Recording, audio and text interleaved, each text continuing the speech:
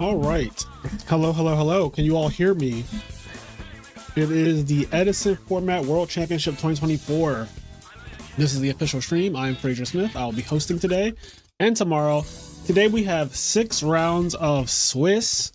That's right, 6 rounds of Swiss, and we have some rules too. So let me just read through this. So it says, tournament participants in Worlds, wait for the bot to send you a pairing DM before you play. Day 1 will be 6 rounds of Swiss. The final round of Swiss will start at the same time tomorrow. So there's going to be 7 rounds total of Swiss, but we're not doing round 7 until tomorrow. Deck lists of all X2 and better players will be posted at the end of day 1, and we'll cut the top 8. So basically at the end of today, everyone who's X2 and better will have their deck list on the Format Library website. This way people don't have to go through and watch all the replays of literally every possible opponent all night. So deck lists will just be posted, kind of the way Konami used to do it back in the day, where after people topped, they would post a top 32 deck list or whatever. And then it says a reminder of policies. So every round will be 55 minutes. You can find an end of match procedure and other rules in the rules channel. Start match within 10 minutes of pairing notifications or get a game loss, or match loss rather. So if you are not there for your match in 10 minutes, just like Konami, you are just forfeiting the entire set. Please make every effort to contact your opponent, tag them in the channel, Discord DMs, and Dueling Book DMs. All matches must be public with watchers on and no passwords. This is for me, so that way I can watch the duels on stream. And also so that, like, you know, other people can just watch too, because you know, we're allowed to watch. Tag at judge for judge calls. Loser reports the loss with the command /loss. Winner submits the replays of the match with the /replay command. You have a couple of minutes each round to use the /film command to view your opponent's replays. The point is to eliminate the advantage of teams scouting, to quickly see what kind of decks you are facing, not to figure out every card. Be quick. Good luck, everyone. Okay, so with that out of the way, let me pull up the bracket. We have a lot of good duelists. So I don't know who you guys want to see round 1. There are, obviously, as you can imagine, like every good player is basically in this tournament. I'm also eating my lunch, so excuse me.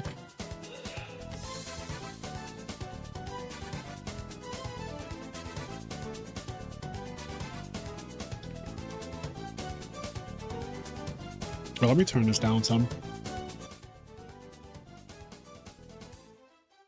There we go. All right, the music is turned down. I kind of want to watch. It's between Yo and Daime. Let me see if he's already playing. Okay, yeah, I kind of want to watch this. Oh, is Mamjam not playing today?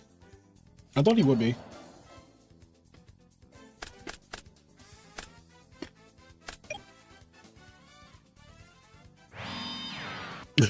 King Vegeta said, let's watch Fish OTK.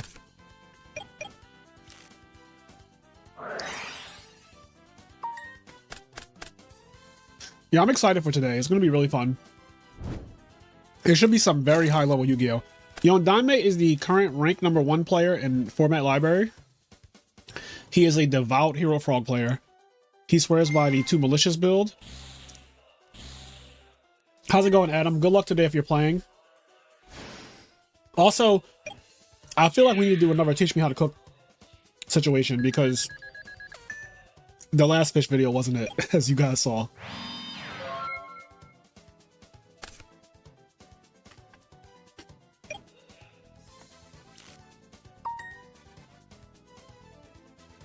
OG's in the tournament. He's right here.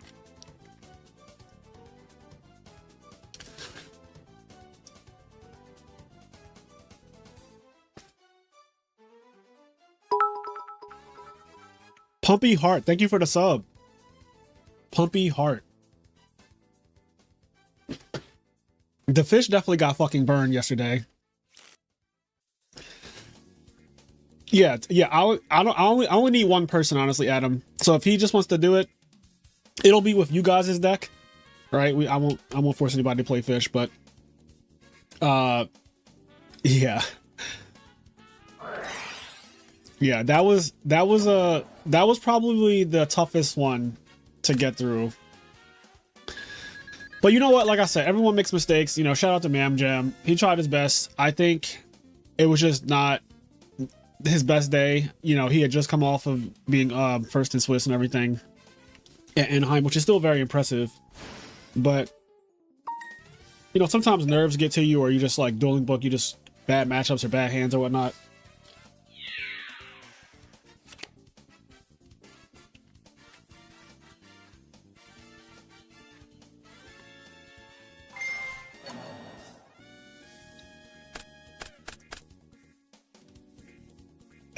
Three darks, but oppression is face up, so don't have to worry about Dark Arm. I'd even say that this is actually good for Yondaime right now. Because that means that he can't do too much unless he has like, you know, Caius would be really good right here, but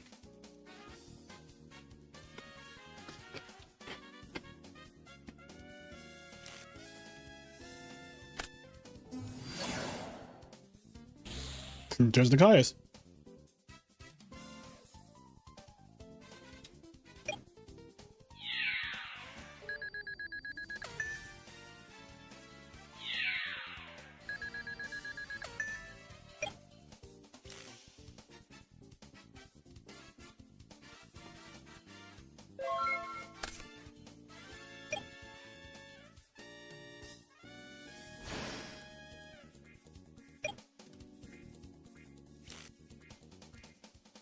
Yeah, I remember, Adam. We definitely ran into like some crazy matches when we recorded that video months ago. And you guys have changed the deck a lot since then. So I feel like whatever you guys did to it, taking the Mother Grizzlies out and stuff. Yep, there's the fucking Darkrai. Remember I said Darkrai?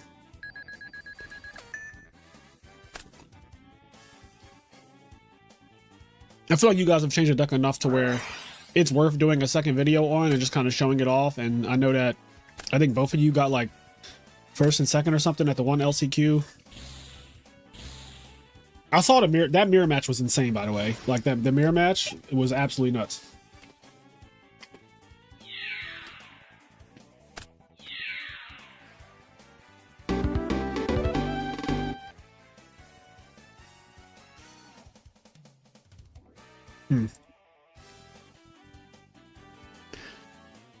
So while they're side decking,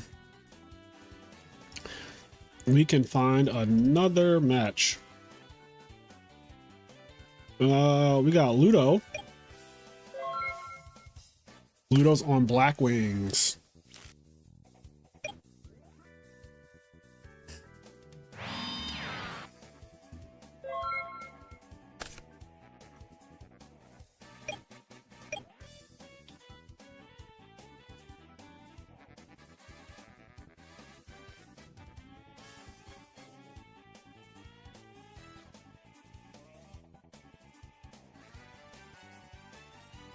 GK.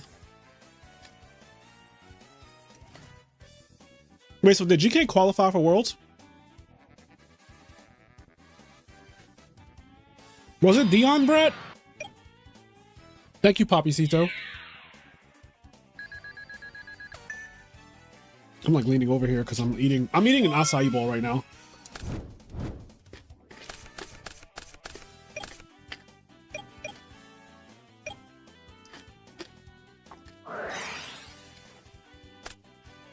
One of my favorite openings.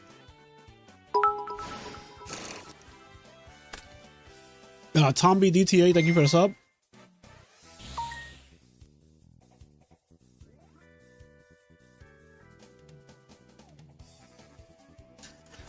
So another thing today, once we get to 6,500, if you remember, there's a giveaway at 6,500 subscribers. So I'll be doing that giveaway most likely today because right now, we're at 6,492 subscribers. So when we get to 6,500, I said we'll do the giveaway for the Appaloosa mat. So yeah, right now we're at 6,492. I imagine that we'll get 8 subs today at least. So that giveaway will be taking place after the stream. That mat is worth at least $100. I think it might be even more when we checked on eBay and everything. The Appaloosa mat. It's a pretty rare mat. And it's also a really cool looking mat. Check out that video if you have not joined that giveaway yet, because we will be doing that today. I have to imagine that we're going to get 8 subscribers today, like at least, but we'll see.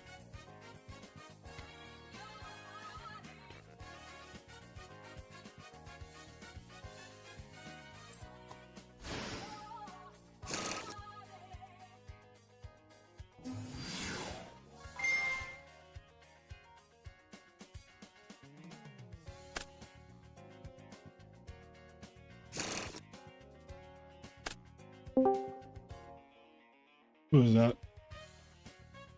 My mic probably sounds terrible. It doesn't sound that bad. What's up, Kenny? What's up? I'm at work. You're at work and chilling? Yeah, I'm at work. I was like, I know my man's is streaming this world championship. Yep, let me turn my camera so you can watch my stream. Yeah, if I don't sound too terrible, I'll join.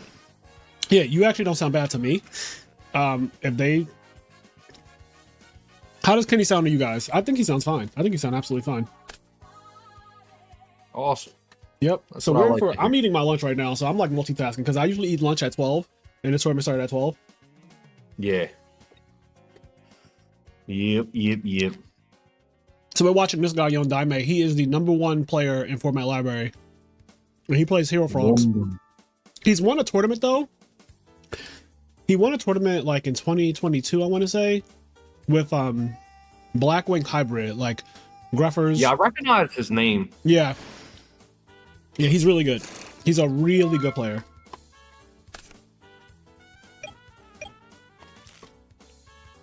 Ing Vegeta. Kenny, you made me laugh out loud when talking about corrupt CEOs and how their pictures and profiles look like real life pot of green. Jose Flores, thank you for the sub. Thank you, Jose. Okay, I'm done my lunch. Nice. I haven't eaten yet today, but I'm not hungry, which is weird. Yeah, I mean, yeah, so I usually don't eat breakfast at all. Like I start every day with lunch essentially. Like I start at 12 o'clock when I usually eat. Some days I go really long into the day without eating. Like it could be like 3 o'clock and I'm like, all right, I'm finally hungry, I'll eat. So I know that vibe. But yeah, we're here for some duels. I am excited. Nice. I played in a Pokemon tournament a couple days ago. Oh yeah, you did message me that. How did that go? It was all right. I didn't get top 16, but what were your losses this time? I played Mewtwo.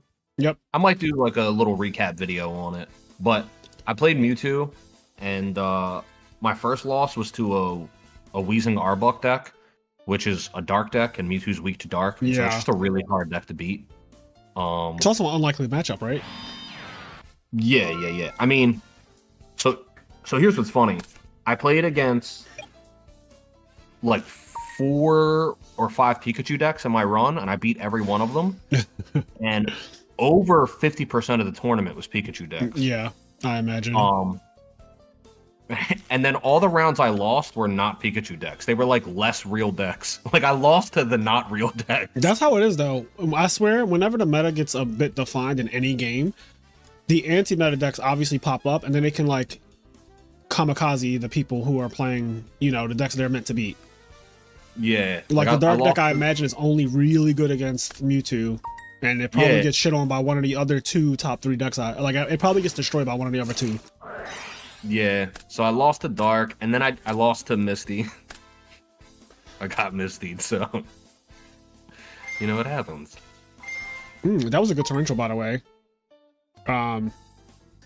Even though the dupe frogs will activate, he still gets to clear this dupe block, because I feel like if that got to stay on the field, you can't possibly win. So at least now Dan is in the game.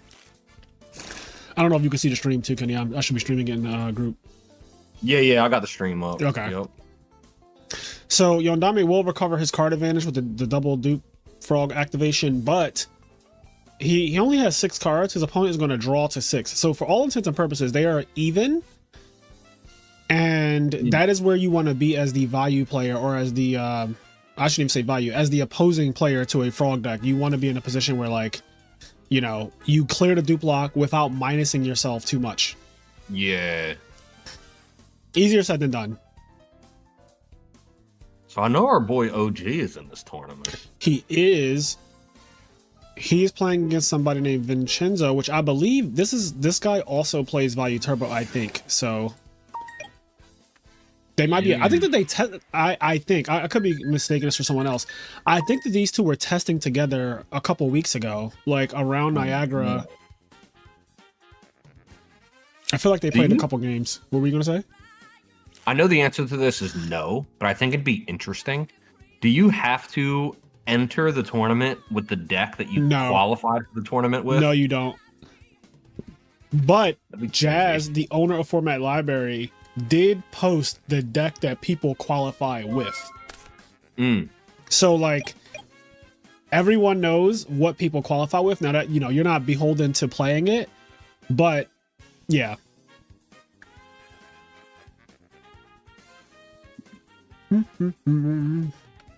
So now the real duel begins, because now that the dupe block is up, I feel like progress can be made on Dan's side. Just see if he wants to commit, because the thing is, against frogs, like once you start committing to the field, that's when the deck really does things to you. Yeah. So we'll see. Inevitability is definitely on the side of frogs if you don't play. It's 21 Blackwing, 21 value, 10 frogs, and 7 Machina are the most played decks. So I don't think, that's not the entire tournament breakdown, but oh, is that a breakdown of the decks that people qualify with, Michael? The 21, 21, 10, and 7? Is that like...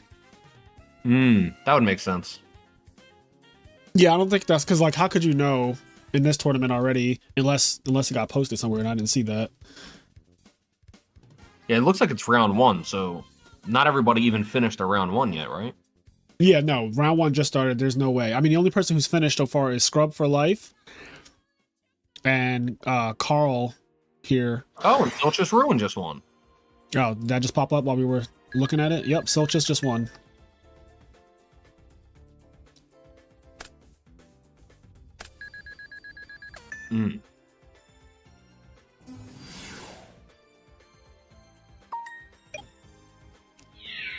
Smack him.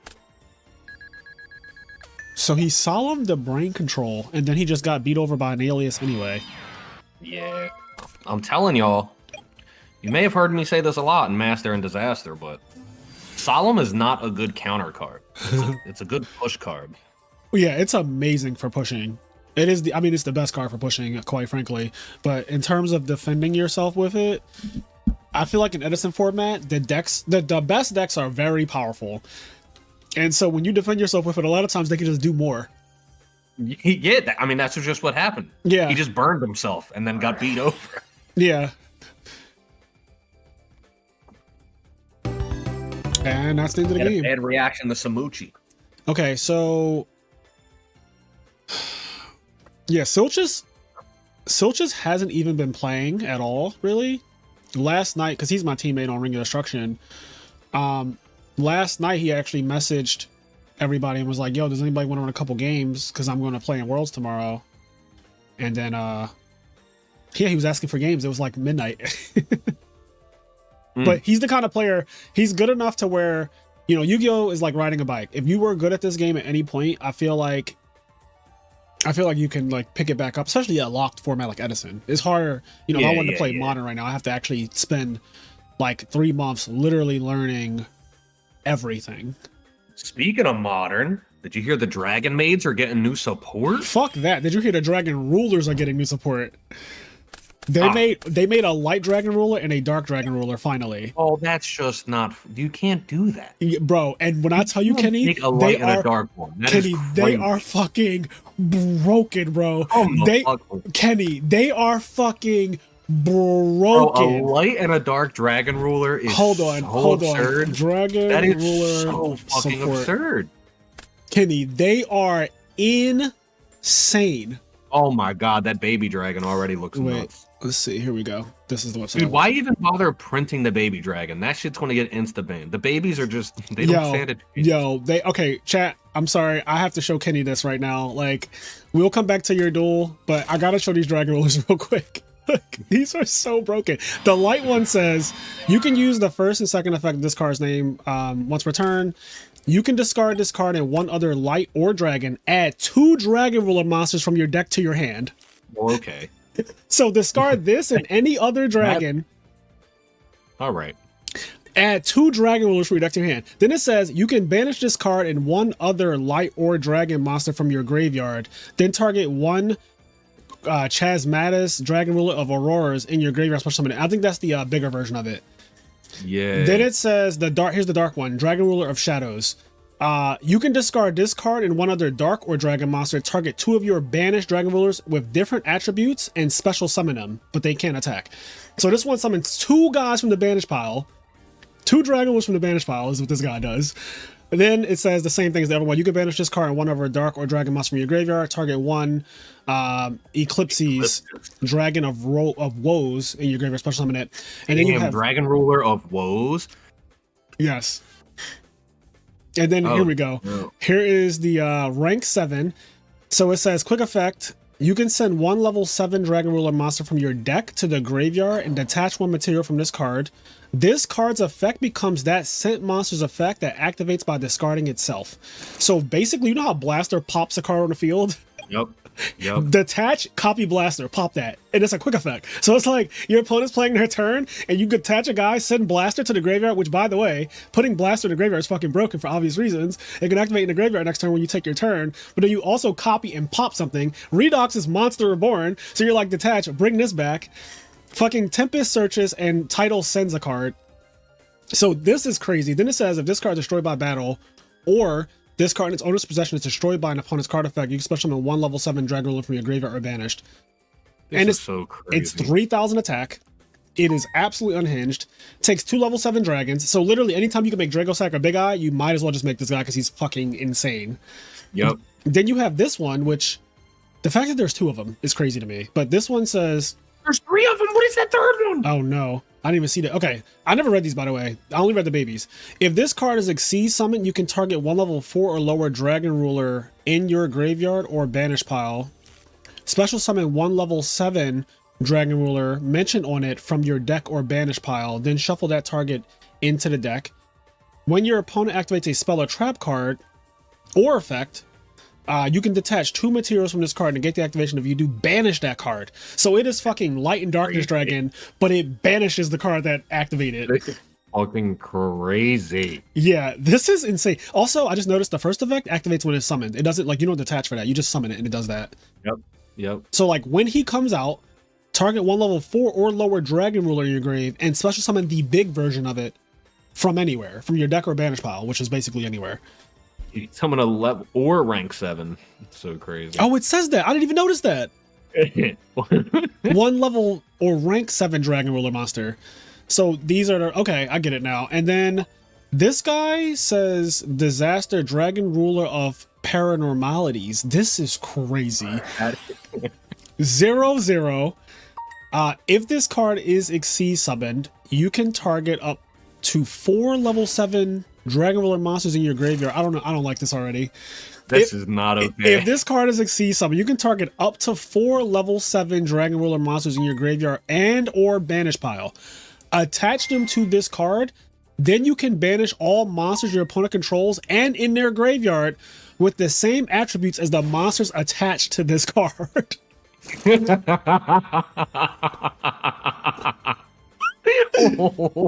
Yo, Kenny, what is if this card has light, dark, earth, water, fire, and wind Dragon Rulers attached as materials, it gains 4,600 attack and defense and is also unaffected by other card effects. I'll be right back. Jesus Christ, these cards are crazy. All right, we're gonna go back to the duel because when he comes back, we're gonna read the spell. But these got me so excited. I'm sorry, I had to pause like watching the duel because the Dragon Rulers, the new support, I might come back to Modern Yu-Gi-Oh. Like I actually might come back to Modern Yu-Gi-Oh for just for that season, like just for that block, because that shit looks so fun. The Light and Dark Dragon Rulers, I remember 10 years ago we wanted those, and they finally came out and they are unhinged. Okay, where are we at in this duel? Who's winning? Who's losing? Who's getting scraped? So we had some 1-for-1 action. We had some dust shoot action.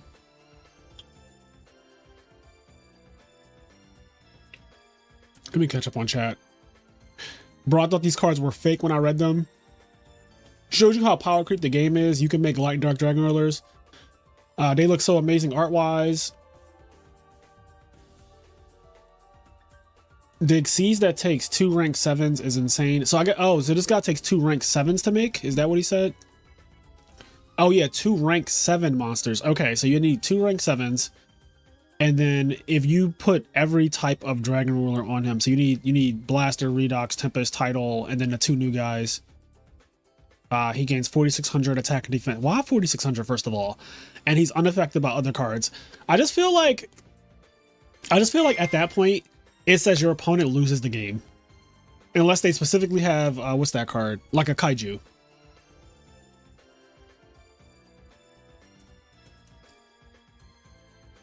What's up, Enraged? The Big Exceeds is a Towers. It uses rank 7s, so you can use the new dragons to make it. Yeah, that was just... The Dragon Rulers are so broken.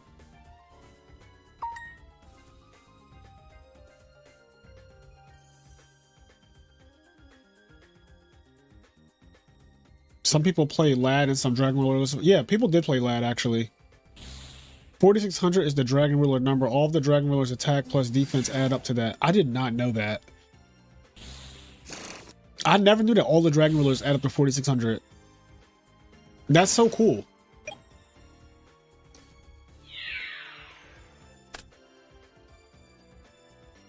I am Nerd. Are you rooting for anyone in particular in this tournament? So I'm rooting for my teammates on Ring of Destruction, and I'm rooting for OG, who's my teammate in the house. So those are like the main ones that I'm rooting for. So if we look at this, OG is here. We got Silchus won his round 1. I don't know if any of my other teammates are actually playing in this. Let me just like quickly scroll through. Oh, ProStorm is playing in this. So ProStorm is also my teammate. And let's see, are there any others? I think that's it. Yeah, that's it. So there's like 3 people that I'm rooting for.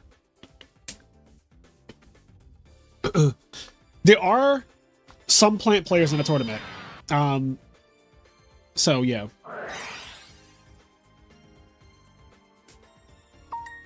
Oh, this is a huge Miracle Fusion because whenever you have 3 monsters on the field, like the 0 is going to take a lot of cards with it. The fortunate thing is that he does have a value, so that even when he loses all these cards, he'll still have some pressure. Yep, and there it is. So then the value gets to summon Armor Master next turn.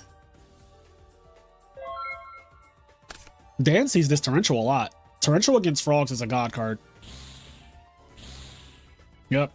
Here's the pressure. So if he has a Dyna, yeah, see, I said it, I called it. Bruh. I was gonna say, you know, Dyna's not in a bad spot unless he has a Dyna, and like he literally, as soon as I said it, he just dropped it.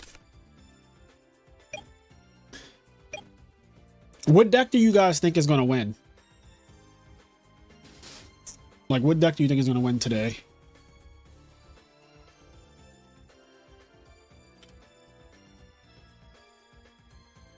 I'll actually do a poll. I'm gonna do a poll. What? I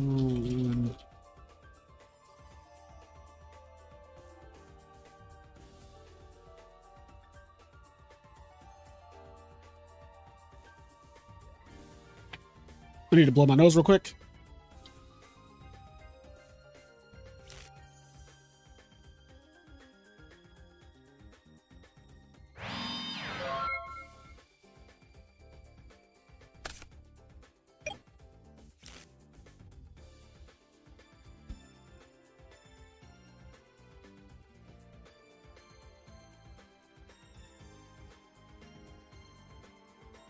He said modern Yu-Gi-Oh is just terrible. I haven't played in 7 years, so I have no... I just know that it's not for me. That's all I got for you. I just know it's not for me. But the new Dragon Rulers really make me want to play modern Yu-Gi-Oh again. Like, I might actually, not even joking, like start dabbling in the game again when they come out. It's going to be so hard for me to miss out on that format.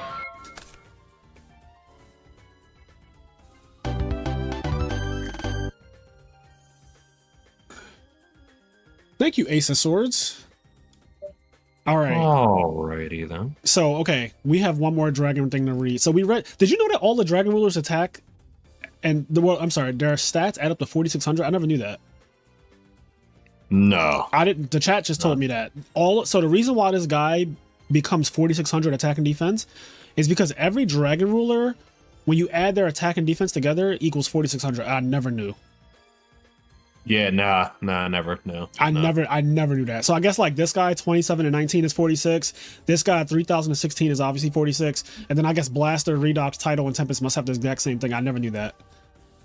Oh, that's interesting. I know Redox is 1600 attack, and we all know Redox is 3000 defense, so that kind of verifies it there too. Yeah. That's so dope. That's so fucking cool to me. That is really cool. This is great. The next pack must be like a dragon pack because I didn't know about the dragon rulers, but I heard the dragon we're getting new support and new cards in the next pack. So if they're also dragon rulers in there too, must be like a dragon pack. I don't know. Okay, so there's a quick play spell. This is the last card we got to read. Yeah, this is the last thing. Drago Calamity. Quick play spell. You can only use one of the first and second effects of this card's name per turn, and only once that turn. So basically you have to pick one and you can't use the other one if you do one. So special summon one dragon ruler monster from your hand, graveyard, or banish pile. Then immediately after this effect resolves, you can exceed summon one dragon ruler monster using only dragon ruler monsters you control as material. 2, during your main phase, you can banish this card from your graveyard. Then target any number of your banished dragon ruler monsters with different attributes, return them to the graveyard. That is not okay. And it's a quick play spell. You really can just play a whole turn on your opponent's turn. Yes. You can banish this card from your grave, target any number of your banished dragon rulers with different attributes, and return them to the... That is what? So you just refill your entire grave. It's like return from... It's like burial. It's like super burial from a different dimension. Yep. Oh my god. Now let me get back in here. All right, let's see who else is playing. Doug Tracy, Pavenchi. Let me just scroll the list. Hold on. Let me just scroll. What's up, chat? Thank you for welcoming me. Even though I have a shitty, I mean, you guys said my mic actually doesn't sound bad. I'm on my laptop at work, so. Yeah, you genuinely to me don't sound bad. Like if we had to record a podcast and this was your microphone, I think it's better than what I sound like when I record on fucking AirPods when I'm away. Oh, the AirPod recordings are wild. They sound awful. They're crazy. They sound awful. The YCS Indianapolis recording that I did, it was like the one we did before I won the tournament. Yeah. Where I was like, oh man, the Giant Card is JD and I would really like to win and like it'd be awesome. And then like that recording, I sound awful because I'm recording it in a hotel room. Like literally on AirPods. Oh no. You know, Bonnie Yu-Gi-Oh is a mess because even with these busted effects, there's a chance the rulers aren't even meta. I refuse to believe that the Dragon Rulers will not be the best deck in the format when they come out. I'm sorry. I know I could be coping because modern Yu-Gi-Oh is so far gone, but I refuse to believe that it's going to be like when GBs got new support, nobody played it. Like, I don't think they're going to be GBs. When they add when there's an archetype that is based on elements. Yep. and then they add light and dark. When light and dark's not there from the beginning and they add light and dark later, it's always a problem. Look at the monarchs. Yeah, look at when right. they added a light and a dark monarch. Like it's always a fucking problem when they add light and dark later. Yeah, Kaya's came out and it was like, all right, this is too much. Then the fucking 2016 Mega Monarchs came out. One was light, one was dark, and they are still the most ridiculous monarchs ever printed. Like Aether and Erebus are the two most outrageous monarchs ever printed. Yeah. And they're light and dark. I don't care if they're not the best deck. I will literally play it. I want to try to top a YCS with Dragon Rulers. Oh shit! What did we just hear? No, I want to play them. I genuinely want to play them. That's awesome. I'm gonna be so mad though. I'm gonna have to go through like a training course with one of the like maybe Chris LeBlanc or Jesse Cotton or one of them. Dragon Rulers. Razor might legit play some Dragon Rulers. I want to be able to play. I played Dragon Rulers in 2013. I topped nationals with that deck. It's one of the funnest experiences I've ever had playing Yu-Gi-Oh. 2013 was just a great year for Yu-Gi-Oh in my opinion. And the nostalgia is like literally making me want to play Dragon Rulers again. They looked so cool. They're also just broken beyond measure. This first one that says you can discard this card and one other light or dragon monster, add 2 Dragon Rulers to your hand is so crazy to me. Like that is insane. Granted, we didn't have Ash Blossom in 2013, but still. Is there any deck? So like, obviously, Dragon Rulers are just dope in general, and you sound super excited about these new Dragon Rulers. Can you think of any archetype that like? Because like right now you're saying like, oh, I might actually have to play Modern for the Dragon Rulers. The point I'm trying to get to is, what archetype would make you the absolute most excited? Like, I absolutely am playing Modern for this archetype if like they made some broken card for it. So it's really hard to say because I think Dragon Rulers might be the one. That might be the one. I think that we already like. I think that this is the one because I'm not going to say anything cheesy like Gravekeepers or anything. And also, Gravekeepers they give me support and it did not move me at all. But like, I think because GB's got new support that was broken, Heroes have gotten a ton of support over the last several years. I think that Dragon Rulers are the one that really moves me the most. Like I really like that time. I just remember that time of Yu-Gi-Oh! I felt very dominant. Yeah.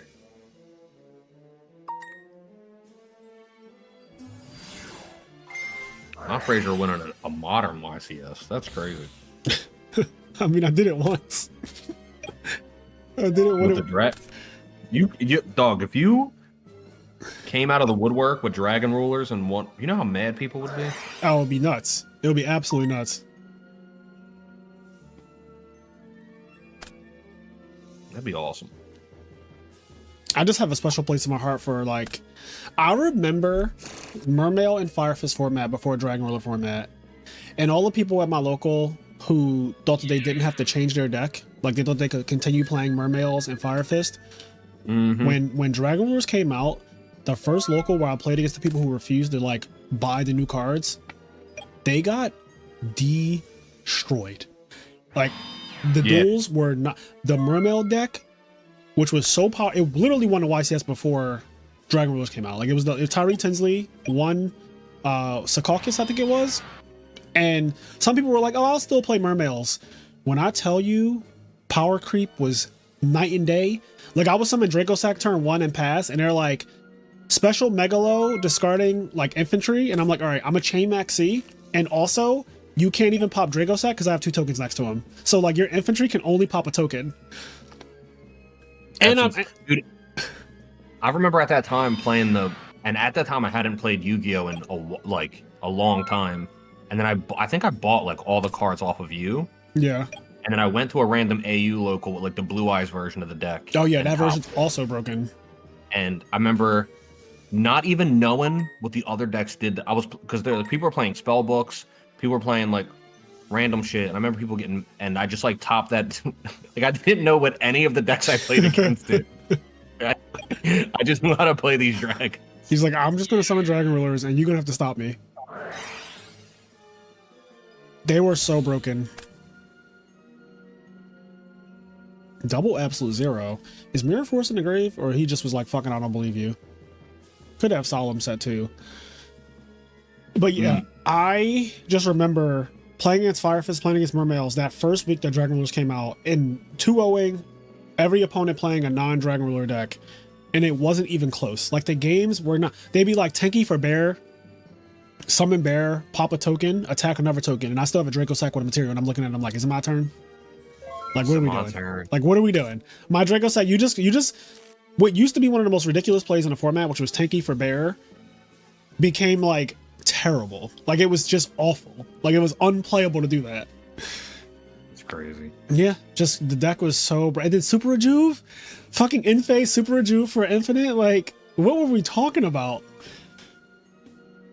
As you can tell, I am very excited about Dragon Rulers. So if you start seeing content of me on this channel playing Dragon Rulers when they drop on Dueling Book, then just know I'm getting ready for a YCS.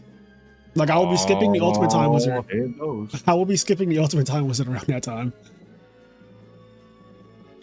Any interesting decks, not Pro Storm. His deck is Cheeks. This is James Arg. What's up, James? So I haven't seen any interesting decks yet. People will have to let me know if you're watching the other matches. Let me log in here. So like not much is really going on right now. Uh-oh, what's that? What's that? Super Rejuve is unbanned, by the way. Okay, so Dragon Rulers can play Super Juve again. I don't even know if Super Juve is good in like modern times because it's an end phase. End phase, yeah. Yeah. Oh, let me end this poll. I just realized this poll is at 66% or the winning choice. So I said, what will win Worlds?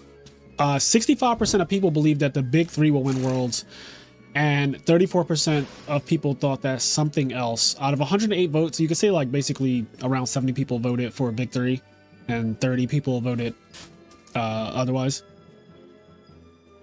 First time I ran into Rulers was on Dueling Network, unlimited before they were legal. I was playing some overtuned Dark World deck with like triple charity and whatnot, and I still got bodied. Super Juve is too slow. That's kind of what I was thinking. Marshall Evans says Machina Gadgets will win the tournament. That is a bold claim, but we'll see. Machina, is someone even playing Machina Gadgets? I don't believe you. No, I don't either. After Kenny and I tried on Master and Disaster, I couldn't imagine that deck doing anything. It was so fucking bad. We didn't win. Yeah, we didn't win. We did not win. Oh, newsflash, guys. Newsflash. We have just crossed 6,500 subscribers. Thank you so much. That means that the giveaway for the Appaloosa mat will officially happen today after the stream, which is what I projected. Also, we just got another subscriber. Thank you to Omar D for subscribing. So we will be doing the giveaway today after the stream. So if you have not entered the giveaway yet, go check out the video where we give the instructions on how to enter the giveaway. It is a video of me, like the thumbnail is me holding up the Appaloosa mat, and it's also a Bonanza box opening, like it's that video. You need to go watch that video and then follow the instructions to enter. One entry per person. Don't have a another one of those moments like we did the last giveaway where somebody entered twice and got DQ'd for it, basically. Oh man, pure music and pure TCG. He spelled same it the name, same spelling. He spelled it the same way, dude. That was great. I thought that was amazing. And then tried the three. I don't know that guy. Yeah, that shit was so funny because he popped off at first. Like, yes, I never win anything. It's crazy. He was like, I never win anything. Yo, that shit was the funniest thing that has ever happened. Also, speaking of giveaways, what if you could enter a tournament that had a $1,000 prize pool? Oh, you can. Okay. How's that? How do I do that? How do you do that? Well, I Am Nerd has a Patreon. That's right. And if we get to 200 patrons, which we've been gunning for, you guys sitting there at home, if you can help us get to 200 patrons, we're going to host an Edison format tournament, $1,000 prize pool that we're putting in off the top. Yep. And we're at 140 something people on Patreon right now, so less than 60 people. We're basically less than 60 people away from having a $1,000 tournament, like a 1K, which will be free for everybody on our Patreon. Everybody in the Patreon, it'll be free to enter. So, $1,000 prize pool, Edison format tournament, 200 patrons. That's like how the 6,500 YouTube subs. The kind of the celebration for that is this Appaloosa mat giveaway. The celebration for 200 patrons is going to be us hosting an Edison format tournament with a $1,000 prize pool guaranteed. Yeah, so I expect that's going to happen in 2025. The way we're pacing right now, like 2025 for sure, you can expect to see that 1K, which is nice. By the way, the tournament that we're streaming right now, Edison Format Worlds, has a $2,000 prize pool. I think, let me pull up. There's like a thing that shows you exactly what the breakdown is, because I want people to know like what they're playing for here. So let's see if I pull this up like right here. So let me see what just happened. Okay, he activated a draw trap. All right, so it's $1,000 for first, 500 for second, 250 for third, fourth is 150, and then fifth through eighth is 75 each. They all get this play mat. This is a custom honest play mat. This mat looks fucking insane. In the wings are other cards. They're like, okay, Ludo won round one through double absolute zero, further proving that Hero Beat is ass, and the narrative that it beats Black Wings is still just showing up to be false. Like Hero Beat's still ass. Is Hero Beat ass, or is Ludo just a Blackwing goat? I mean, Ludo is the Blackwing goat. He is the best Blackwing player in the world, I think, and he's won multiple tournaments with Blackwings. Yo, this honest mat is crazy. It's nice, right? Yeah, like it's actually really nice. Fucking nuts. Yeah. I wish that you guys could really see the details, but like in Now, the the feathers wings, are fucking nice. like here, DD War Lady's right here. Like where my mouse is, that's a DD War Lady right there. There's like a Titanial, I think is. Oh yeah, Titanial's right here. Like if you, it's kind of hard to see, but like Titanial's right here. Let me see if I can open this in my browser, and then it gets bigger, so we can like. So like Titanial is right here. On the left, oh, not that. On the left is DD War Lady, and then there's like Dark Magician Girl or something. It looks like there's a bunch of shit. There's a bunch of shit like in the mat, but anyway. Okay, so who else is playing? I'm gonna refresh this real quick just to make sure that this is up to date. So Ludo just won his match. Beast Mode is playing. I want to see Beast Mode. Beast Mode is one of my favorite people in the community. And he's playing my boy Pavinci, and I like both of these people. Oh dear. Okay, but wait, this is actually game 2, and Beast Mode won game 1. So Pavinci's in a good spot this game, but Pavinci's already down in game. Odin93 says great content yesterday. Thank you. Yeah, did you guys like the did you guys like us burning the kitchen down yesterday? Well, teach me how to cook.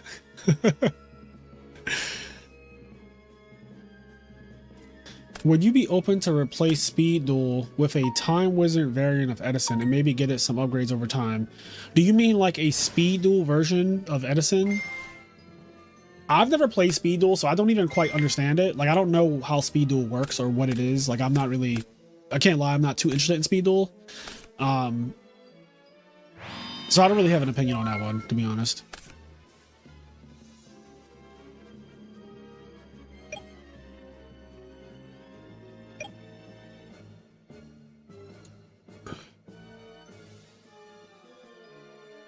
Oh man. Otis says, oh, it's gonna be, I did say it's gonna be great content. Not teach me how to cheat. Teach me how to cheat is crazy. Teach me how to cheat is crazy. Y'all are unhinged. Be nice. Somebody said I'm still waiting for the official TK. No, not I'm still waiting for it. Oh god, that video was unhinged. That shit was unhinged. I was not ready for what happened. I was like, oh man, this, you know, first in Swiss after 9 rounds, which again, that's very impressive. Like, that's not easy to do. I've never been first in, well, that's a lie. I was gonna say I've never been first in Swiss after 9 rounds, but I was at Nationals. But it is still very, very hard to do. And I was just shocked that we did not get to win any set yesterday. Hi, Fraser. 902 will be returning to Edison. Go, Tariq. 902? What's 902? No, yes, I mean, that's what I thought. I'm old. 90210.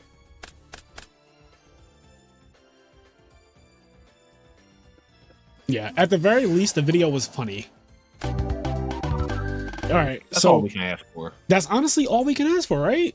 Also, I just saw Akaias in Amaryllis, and I don't think I've ever seen that before.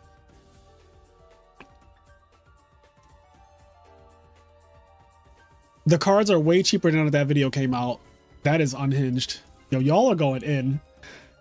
Not the cards are way cheaper now that the video came out. Y'all are unhinged, bro.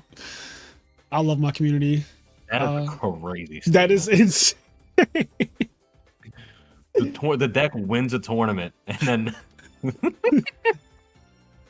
and then a video comes out, and people are like, you know what? Nah. They're like, the cards are cheaper. After that video, the cards are cheaper. When you said, do you know what you're doing? I choked on my coffee. Kenny, I don't know if you saw it, but I did I haven't had time. I've been so busy with the holidays. And that one was an hour. It's a long video. I advise when you do watch it on 1.25 times speed. Yeah, because like it is a slow burn, but there's a lot of mini interactions that happen that I think are very funny and very like, it's great content. Like, it's actually great content. Everything went wrong though. Like, the video is really bad in terms of like the things that happened during the duels and stuff. It's really bad. But in terms of content for entertainment purposes, which is what this channel is both educational and entertainment. I try to do both. Oh boy. Do you know what you're doing to the guy that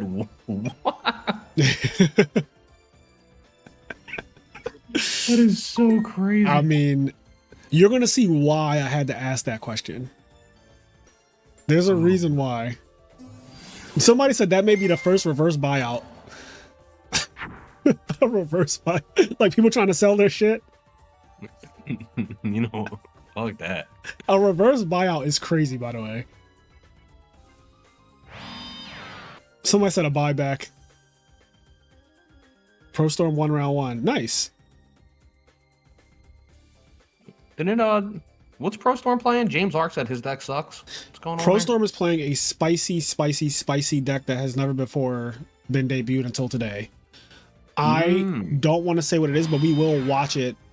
We will watch it during this tournament. We'll get to see him on stream at least once.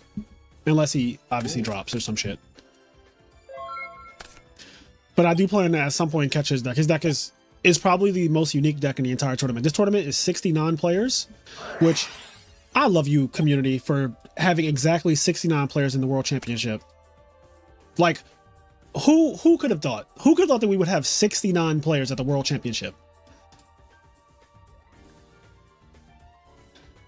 Oh, man.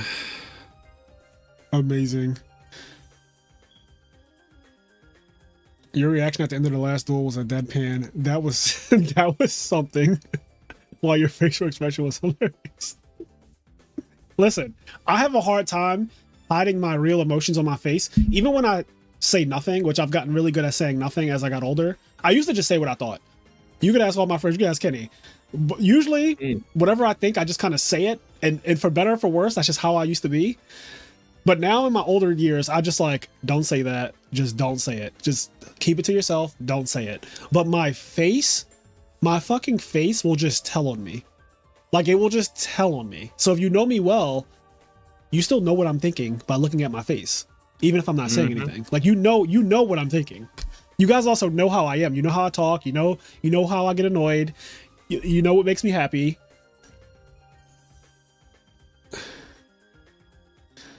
As a content creator for the last couple years, I've been trying to like filter myself a lot more, because the before content creator Fraser was not filtered at all. Like, I would just say whatever I felt. And I'm like, you know what? I'm in a new space now. I want to kind of... You finally...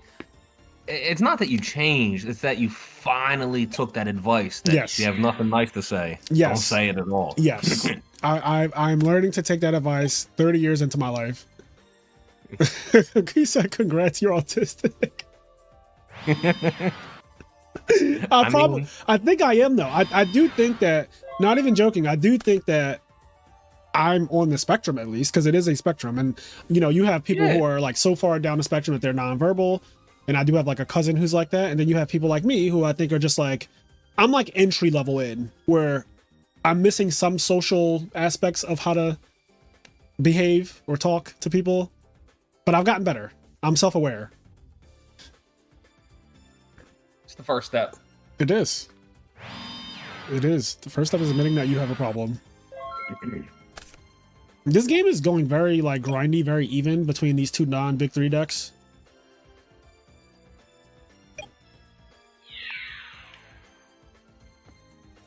Every time I see a Lightsworn, I get... Besides Raikou, because Raikou is literally in everything. He said, not entry-level autism. I have entry-level. I do think I have like... I genuinely think I'm on a spectrum. Anyway, what were you saying, Kenny? Every time I see a Lightsworn, not counting Raikou because he's in every deck, but any other Lightsworn splashed into other decks, I always get a little sad because I just want to see them mill Wolf. And I know that won't happen when they're splashed into other decks. Yeah. I just want to see Wolf get milled. That's all I want. Nothing is quite like a milled Wolf. Like, you can mill Vayu, you can mill Sirocco, you can mill Gardner and Plague Spreader, but nothing is like Wolf. Wolf was the first thing that people wanted to mill in Yu-Gi-Oh! Like, really mill, you know what I mean? Like, obviously we had Magical Merchant and shit like that back in the day, back in Chaos That's not the format, but same. it's not even close to the same. It's not the same. He's so cool.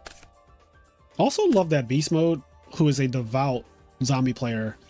He's topped and played other decks. He's topped with Machina Control, he's topped with Diva Hero, but like home for him is always zombies, and I like that at Worlds. He's like, I'm going back to what my main deck is, even if I don't think it's that good, but it's the deck that I really love playing, and he always like returns home to it.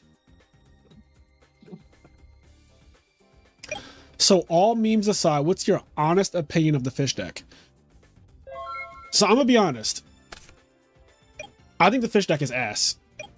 I think that, and I didn't think that before watching it play, but after watching it play, I think the deck is ass. I'm gonna be like, I think it's ass.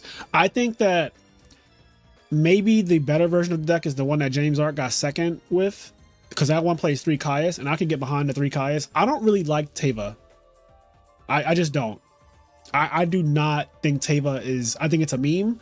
I think it's a parlor trick.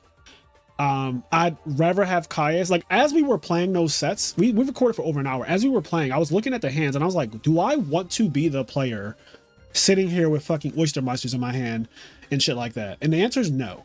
Like, I think that if it catches people off guard, it's decent and stuff like that. And if you don't know the rulings, then it's also, obviously it gets a buff if you just like do things that you can't do. But in terms of like my honest opinion, this is like now me being myself again, no filter, I think the deck is ass. Like, actually. There you have it. I think there's also a reason that James Ark got second with it and never went back to it. Like, just like if a deck got second and the person who got second with it and who made it is like, I'm not playing this again, then to me that says everything you need to know, personally. Damn. Well, I mean, somebody in the comments did just say, or not comments, chat, just said that Teva was at 25. The video came out and it went down to 16. It should keep going down.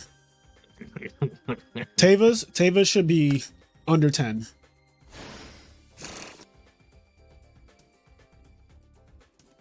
I don't think that the deck, I think it's like a worse version of Frogs and a worse version of an OTK deck. Like, if I want a Colossal Armory Arm, I'd rather play like Diva Hero, because I think the Diva Hero is just genuinely a better deck than straight up Fish. And this format has OTK decks. Yes. Like, I mean, Vayu is an OTK deck, for God's sakes. Yeah. Zombies is also an OTK deck too. Zombies fucking kills it. The Teledad deck that just came out is an OTK deck. So like, OTKing is not special to Fish. Like, it's not special. And I just think that it's fragile in a way that I really don't like. Uzu says, you seem to be visibly annoyed with the speed of play in the video yesterday. Yeah.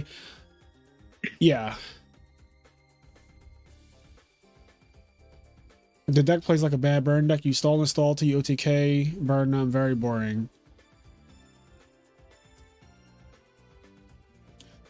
Yeah, I wasn't, needless to say, I was not impressed.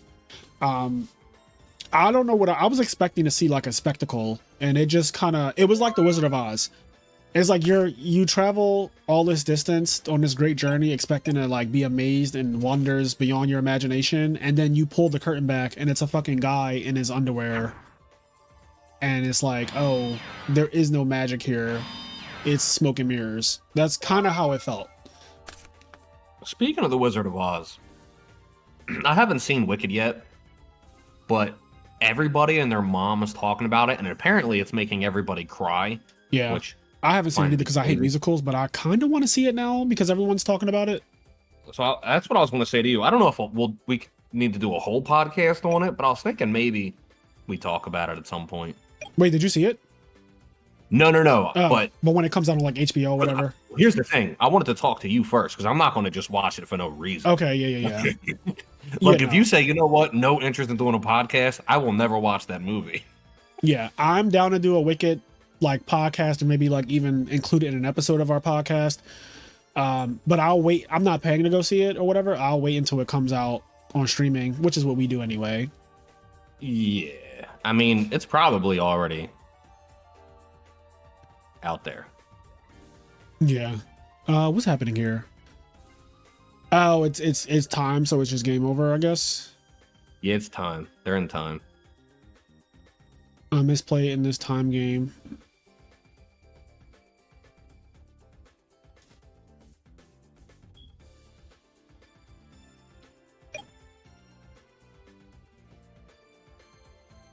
He said it's just the back of Tyson. Got it aligned.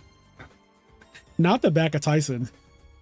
Yeah, that's kind of what it felt like, man. I was expecting a spectacle, and I just got the back of Tyson.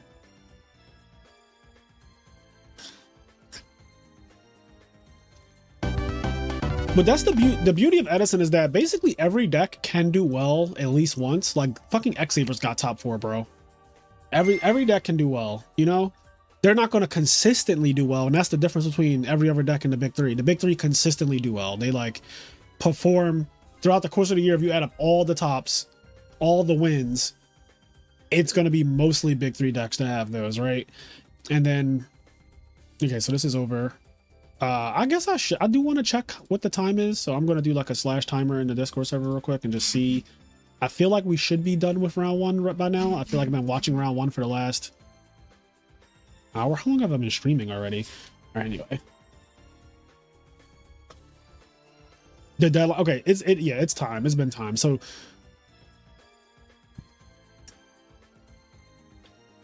there's only. Did OG win? No, he lost round 1. God damn it, OG. Unfortunate.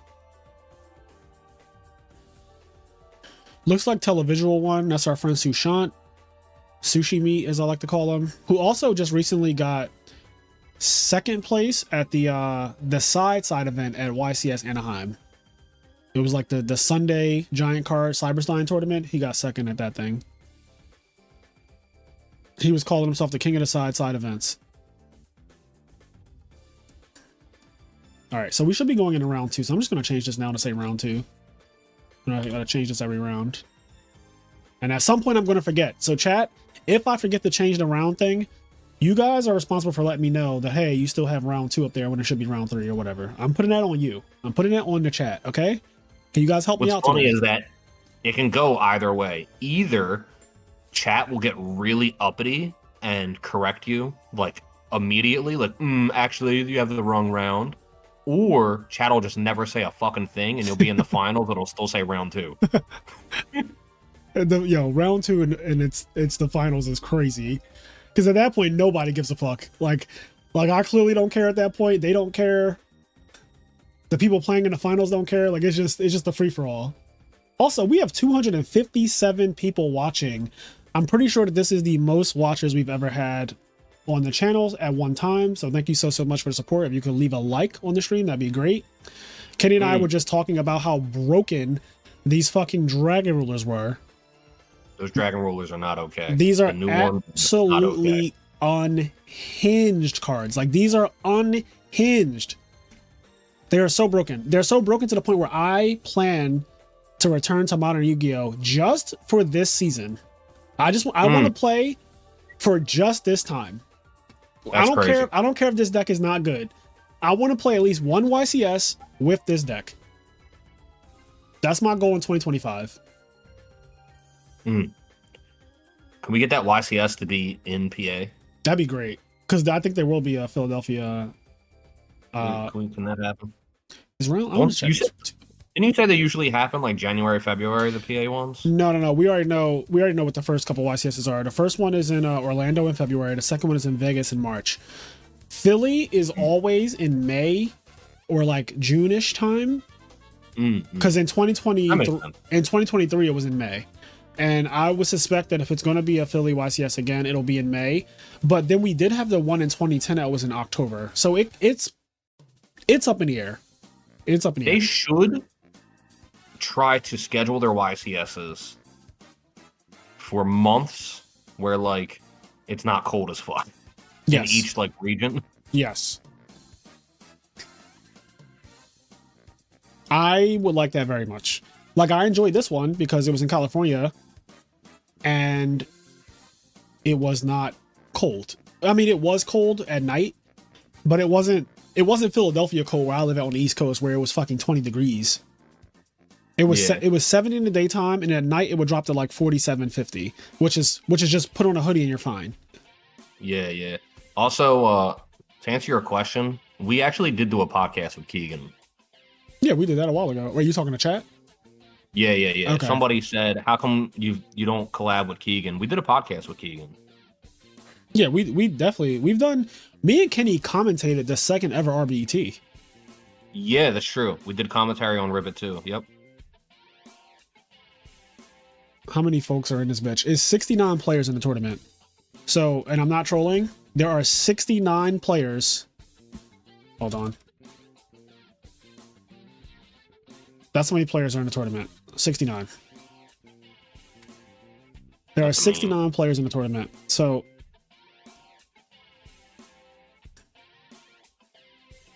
is Ronak? I don't think he's playing in this, so that's not a tournament.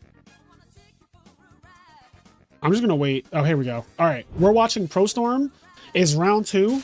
Pro Storm's deck is very spicy, so we're all in for a treat. Yeah, I want to see what this is. Yeah, we're in for a treat.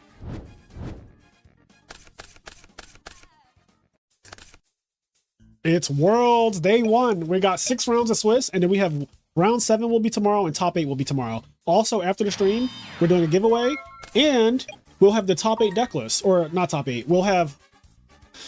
I'll do the deck list for the top, like, anyone who's guaranteed top, kinda. I'll do those, like, if you're X1 or XO.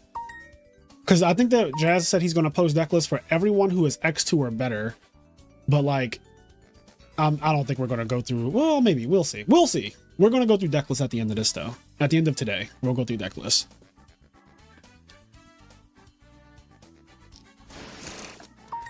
All right, so already you can see Pro Storm is playing Lone Fire Blossom and a Gigaplant in the Supervise.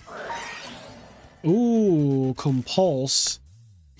Now, I want to say that this is probably the single best card he could have had there. Because I don't think anything else would have done quite what this just did.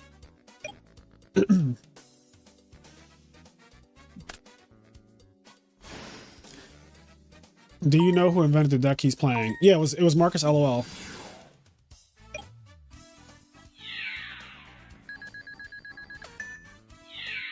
Dragon Ruler Super Rejuvenate hella hand traps.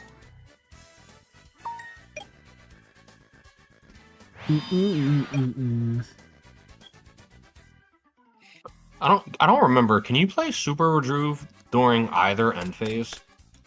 I'm pretty sure you can. So like if you think that your opponent has Super Rejuve, and let's say you set a Super Rejuve and you pass them and they flip Morphing Jar and you discarded 5 dragons, I think on their end phase you could activate Super Rejuve because they Morphing Jarred you and you will draw on their end phase. That's what I think. The reason why I asked is because the new dragons have a lot of play on your turn stuff. Right. So it might be viable to like do a bunch of shit and then Super Rejuve on their end phase so you have a giant hand on your next turn. I can see that being a thing. It would be cool if they had a card that searched Super Rejuve, like an Xyz. Beast Mode did win Old Format Guru. Are we about to see another fish spectacle where we're expecting magic this game? I mean, yeah. I'm hoping for some cool shit, but right now it looks like he's getting shut down by Compulse and Solemn. I will say Compulse is probably one of the best cards that his opponent could have had turn 1 against his deck, just because of like it burned the Supervise for no value, which is not typical.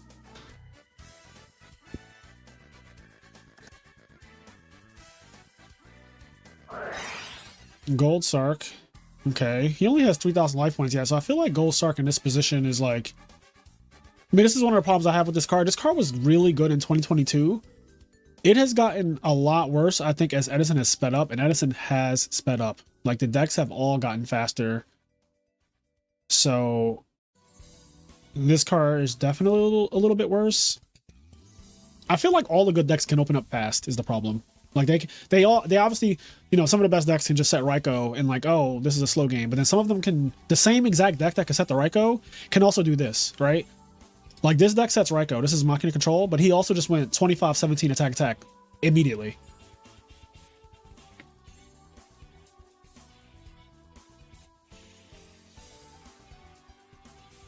But yeah, Compulse just won a YCS in Italy, was it? YCS Bologna. The guy main deck triple Compulse in his Blackwing deck.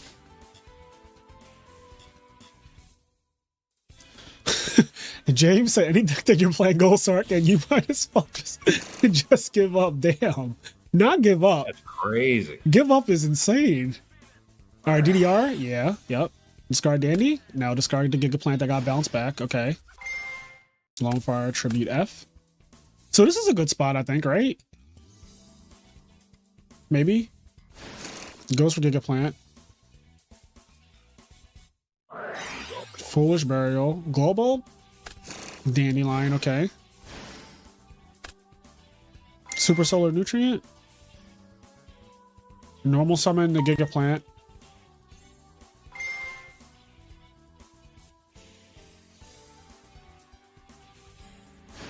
This is one of those decks you need Maxi for.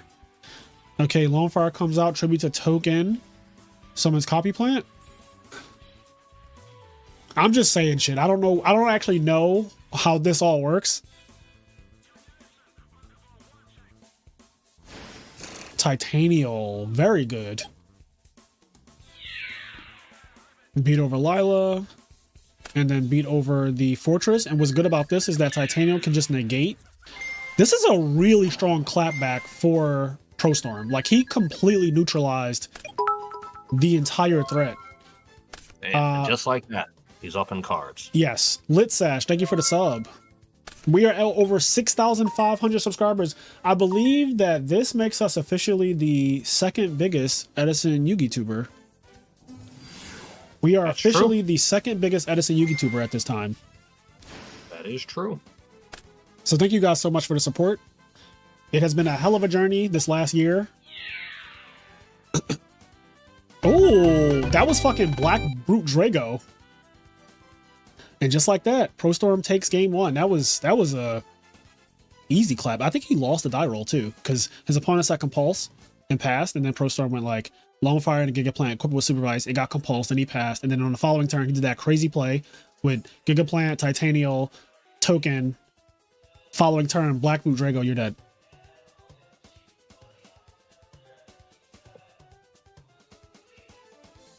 Y'all think Common Maxi will go up or come down in price? I have no idea. Also, you don't have to play 5 to 6 level 8s like Amma. Sunny said, gonna buy this Black Blue Drago card right now. I think that card's already kind of expensive, isn't it? Black Blue Drago? Like, let me check. Let me do my Googles.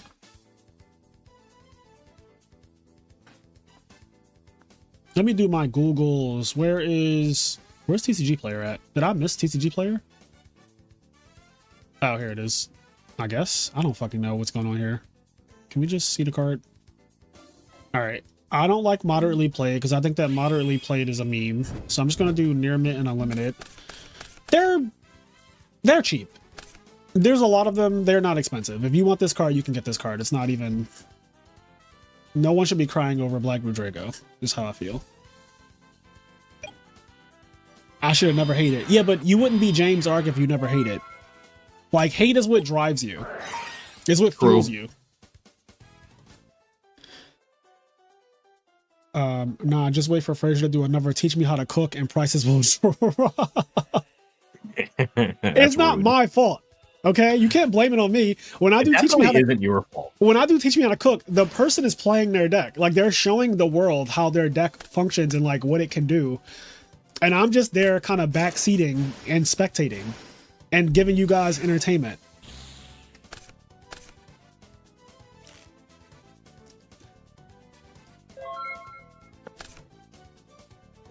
Why is Black Brute Drago black but Dark Magician is dark? What were you about to say, Kenny? I just want to say I'm opening up a pack of cards. See what I get. And Pokemon? Yeah. Anything good? Let's see. So Tuesday you get a new set. The new set for Pokemon TCG Pocket comes out on Tuesday. Yeah, you know what I just found out? What? I didn't realize. So it's a mini set. What that means is like... Oh. If I understand this correctly, the main set that we have right now has 3 packs. It's called Genetic Apex. and it has Charizard, Mewtwo, and Pikachu packs. Right. And there's cards that are in all 3 of those packs, and then there's cards that are exclusive to each pack. Like Charizard EX is only in Charizard, etc. So if I understand correctly, this mini set is just like one pack. It's essentially like all of the cards that would be in just one pack, like just Charizard, for example. Mm-hmm. And then the next real set will have like the 3-pack format, if Right. I understand correctly. So, yeah, it's still going to be a whole bunch of cards. I guess just not as much. But I think the next real set comes out like a month later. I mean, that's good. I think in the beginning of a card game, you do have to release a lot of product early. That causes excitement, and it gets people. It keeps people in your game. And it's like very interesting to have packs come out very frequent. Because even Yu-Gi-Oh did that. If you remember, like in the beginning of Yu-Gi-Oh, packs were coming out almost every other month. Like it was really quick. And then obviously once the game is established and you have a devoted fan base, it keeps on. There's that Solemn again. You start to slowly release the packs every 3 months or whatever. But at first, Yu-Gi-Oh was dropping packs like quickly. Yeah, it's crazy, dude. The new cards that they showed already look fucking nuts. Some of the cards are crazy. I can't wait. The Mew is crazy. Like the effect of it? Yeah, it has 130 HP. 1 energy does 20 damage, but then 3 energy, you can use an attack that your opponent's active Pokemon has. Oh, so no. like they can like bring out Charizard. Yeah, you could just for 3 energy, you can do their 200 damage attack. Yeah. So would you say that's like a good crackback guy then at that point? Yeah, he might be fucked up. He might be really. And he's obviously psychic. Yep. But he can be played in any deck because his 1 energy attack requires a psychic energy, but his 3 energy attack, use your opponent's attack, is 3 colorless energy, meaning it can be anything. So you can actually put that Mew in any deck. That's great, and that's good because Mew can learn any attack. Yep. Also, I love that it goes with the lore. I love that they actually made it playable. So I think that Mew is going to be a scary card. It's going to be a scary card. I just like when things that should be playable, based on what they are actually playable. Yeah. I feel like I'm glad that Mewtwo is one of the best decks, if not the actual best deck in Pokemon TCG Pocket, because Mewtwo is fucking ridiculous in actual Pokemon. Yeah, it's looking crazy. Psychic is weak to Dark. And Psychic is neutral against Psychic, right? Something like that? Are you talking about the video game or the card game? I guess the video game.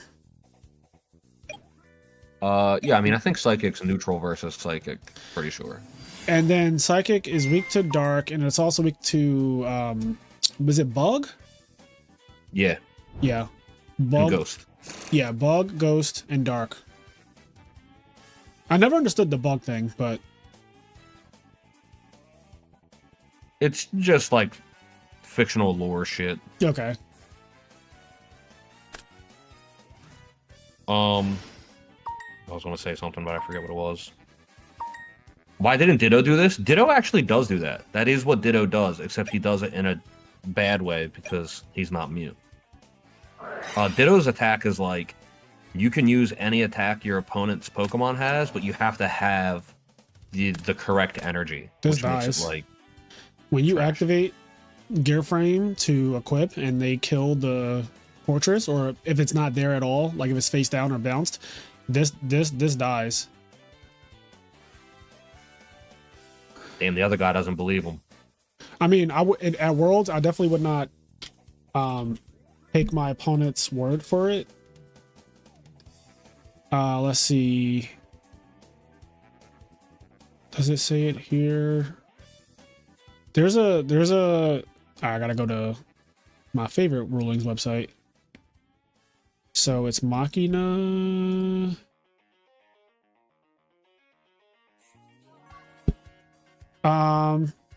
If the target is flipped face down or leaves the field, Gear Frame is destroyed by game mechanic. It is right here.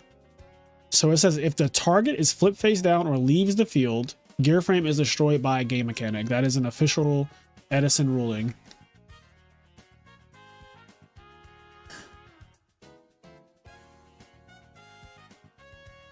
Yeah, the ruling is also right here. I have it on stream. So this is the rulings for Gear Frame, like blatantly, but that is how that works. Sad face. That's one of those rulings that needs to be in a video. Like I should do a like 10 rulings in Edison format that you need to know, because that one is I don't think most people know that happens. What just happened?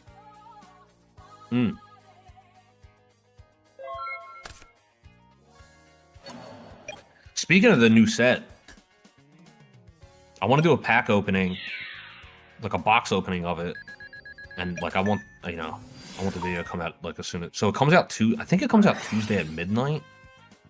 So I don't know what you're going to be doing, but I either wanted to record it like as soon as it went live, or it comes out like basically Monday going into Tuesday. You're saying? That's the thing I'm not sure about. I'm not sure if it comes out Tuesday going into Wednesday or Monday going into Tuesday. Well, you let me know, because I don't go to bed until midnight usually anyway, every night, midnight or later.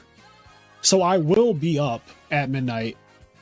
I'm up at midnight every night, like in general. But my plan was like to record opening packs of it like as soon as possible, get that video edited so that literally the next morning or afternoon the video could be out.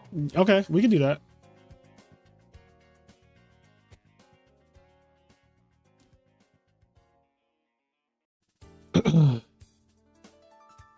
One ruling in that video: fishboard can't be negated and use the synchro unless the other stuff is water. Oh, Papicito has not let up. I guess I should take this time to check on some other duels.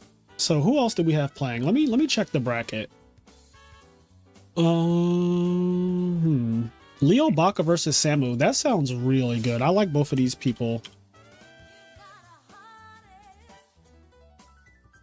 Well, frogs are frogging. Yep, Leo is a devout frog player. He actually used to be one of my students when it came to frogs way back in the day, and he's gotten a lot better. He went under my tutelage, and then he went under Ronak's tutelage, and he started winning tournaments after that and topping tournaments. Like he legit won a fucking major event in Europe that was over 100 people.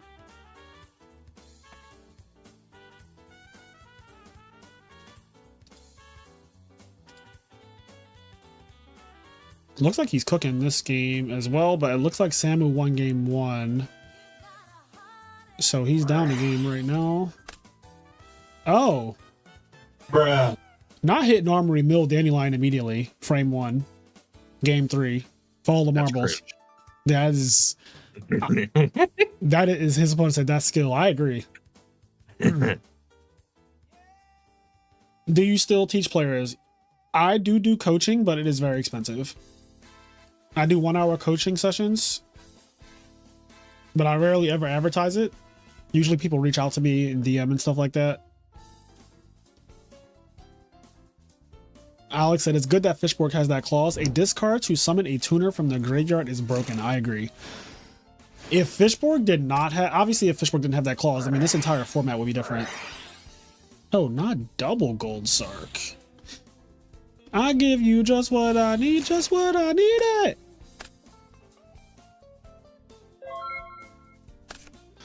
So he's walling up 2 tokens.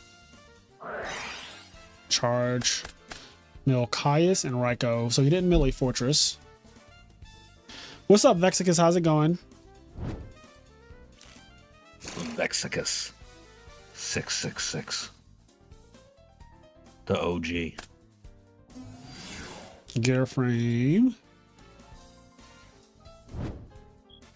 Will ProStorm make it to turn 3? Yep, Here we go. He's summoning Fortress, so he's just going all in. Attack both tokens. So ProStorm soaked up 4,300 worth of damage by sending that Dandelion to the graveyard, which is basically a Threatening Roar. So milling that Dandelion, the whole game could come down to the fact that he milled that Dandelion off of Hidden Armory. Like the entire game could come down to that.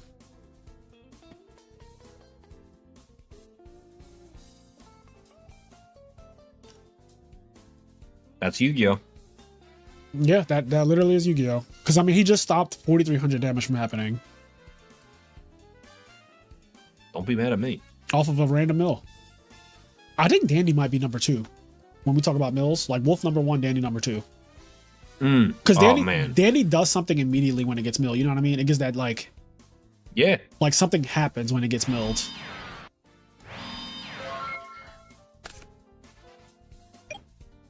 I think why Wolf feels so good. The reason why Wolf is number 1 is because he's a fucking brick in your hand.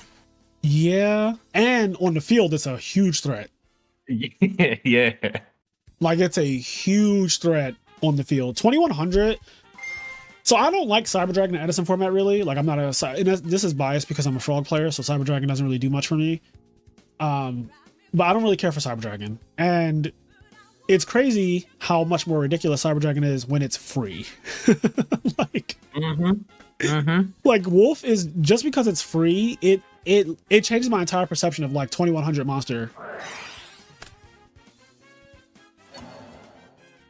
The fact that it was just never in your hand and it just showed up one day. How much is expensive? $100 is expensive.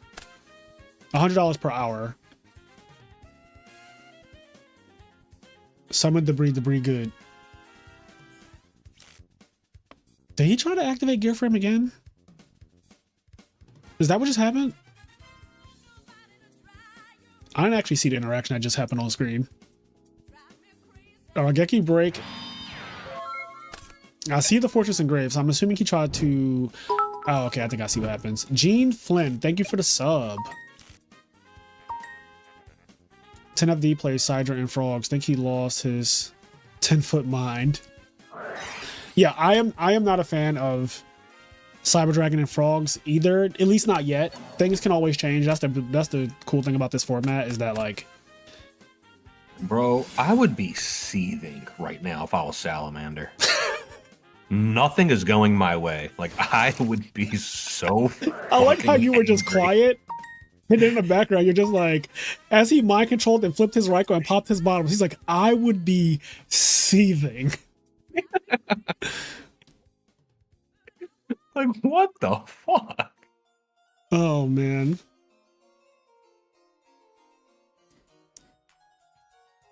That is hilarious. This is broken, by the way. What's about to happen? Like, this is going to be bad. Because this card equipped with Supervise, for people who don't know, Supervise, you can equip it only to a Gemini and it gets its actual effect immediately. So Gigaplant brings back a plant monster, insect or plant monster from your hand or graveyard, special summons it. Obviously, he's just going to summon his Lonefire Blossom, or he could summon this copy plant and things get really out of hand. Yeah, we're definitely going to have ProStorm, because ProStorm was like episode 2 of Teach Me How to Cook. He was a really early episode, and he showcased his deck really, really well. I mean, I think we won every set. ProStorm's really good at the game, obviously. He's a chef. He is quite a chef. Here's Power Tool Dragon. Now, this is a card that you really never see. And since he's synchro with the Supervise monster, it brings... Supervise other effect is that if this face-up card is sent from the field to the grave, target one normal monster in your graveyard, special summon it. So this is a normal monster in the graveyard, Gigaplant, so you bring it back. So this is a lot of damage. This is already 4,700 damage right here. And mind you, ProStorm already dodged 4,000 damage because he milled Dandelion. He did. He dodged 4,300 damage, and he's about to deal 4,700 damage minimum. A second Supervise off of Power Tool Dragon, which allows you to do the same thing again. And the card that this fucking thing adds to your hand, you don't even know what it is. Like, you see the 3 choices, they reveal 3 to you, but you don't know which one he actually got.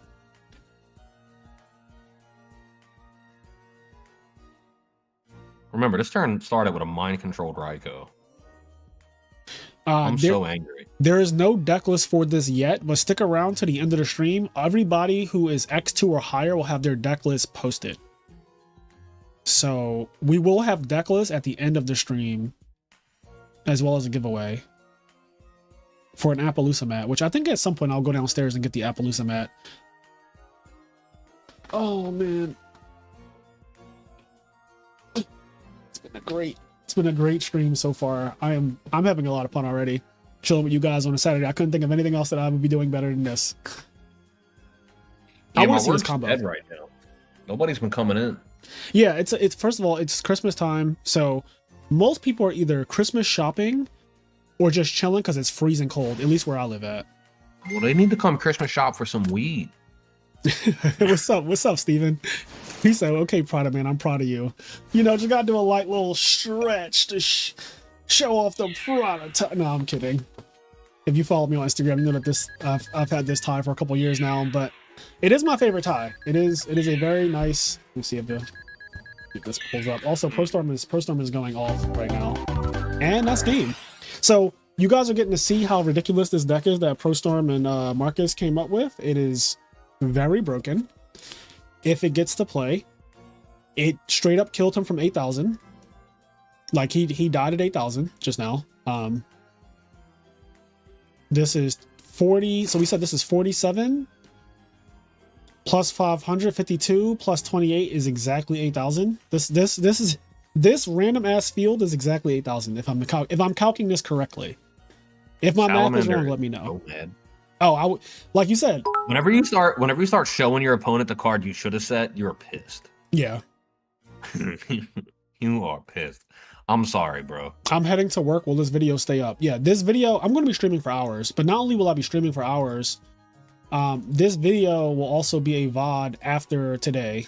So, like, you'll be able to watch it on my channel, you know, when you're ready. Is this tournament? Does Dueling Bug DC you when you're fucking watching? Yeah, if you watch a duel but you are not on that tab, it will DC you. Oh, you weren't on, you switched tabs. Okay. Yeah. I thought it was DCing you from the fucking tab you were on watching. I was like, that's crazy. I see you swap tabs. I got you. Yeah, it kicks you if you swap tabs. Like it will kick you. What I want to check is I want to see if what I'm watching right now is tournament. So what am I watching? Is Ghost Rider, right? Let me know if you see Ghost Rider. Oh yeah, this is tournament. Okay, so this is real. We're watching this. Because Alice there is number one on ladder right now. He's been number one on ladder for like at least 2 weeks or something, he said. With this frog fishborg deck that he swears by, and in the UK they love it. So he's a grinder. Yes. Yeah. And only the people in the UK really play this particular brand of frogs. It is a triple death frog, like Maria Grease, Salvage. It doesn't play any monarchs. It plays Reckless Greeds and stuff like that usually. They're the only group that plays this. I always love how like regions will have decks or characters that they play. You know what I mean? Like in Smash Ultimate, like Pac-Man's only in Japan. Like Americans don't play that character. Yeah, there are no American Pac-Man representatives that people really talk about. Like I can't name you one. T is the one in Japan, obviously, and there's others in Japan. But literally in America, I could not name you a single Pac-Man as reputable.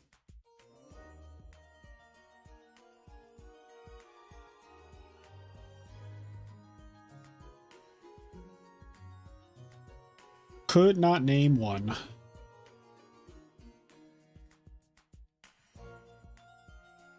Japan plays Mewtwo more than we do too, I think. At least back when I followed the game. Yeah, I don't think we have a representative from Mewtwo in this country either. So you're probably right about that. Probably right about that.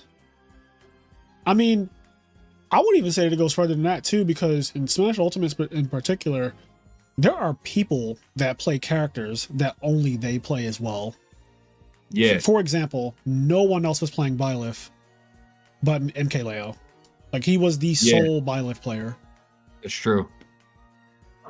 Which is kind of crazy because you would think with MKLeo being MKLeo, you would think that like if he plays a character and wins a tournament with it, you would think a wave of people would start playing that character. Yeah. But like that didn't really happen. Yeah, same thing with Joker. He was the only Joker too. Which is crazy because Joker is overtly broken, whereas Byleth is like... Byleth requires a lot of skills, and particularly spacing, which is like one of the biggest skills in Smash. But Joker is overtly broken. Like I'm talking about when Joker first came out, before all the nerfs and stuff they did to that character. When Joker first came out, Joker's day one is an insane character, and Leo is the only person who really was like doing anything. So... Is that Salamander in our chat? What's up, Salamander? So now Salamander angry. He's breathing fire right now after his opponent. Bro, if milled I the was dandelion. you, I would be seething. All right, I'm just saying. I mean, you can absolutely talk about the game Salamander. I mean, we watched the duel. We saw it. We saw the dandelion frame 1 get milled. We saw the mind control on a Raiko into the OTK. I would have called my mom. That mill was disgusting. Yeah, it was pretty unfortunate. Are you married? Are you? Who are you asking that to? Me? Are you asking? Am I married? That is a wild, random question. Well, it could be for you though.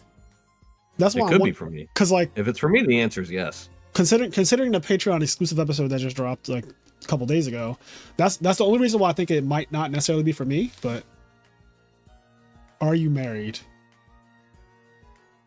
Fraser's not married. He can't be tied down to one. But what's happening here? Which Red Eyes hasn't used? Okay, so he's just saying I want to bounce. See, Caveism got the right answer. I'm married to the game. I don't even know if that's true.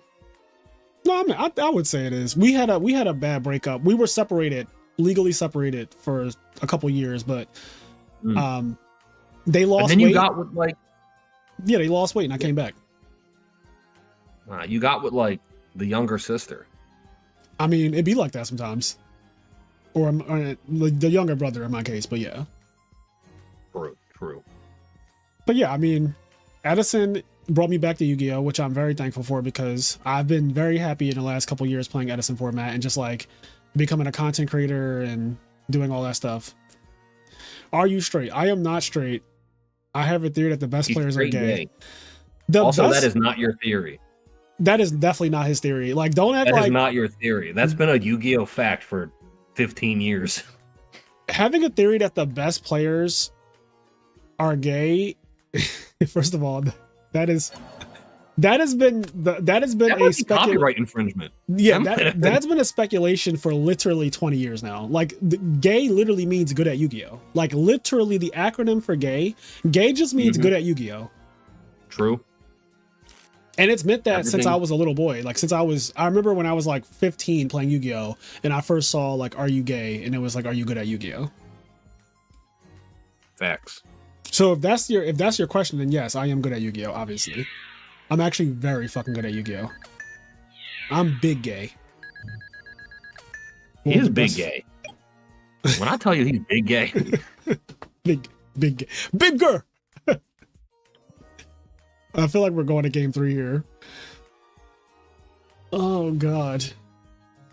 But no, I am married to the game. I am not married to another person, if that's what you're asking. Have a great stream, Fraser. Thank you, Snack. What came first, though? Being gay or being good at Yu-Gi-Oh? I'm not answering that. Bigger! Big gay like Big Pharma. I don't want to be associated with Big Pharma at this current time. if you know what I mean. I don't want to be associated with Big Pharma at this current time. Bang, bang. I would be, yeah, bang, bang. Exactly, Kenny. Bang, bang. Is that Luigi? Yeah. He actually does say bang, bang, doesn't he? He does in his win. Yo, these stories write themselves. Bang, bang.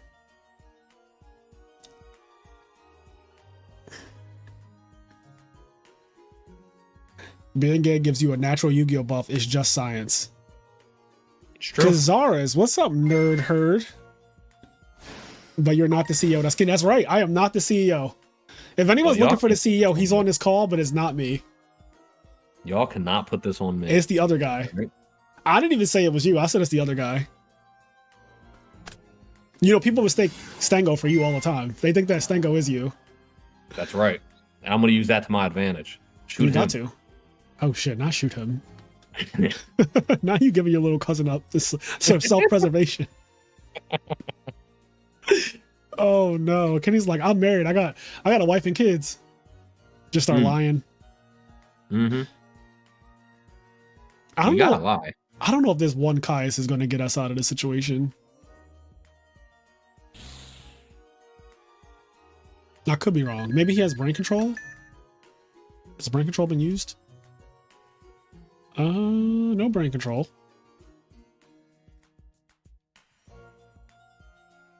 Well, bisexual. Well, no. What does that give me? It gives you a higher chance for... Nah, let me stop. I was going to say something so unhinged. Oh, God. Double summon second Caius. I mean, yeah, he needs... I mean, if he had Econ, he would have used it in a standby phase, so I don't think he has Econ. But I don't see how you clear... You need to clear both, because one of the fucking red meds is in the hand because of Flip-Flop Frog. So, like, you actually have to clear both of these. Let me see. 2 debris. Okay, the good thing is all 3 debris dragons are accounted for in the grave and the banish pile. So if he can clear both of these monsters, there's actually a decent chance that like the red med that's in the hand can't even come back out, which is huge.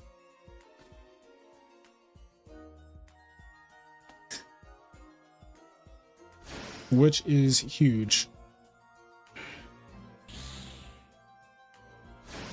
And it's looking like... Oh, I didn't realize he already passed his turn. I don't think he can win with deck out because even though there's only 1 card, how are you surviving this for 2 turns? Like, I don't really think he's going to survive. I mean, he'll survive this turn, clearly. I mean, I don't know. Maybe it is possible. You better have Threatening Roar. You need Threatening Roar, though.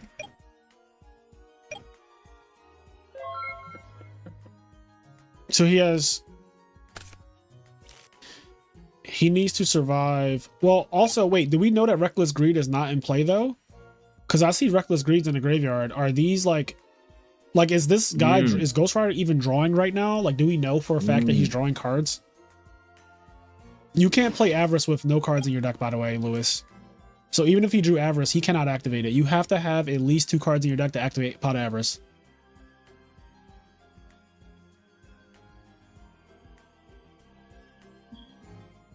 I actually didn't know that. Yeah, it's not widely known. I mean, as you can see, people in the chat think that you can play Avarice as your last card. You cannot. The reason is because people might not understand, like, why can't you do that? For whatever reason, Konami rules it that because Avarice's effect is to draw 2 cards, not the cost or not anything else, because the effect is to draw 2 cards, there needs to be at least 2 cards in your deck before you even activate it. Even though we all know that playing Avarice, if it resolves, will also put 5 back in the deck. But the way they say it is like, because the effect of the card is to draw... It's the reason why you can't use Dark Hole if there's no monsters on the field. Because the effect of Dark Hole is to destroy everything on the field. But if there's nothing on the field, you can't activate it. Because part of Avarice's effect is to draw 2 cards, if you don't have any cards to draw, then it's like, you can't activate it. It's the same kind of logic.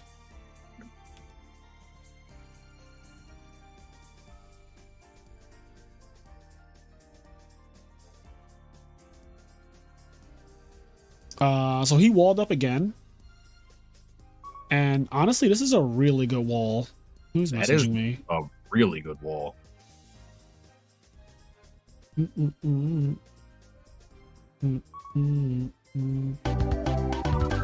Damn. What a wall.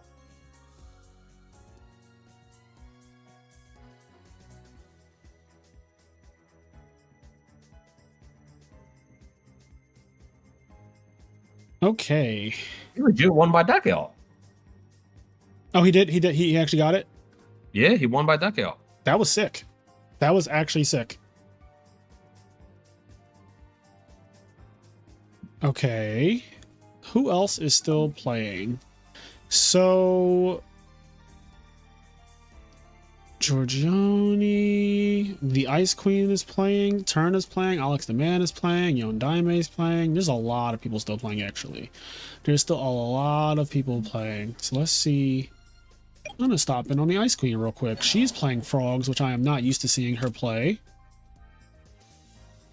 Very interessante. This is also game 3.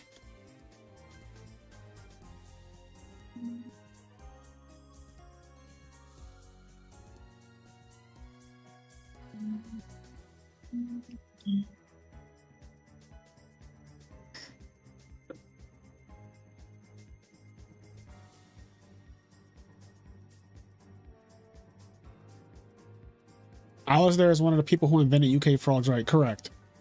Him and Adam Sheck, and I'm not sure who else is on that team, but yeah, they are the guys who did that.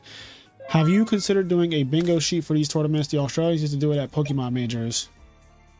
Win by deck out is an easy square. True. Yeah, I mean, going forward, I'll start doing, if you guys want bingo cards or whatever. I don't know, is that like fun to have? I think I did it one time. I think we had a bingo card one time. The problem is, if I don't have an assistant with me, then the bingo card thing is like really hard to keep up with, because oftentimes I'm doing multiple things, like entertaining and just talking to chat and stuff like that, or like administrative stuff. So it's not always easy to like remember the bingo shit while also like not most of the time I'm not even watching the game.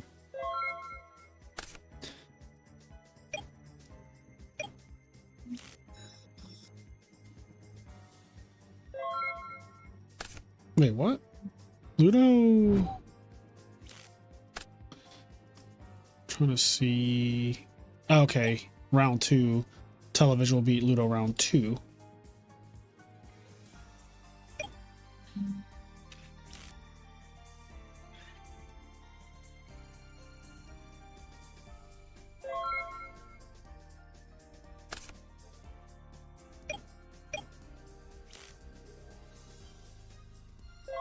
I don't know if you saw earlier, but condolences for your LCQ outcome, by the way, bud.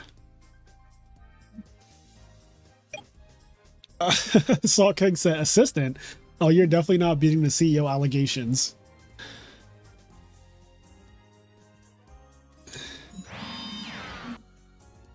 I need Stango. Stango was actually competing today in a Rivals of Aether in real life tournament. So wish him luck. I think he's competing for some good money. He's one of the top 10 players in Rivals of Aether 2. Stango, for people who don't know, is a top fighting game player from Melee and also in Rivals of Aether. Most people who watch this channel, obviously, you know, we know him for Edison format or whatever, but he actually is the best fighting game player in our group and one of the best fighting game players in the world. Ooh, this deck is going to be nasty because you get a lot of cards when you chain it to a deep prison. Or not. Oh no. Did he hit nothing? Oh no. Her hand has to be insane. Nothing got hit? That's not good. That's definitely not good. I've been saying that DDV is not that good against Hero Frogs, like forever, but people don't listen. But like, hitting nothing is crazy. When was the last time he touched Melee? I haven't seen him at an event in forever. I have no idea. You have to ask him. He doesn't really go to Melee events. He plays PM more than Melee. And he also plays like Nickelodeon All-Stars Brawl and like Rivals of Aether and stuff like that. He hasn't played like actual Melee in a little while. But when he did, he was top 32 in the world. Thank you for the sub, Straw Matt.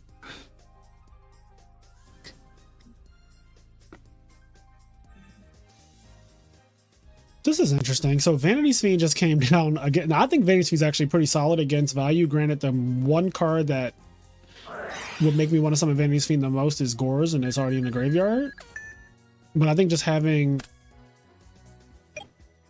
like a beater is really good too. Just like a 2400 beater. I just want to know what the fuck is the rest of this hand.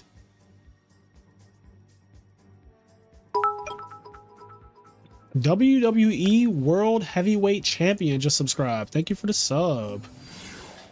How many subscribers are we at? We're at 6519. We started today off with less than 6,500, to be clear. We were like 10 away from 6,500. So thank you guys for the 30 people who subscribed so far. And if you're here watching the stream, please leave a like.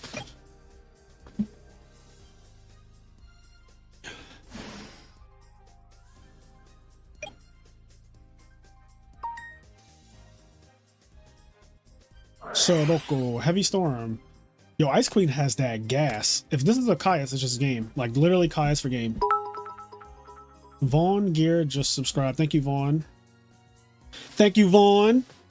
Don't forget, we're doing a giveaway after the stream. We're doing top deck list and a giveaway for an Appaloosa mat, which should be really fun. The way I do giveaways is I'll do a, you know how there's those websites that just do YouTube comment picker. So I'll do one of those, but I'm going to choose 5 names to put on a roulette wheel, right? So it's like, you start off with like 5 winners, in air quotes, 5 people.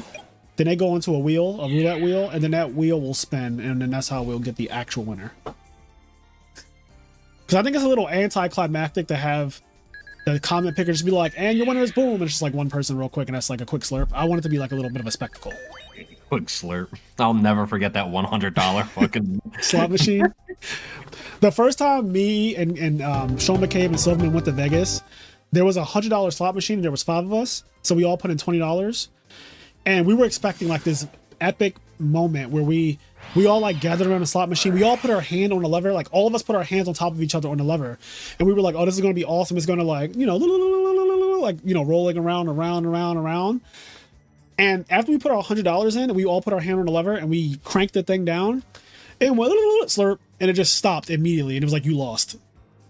It was 2 fucking seconds, like not even 2 seconds. It was like, slurp. And so every single time I think about somebody getting slurped, it's always that $100 slot machine that took our money in less than 2 seconds. Like that shit didn't spin at all. It was like, thank you for the $100, losers. Fucking loser. I remember Silverman looking at me like, he was like, what the fuck? Like he had his hands up in the air. He was like, what? Did it work? I'm like, yeah, it took our fucking money. It fucking took our. It definitely did work. It actually worked perfectly. It overworked. It overclocked. Oh man. Did it work? Did it work is unhinged.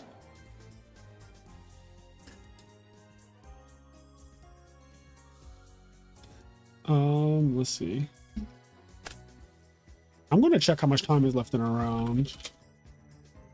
There are 6 minutes left. Is this even tournament that I'm watching? Yeah, this is tournament. Okay.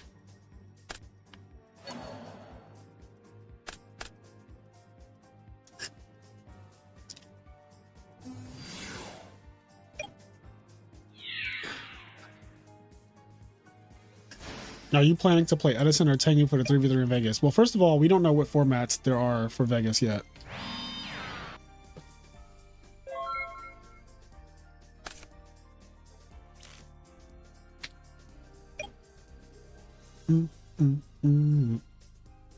Flamvel Urukizas. Flamvel Urukizas. Get to Yobi. Doyobi.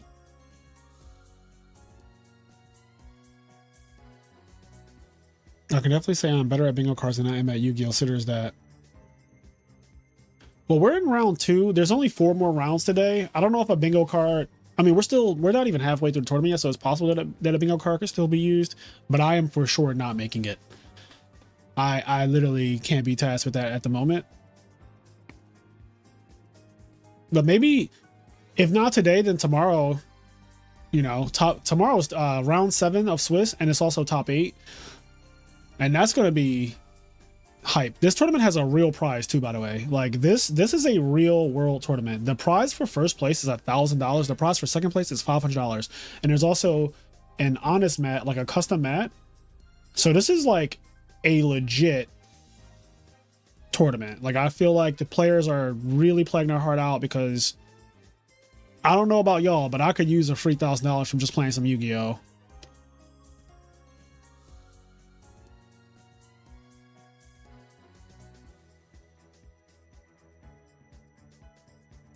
Sounds like CEO behavior, Mr. Smitty. Don't be trying to put CEO on me, Enraged, all right?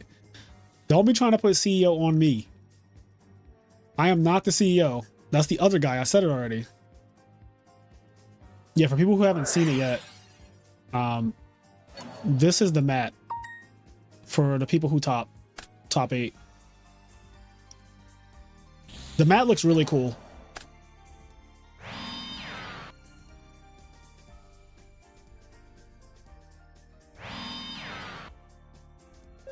Yeah, this is from the Discord in the description, format library. This tournament has $1,000. This tournament has a $2,000 prize pool. First is $1,000. Second is $500. Third is $250. Fourth is $150, and then fifth through eighth is $75. So once you get to like finals, honestly, like obviously the player should still play it out, but I would probably split the prize $750 each, like split the $1,500, and then you guys just play to have a winner. But if you're about that life, you're like, fuck it, I'm just going to play for the $500 money match. Because like if you win, you get 1,000, but if you lose, you get 500. So it's essentially a $500 money match in the finals.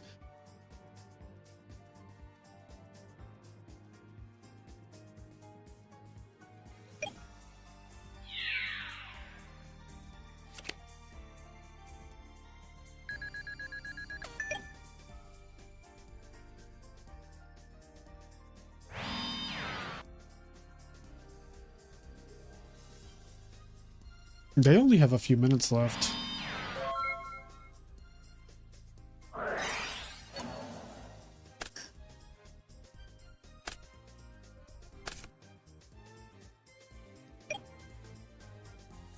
Oh, the good thing is, so that's another thing. For time in this tournament, they're not doing the Konami time rules where it's like, time is called, end of phase, you're done. They do 0, 1, 2, 3, so there's turns, like the way it used to be.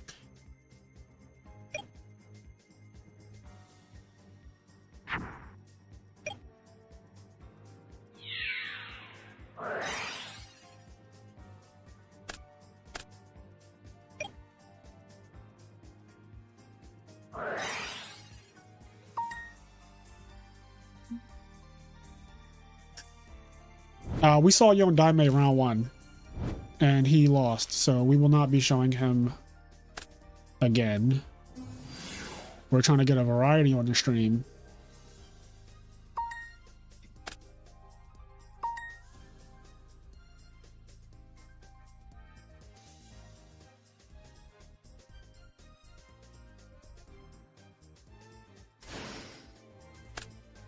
Okay, Yon Daime just dropped, actually. Like, I'm looking at the Discord right now. Yon Daime officially has dropped from the tournament.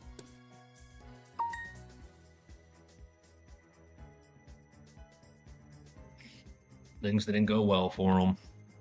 Yep, it happens. Every great player has a bad day. You can't top or win them all, you know? But he is ranked the #1 player in the entire Edison Discord, like the Format Library Discord server.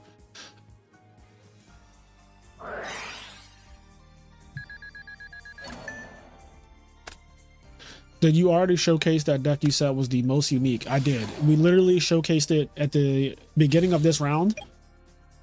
You'll have to rewind YouTube, which fortunately for YouTube, unlike Twitch, you can rewind it and just go and watch the match.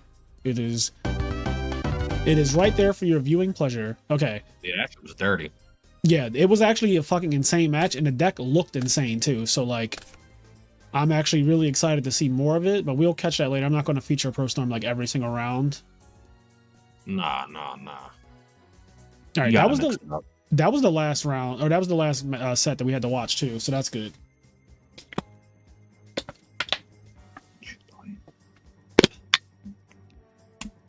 Okay, round 3 should be starting soon. All right, there we go. Look at that, round 3. So let me check who's undefeated. I want to check who is undefeated. Mercenary, Pro Storm, Samu, Beast Mode, Ice Queen, Televisual. We're gonna watch Televisual. Televisual is my buddy Sushant. He actually drove me and OG to Maryland for the RBET, the biggest RBET ever, and Gary OG won. And Sushant was the driver that weekend. And he's also a Philadelphia native. He's went to the same locals as me growing up. Like we were from the same place. So he's a pretty, just like most of the other Philadelphia duelists, he's one of the best. He's really good. He's really good at the game.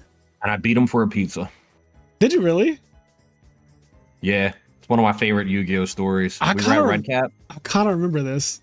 We were at Red Cap, and he was like super cocky, and he was like dueling people for money and whatnot, and like betting things. And he had a whole pizza pie, and I was like, "I'll duel you." And then he was like, "What do you want to bet?" And I was like, "Let's bet your pizza." And then like I bet whatever amount of money. Yep, I remember. He's like, this. "All right."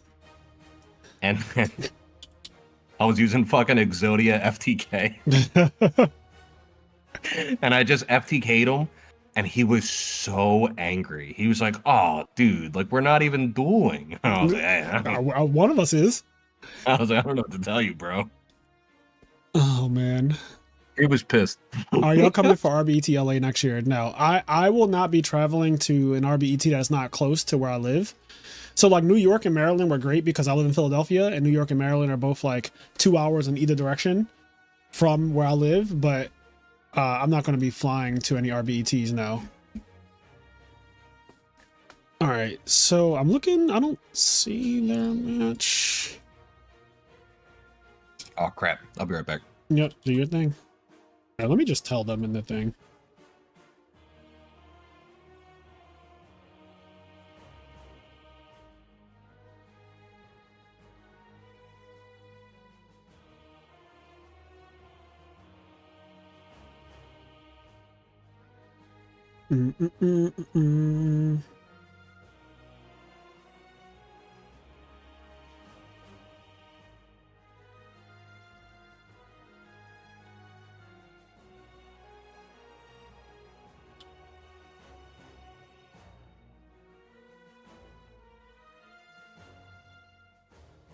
Who's he even playing?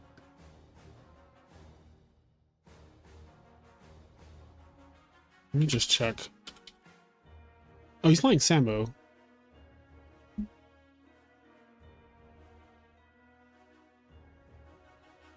Here we go. Here we go. Finally.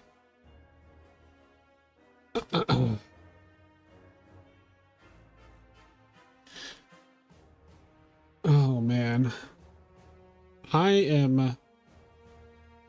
I'm excited for this. So what are we talking about? What are we talking about here?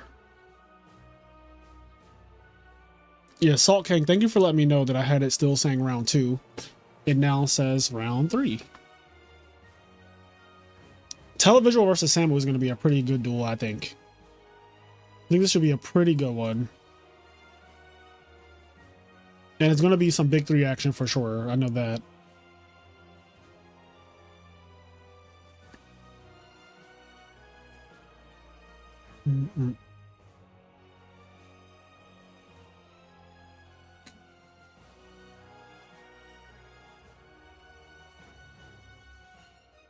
Looking at who's still undefeated.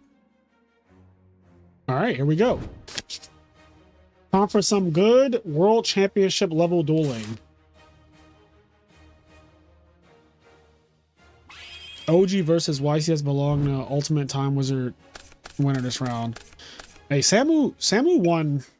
I think it was Worlds last year. Did Samu win last year's Worlds? Samu won something. So we got a good match right here. And Televisual just got second at Ultimate Time Wizard Anaheim's side event for the Cyberstein. Oh, who's that? Marcus Marin. Thank you for the sub.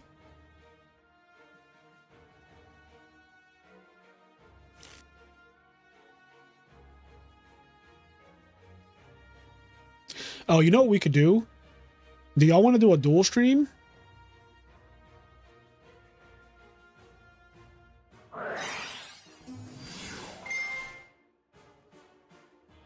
We can dual stream this thing. I don't know how much the Cyberstein sold for. But give me a second. I think I'm gonna... Whoops. There we go. How do I... No. Go up here. Go here. Go here. All right, I'm gonna do the dual stream.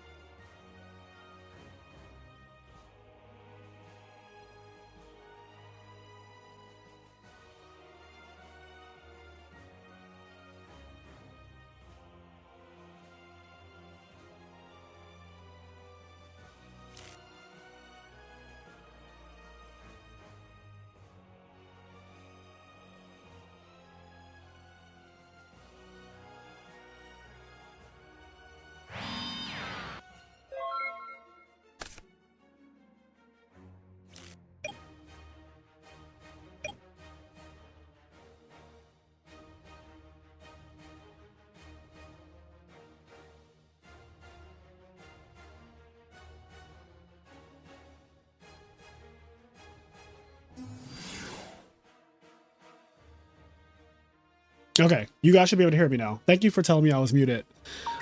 There we go. You guys can hear me now, right? I haven't tweaked this setup that much yet, the dual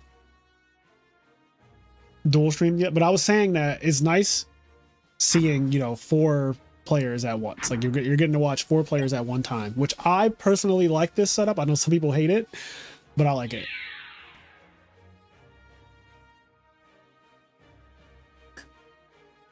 Okay, good. You guys can hear me again. Nice. There's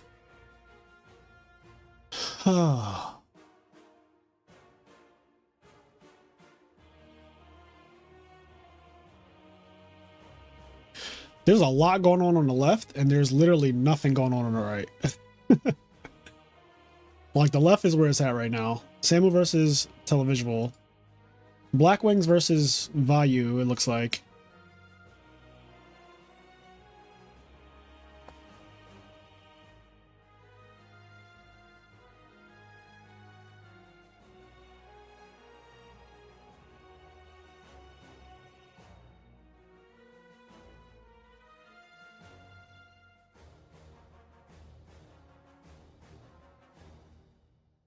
You can't hear Discord.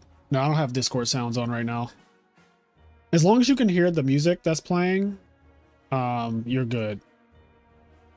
You should be hearing like the backtrack, and obviously my voice. Those are the only 2 things you should be hearing.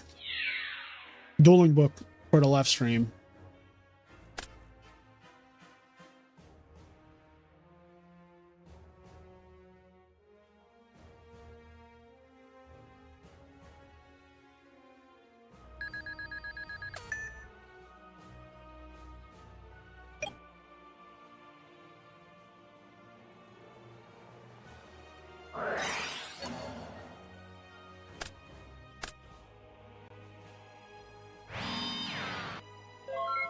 I like that he MST'd the Whirlwind. He did not want to risk setting it and trying to get all cute with it, because if this is like Icarus attack or something, then you get destroyed when your opponent goes in phase Icarus attack, pop your MST, pop another one of your cards, the Gore is most likely, and then Whirlwind walks. He said, I'm not taking any chances. I'm going to MST that shit now. And I do think that, you know, this card is so ridiculous, you have to get rid of it as soon as possible. Whirlwind, that is. Meanwhile, what's happened? These two guys are playing set pass.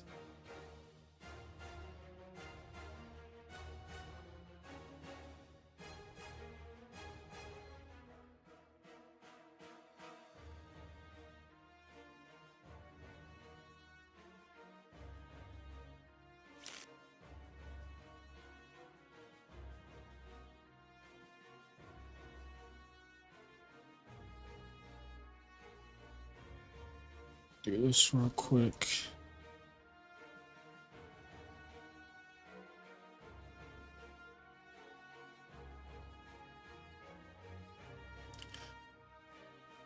There's a lot of thinking going on. This is a time tournament, by the way. These rounds are 55 minutes. So the players should be playing with, like, you know, some urgency here. I don't know what's taking so long on Samu's side. Okay, there we go. So brain control on Card Trooper, I imagine. Yep.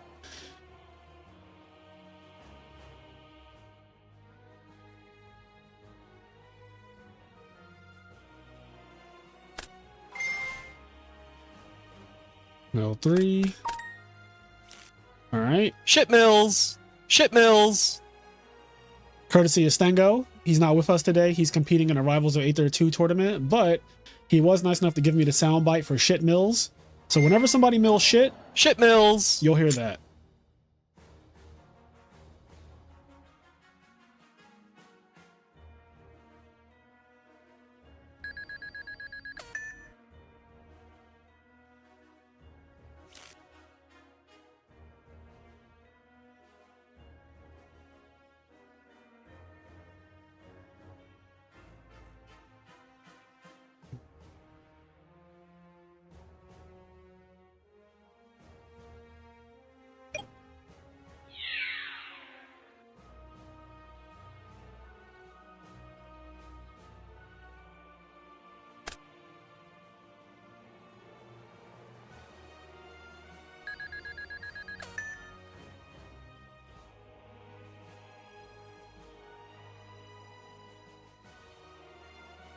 What are these life points? Yo, halving something multiple times. This just looks crazy. 1475.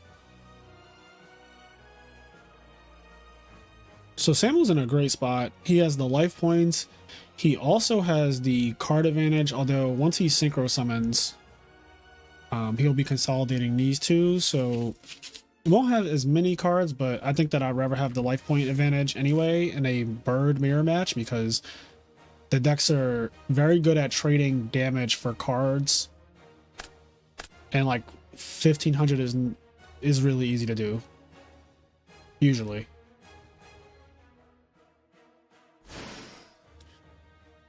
Right, so Sushant Televisual, he'll be up a card, but severely down to life points.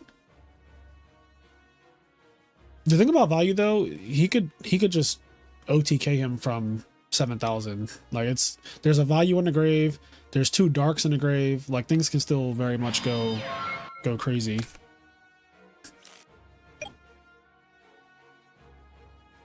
Oh, let me move. I'm gonna move the chat over here. Okay, so let's see.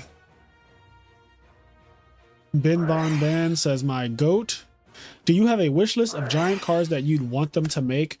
Doesn't have to be Edison format specific. Yeah, so I said in a recent video or podcast that I think it would be cool if the Vegas event, if it's a 3v3, they should do the 3 gadgets for first place. Like, I think it'd be cool to have like green, red, and yellow gadget. Just for like the theme of it all. I'd also wouldn't mind Dark Arm being an American Ultimate Time Wizard prize, because they had it in Europe, but we have not had it over here. So I would like to have a chance of winning a Dark Arm Dragon. I think I'd actually keep that one too, because I really like the card. I think Deck Devastation Virus will be a really, really good giant card as well. I don't think they've done a trap card yet for Edison.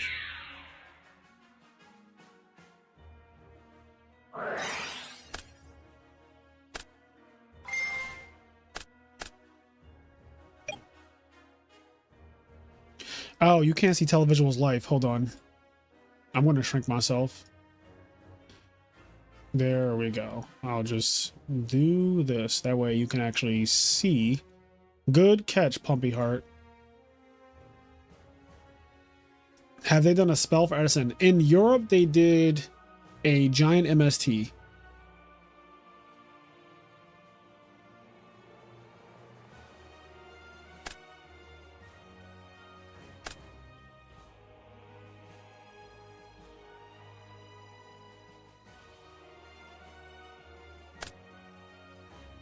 So personally, I don't really care for like Dust Shoot as a giant card. Because Dust Shoot doesn't actually look cool. I think the reason why I'm saying Deck Devastation Virus is because Deck Devastation Virus as a giant card, not only does it look cool, but there is a Crush card giant card. And that shit looks insane. And Deck Devi will look really cool to see like as a giant card.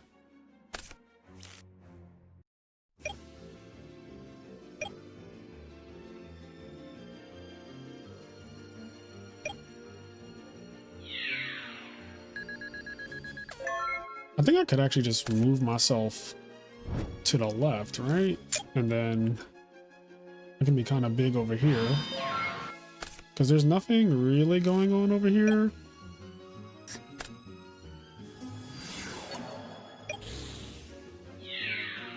I mean, I guess if his hand gets really big, it'll be kind of going across, but like, this should be fine. This should be fine.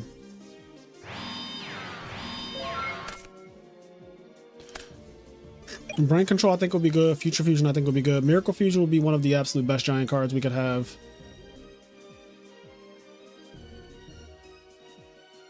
Yeah, DDV giant card would be insane. I don't think there was ever a giant Super Poly. I could be wrong, but I don't think there was.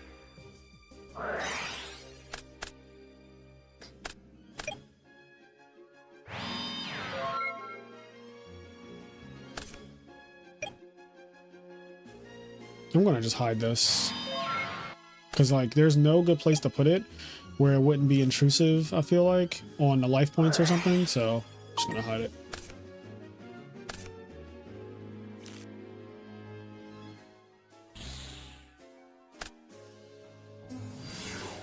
Christia would be insane. I think the best Absolute Zero will be the best one. I've been saying that for like, I feel like a year now. Absolute Zero as a giant card, and it would be foil too, because the giant card is always foil. That would be so crazy looking.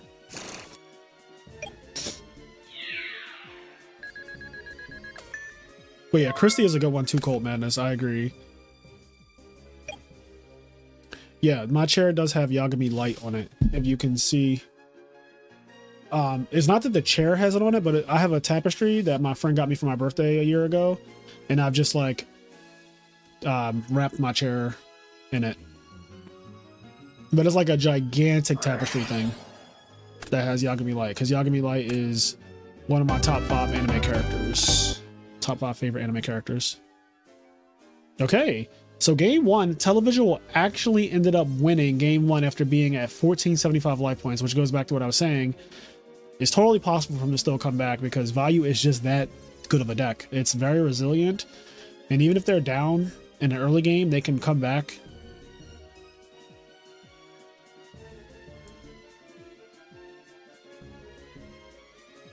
Like, my 2 favorite anime characters are most likely Yagami Light and Eren Yeager. Those are my 2 favorite. Like, I want to get both of them tattooed on me.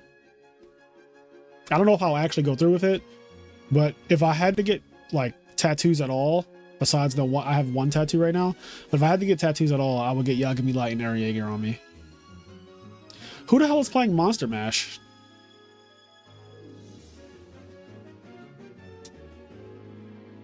Oh, is that what this is? Oh, this is the guy that won the event. I just realized his name, Federico Mercury, because it's like Freddie Mercury, the famous singer.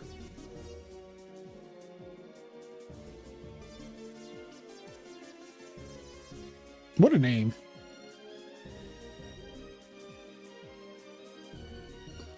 I would say that this is a bad matchup. I think Value struggles with Machina decks in general. Like any deck that plays Machina, I think Value just struggles with.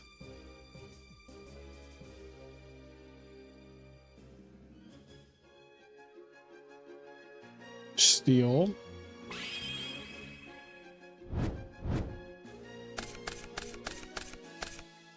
Mirror Force is in a graveyard too. This is really bad. Either one of these touches him in this game. Yep. All right. Game 1 goes to Freddie Mercury.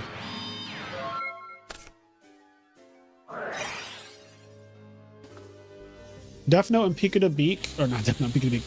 Death Note and Attack on Titan was peak of the Beak writing. Spike from Cowboy Bebop is legit. Yeah, my favorite anime characters are Yagami Light and Eren Yeager. So that should tell you exactly what kind of person I am. Because I don't know, there's something about those two characters that I really I love. I also like Lelouch V Britannia from Code Geass. But I will say that Eren and Yagami Light like edge him out a little bit. Like they're my two top. I think Monster Mash is real. I think it's real if you have a bracket that has a lot of value, because it's really good at beating that deck. I think it's good against, like, it probably struggles against frogs, I imagine, but I imagine it also being really good against any Hamster Echo Kaya's deck.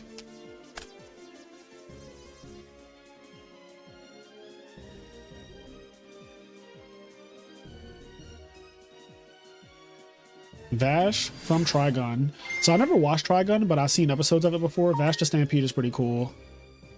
I don't know anything about Guts. I prefer L from Death Note over Light. Don't get me wrong. I agree with Light, but I just like L's character more. Yeah, L is like the typical edgy, like a lot of people like L. I actually hated L because I loved Light so much that I saw L as obviously his foil, and I wanted Light to win, and so I was always against L. I did not grow up liking that character. I was like, I fucking hate this guy. But I loved what Light did to make him look crazy by forgetting everything and then, you know, being in prison for 2 weeks and all that. That entire plot was insane to me. Nasty plot.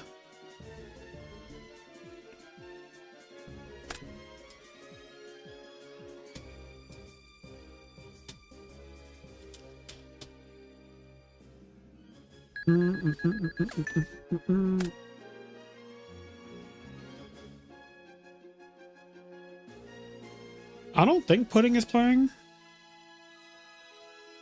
I'm just gonna quickly check. No, Pudding is not in this tournament, as far as I know.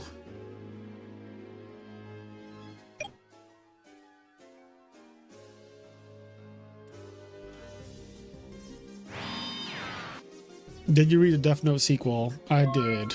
If you mean the manga one shot, then yes, I did read it. I never watched Fairy Tail. That anime doesn't interest me. I feel like I aged out of like where I would like something like Fairy Tail. Fairy Tail would have had to come out for me when I was younger.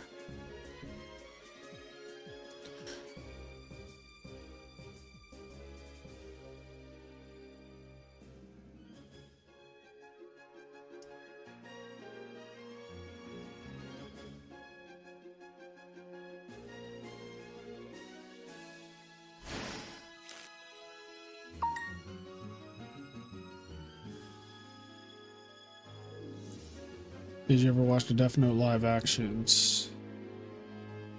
I've seen some of them. They're not good. None of them are good. Live action anime stuff is typically fucking awful. I think one of the only ones I liked in recent years was One Piece. I actually enjoyed the Netflix show, and I'm looking forward to season 2. The Netflix show made me laugh, like actually laugh. I was entertained.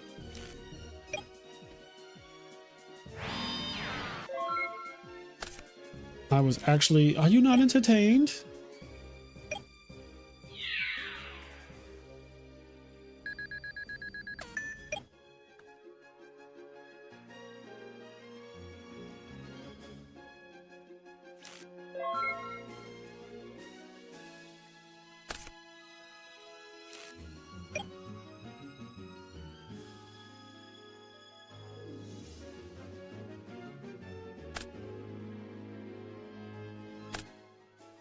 The Japanese live action Death Notes are good. Yeah, I don't like those either. I've seen those and I didn't think they were good either. I just think that live action is kind of like cringe a lot of times for anime.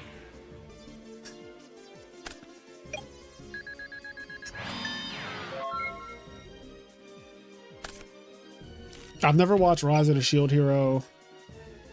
Dan to Dan is new and great. Yeah, I'll see a lot of people talking about Dan to Dan. My problem is I feel like every year there's one anime that people try to like push on everybody as like, oh, this is insane, this is the best thing ever. And I remember that one year it was Tokyo Revengers. Then it was like JJK, I'm pretty sure, Solo Leveling. A lot of that shit is mid. Like, I'm gonna be honest with you, a lot of the anime that people try to popularize or force on me, a lot of times it's just fucking mid. And I just pass on like 90% of it.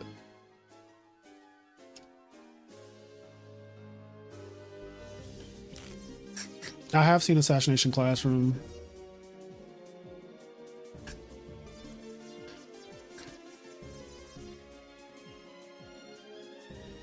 Like, very rarely does an anime live up to the hype that it has.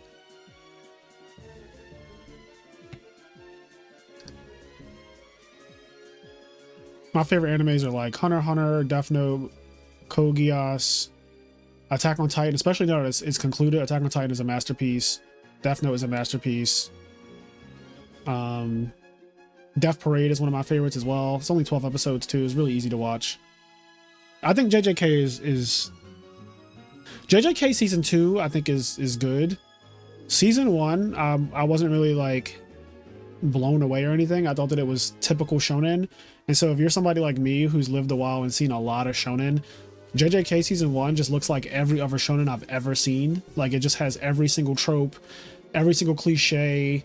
Like, how many times do I have to see the main character has the strongest demon in existence locked into their body? Does this sound like 17 other anime that you know? Naruto, Bleach, etc. Like, this sounds like the same exact plot over and over again. So JJK I was not really here for. But season 2 I liked. And now I have a favorite character in JJK, so it's a lot better to me. But I don't read the manga for that. I only watch the anime, so I'll be seeing what goes on, you know. Season 3 comes out in 2025. I'm excited for the Demon Slayer movies, really. Like, because of how nice the animation is for Demon Slayer, I can't wait. Like, I cannot wait. I did see Erased. I like Erased, except the ending of Erased is so bad. But everything leading up to the ending, I think, is really good. I just think that the ending, like the big reveal of who's been murdering this girl or whatever, is just ass.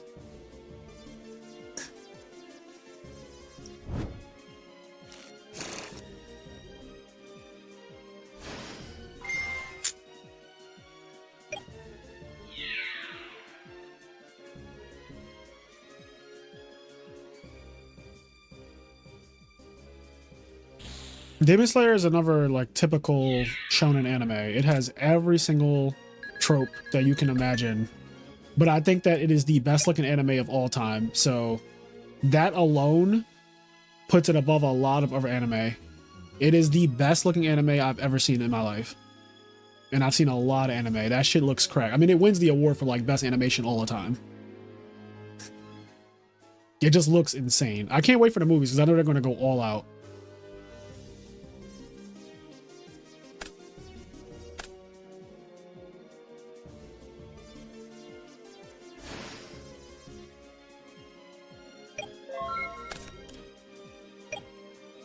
My favorite character in JJK is Geto. All right, Sushant wins. All right, Sushant is undefeated. Is there anyone else that you guys want to watch in particular? Let's see who. I'm going to refresh this and see who is So Frogs are undefeated. The UK Frog deck is undefeated. Masha with Hero Frogs is undefeated. So Frogs are doing good so far. There's still a lot more tournament to play though, so I'm not going to speak too soon. There's a lot of things can change. As I always say, things can always change.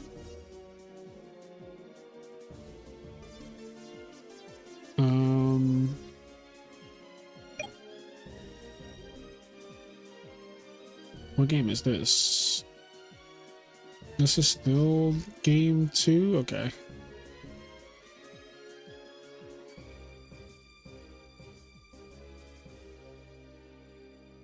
What is this?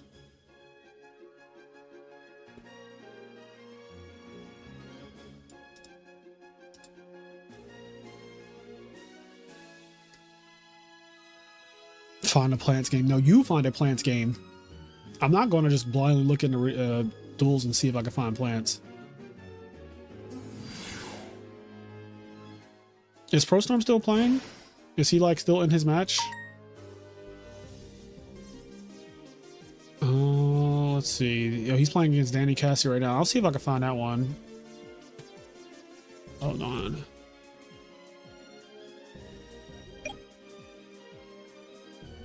Oh, what a duel. It's game 3. Mind control, take armor master. Oh, that makes a level 8. That can make Dark End Dragon, right? Oh, that's fucking broken if he plays Dark End Dragon. Does he have room for Dark End Dragon though? Like realistically? There's no fucking shot, right?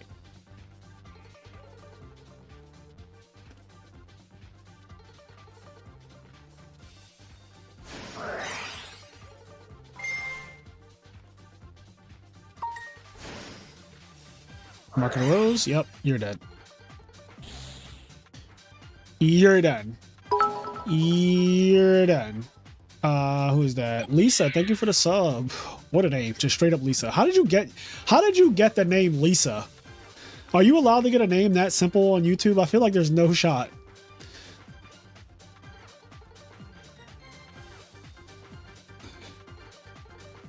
Fraser likes the Bad Boys. I do like Bad Boys. It's a good movie. Have you watched Dungeon Meshi? It's a pretty laid-back comedic anime. I have not. I'm not really like the comedic anime kind of guy. I usually like anime that is very serious or dystopian. My favorite kind of anime are usually dystopias. So like, this is why I like, you know, Attack on Titan so much. And even Death Parade, I wouldn't say it's like a dystopia because it focuses on the afterlife, but it's very dark in nature. Like I like things that Madhouse has done. Madhouse is really fucking good. So if Madhouse picks it up, I probably like it. Hence Death Note, Death Parade, Monster. Have you ever seen the show Monster? Is really good. Oh, he did have the Gores. And he killed his Colossal Fighter with Red Dragon. What a fucking play. ProStorm is playing out of his mind.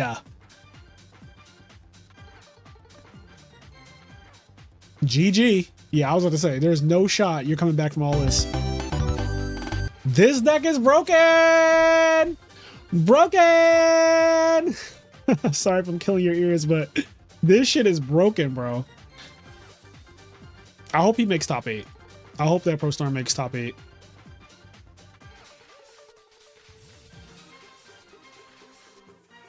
Okay, we were watching Leo. Somebody asked for Icarus. I don't know if Icarus, is he?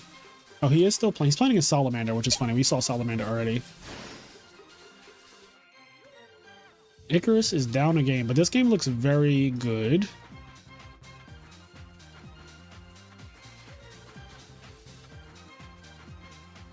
You should check out Legend of the Galactic Heroes. Go to anime, but very dense. Monsters also go to...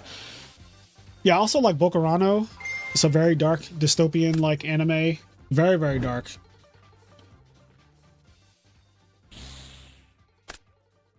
No, we're not... So we cover ProStorm round 2, but we're not going to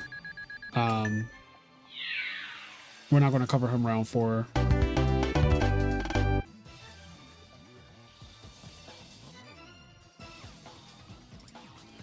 All right, let's see. If you want to see ProStorm's match though, you can rewind the stream to round 2. We started from the beginning. You got to see the whole duel. Beast mode. I think, is it? Okay, Fraser usually plays quick draw. Yep. So this person is, I don't know if Fraser is a guy or a girl, but they're playing quick draw as usual, which I do want to see some of that against, I'm assuming, Amaryllis. Seraph of the End Vampire Reign is sort of dystopian.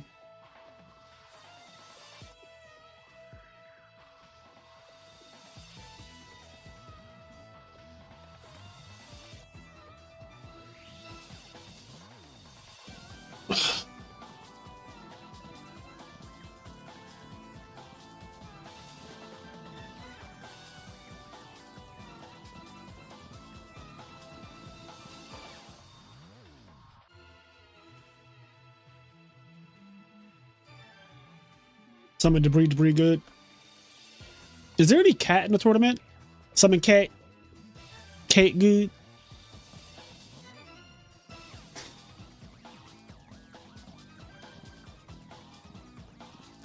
Summon Kate good. Let me put this on. Oh wait, what the hell is that? Oh, okay. I was like, what is that noise coming from?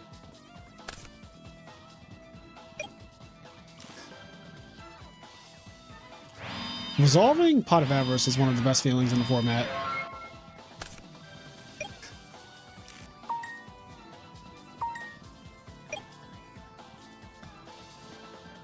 Frasia's name sounds like my name, like when people say it quickly. Like even me saying it makes it sound like I'm saying my own name, Frasia.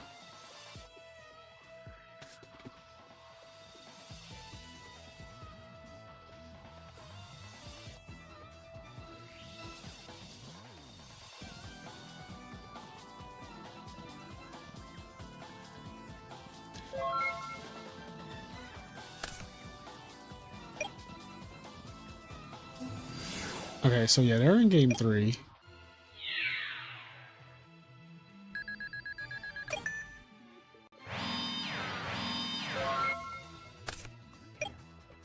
Is the J not silent? I don't fucking know.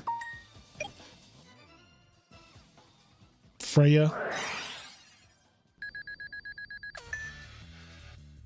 What language is that?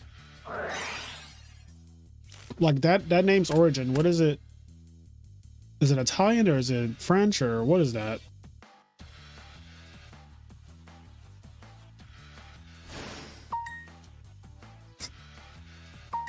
Oh, not me expanding this too far.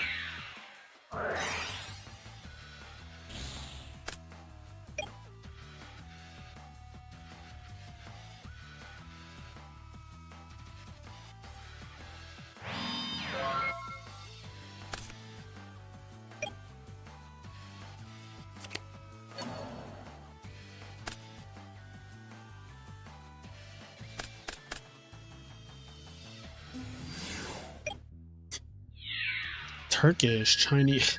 Now y'all just saying anything. Turkish, Chinese, Nordic.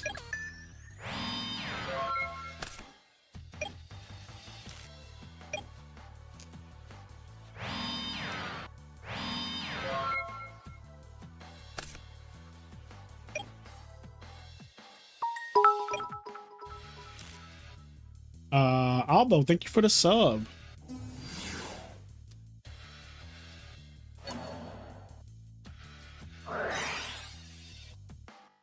Oh, Freya is Nordic. Yeah, I know the Nordic got Freya because God of War, and also just even before God of War, like Odin, Loki, Thor, Freya, all that stuff. I actually think I first ran into the Norse gods playing Valkyrie Profile. Or maybe Star Ocean, one of those that had those characters in it.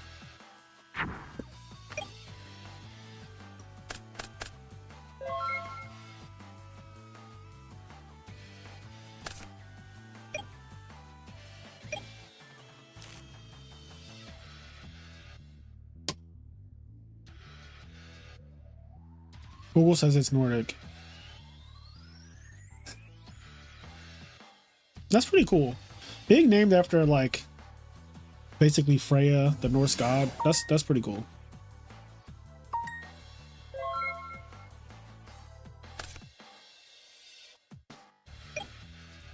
We're establishing a sublock the hard way. Have a dupe frog up, normal summon substitute, and pass.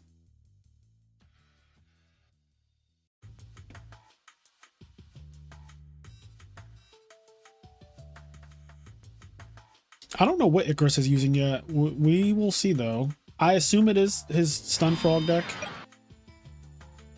But if we don't see the 1800 guy, then there's no telling.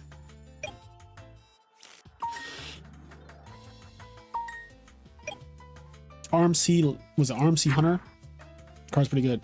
Wow, there are 300 people watching the stream right now. Thank you guys so much. Leave a like. The word is Nordic. Freya, the player, is Turkish. Okay. Turkish player, Nordic name. Yeah, I like that name. I like the name Freya.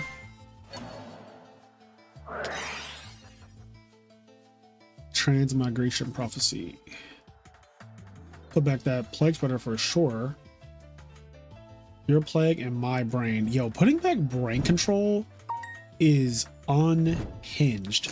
If he gets to use that Brain Control twice, like take the Lila, pop a back row, and then like tribute it for a Monarch, that would be so nuts.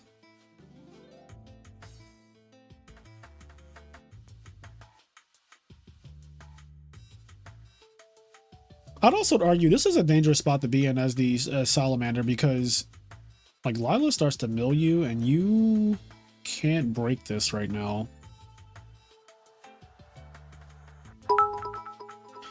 Ricardo Casari, thank you for the sub.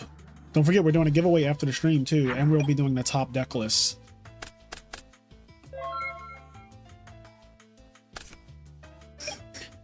I think Freya is a girl, they said, so. But yeah, Freya always plays quick draw, and she tops a lot with this deck. I think that in Edison format, Freya has the most tops with quick draw to any player who's played. Which is like, it's not the hardest thing to do because most people are not playing quick draw, but it still says something that she even tops with quick draw to begin with. Like, topping with quick draw at all is hard.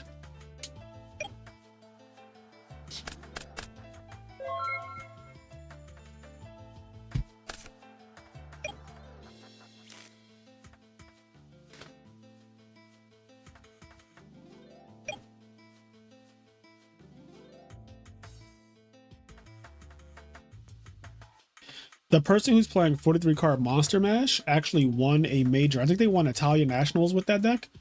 So they won a major with Monster Mash in real life already. And he beat a bunch of Vayu and Blackwings and stuff to get his win.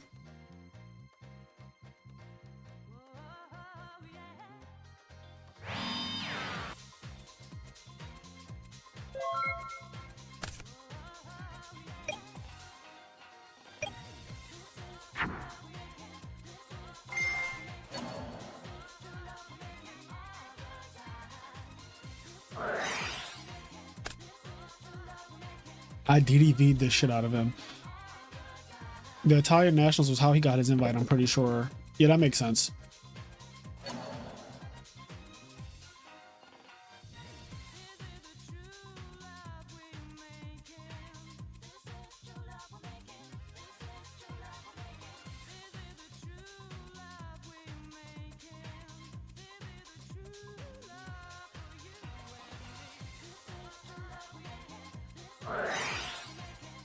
Oh shit. Needle Ceiling, that's like, that's minus a lot of cards, but I get it if you're just trying to win the game and you feel like he's down, then this can give you the push you need. But the game is simplified now. If the Dyna doesn't come back, I think Icarus could turn this around still.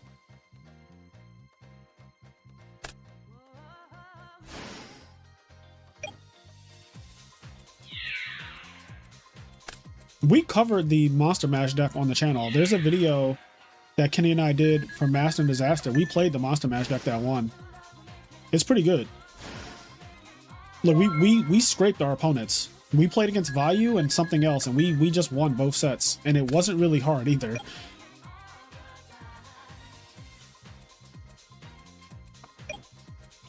It's like one of the early Master and Disaster episodes. Like, it should be within the first 5.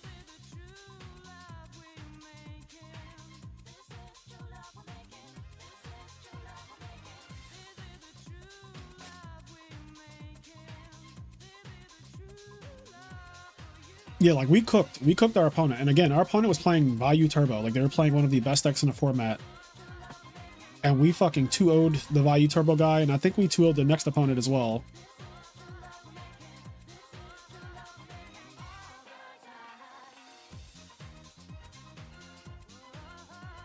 Ooh, Heavy Storm when your opponent has no cards.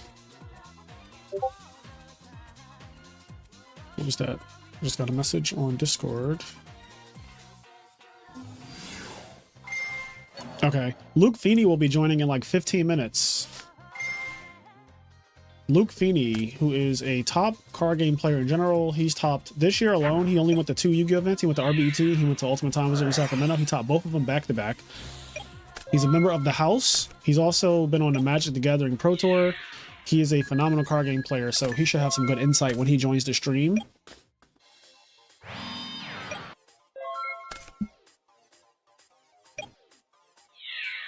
Okay, so Freya ended up losing that against what looked like Amaryllis. Salamander wins against Icarus. Damn, both matches concluded just like that. All right, I'm gonna go back to solo streaming.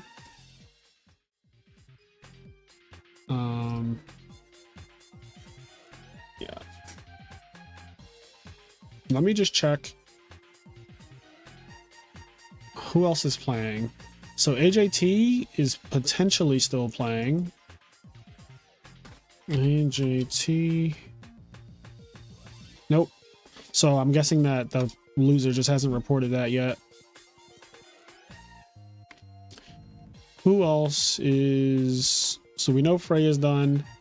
Dan and Smoke. So this is actually real. This is tournament. So I think this is the last match ongoing. UK Frogs is undefeated right now. Alice there is undefeated with UK Frogs. Ice Queen is undefeated with Hero Frogs.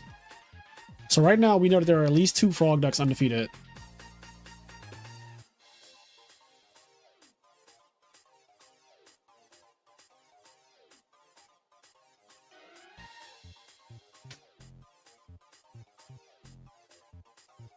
And I'm going to check how much time is left because they have to be, I mean, everyone's done but them. They have to be approaching.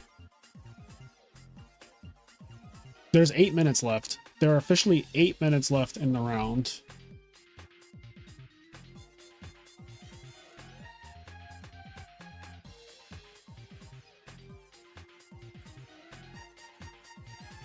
Stardust not exist. Oh, they're having an argument.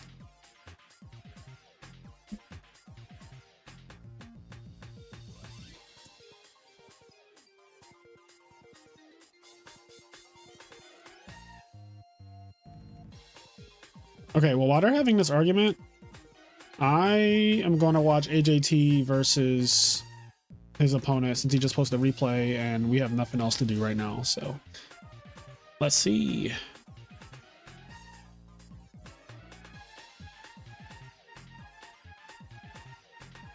Blackwing versus Vayu.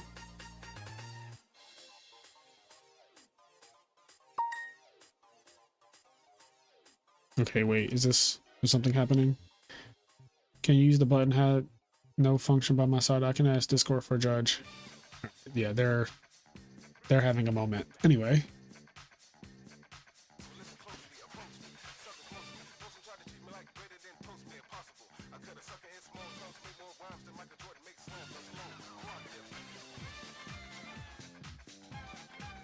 That was a brutal game one.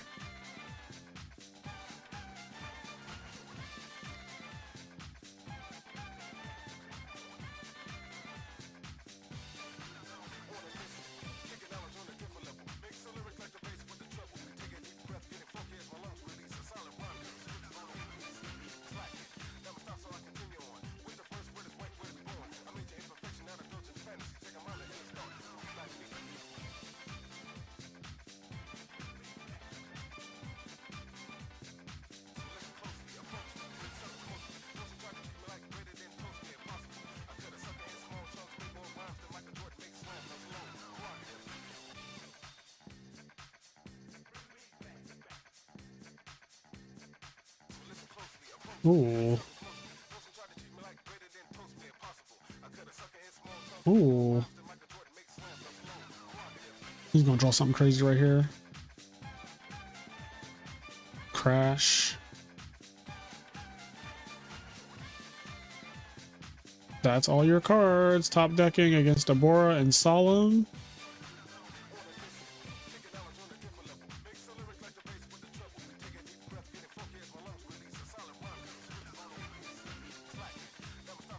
That was a crazy ass game too. Holy hell.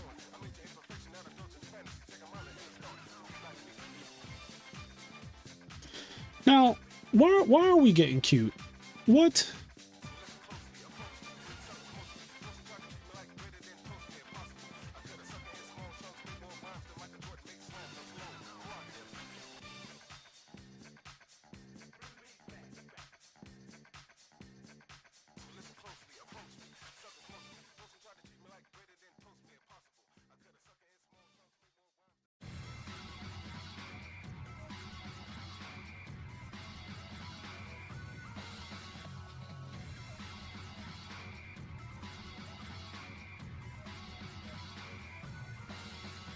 Could he have sent Plague and summon Brio, Synchro, Pitch? I just put the Whirlwind off the field. Trying to see if he could drop Dark Armed in a way that's not like really bad to do.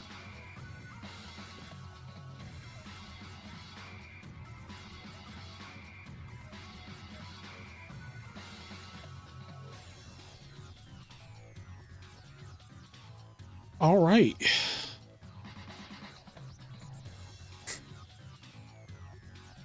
Yeah, they're still having, I'll just show you guys, they're still having debate or whatever you want to call it. What is this?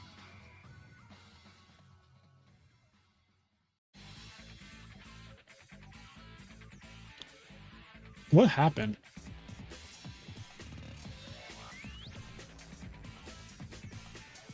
Use return from different dimension, a special summoned arm wing off of Vayu.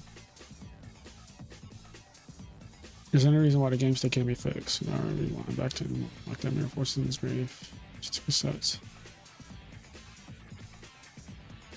Yeah, they're having. This is holding up the whole thing. Interesting he kept Judgment in against Blackwing for game 3. I think Judgment is really good against Blackwing if it obviously is conditional. It's good if you get them in a situation where they need to normal summon and you just solemn it because it's just a summon stop at that point. But typically you do die because you're playing that card and you saw, you know, what happened. It's basically like once they get one summon through, because you solemn, your life points are so low that you'll just die to anything. And that's the risk you take when you keep Solomon against Blackwings. I'm not saying that it's right to keep it in. I'm not saying it's wrong to keep it in, but you just have to be aware that like when you flip that card, you can never let them summon again because you'll probably die.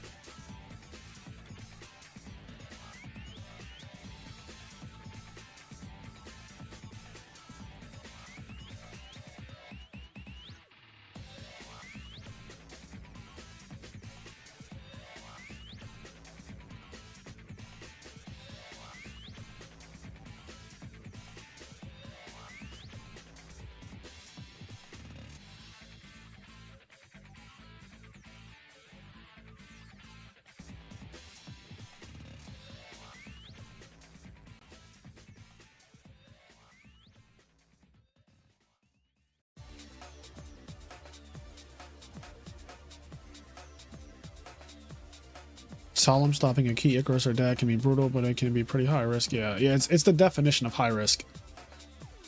Like Solemn against Blackwings and against Vayu as well is the definition of high risk situation. Like you're going to be risking it all because both of those decks can deal 4,000 or less very easily.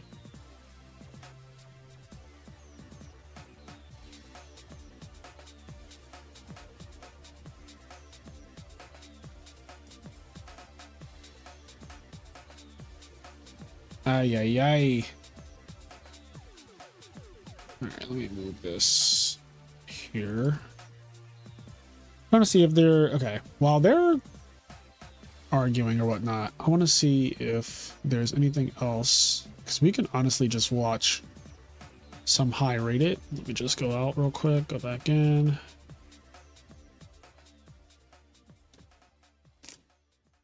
I like this name. Oh, Ronak's playing. Never a dull moment when Ronak is playing. What the fuck?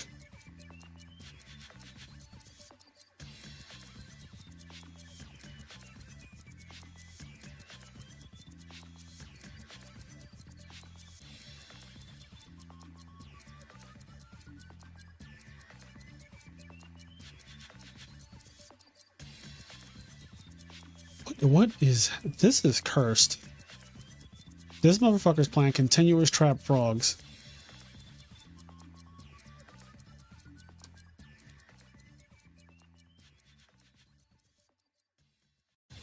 Yeah, I know it's not Worlds. I'm streaming it because right now Worlds is paused due to this, whatever this is.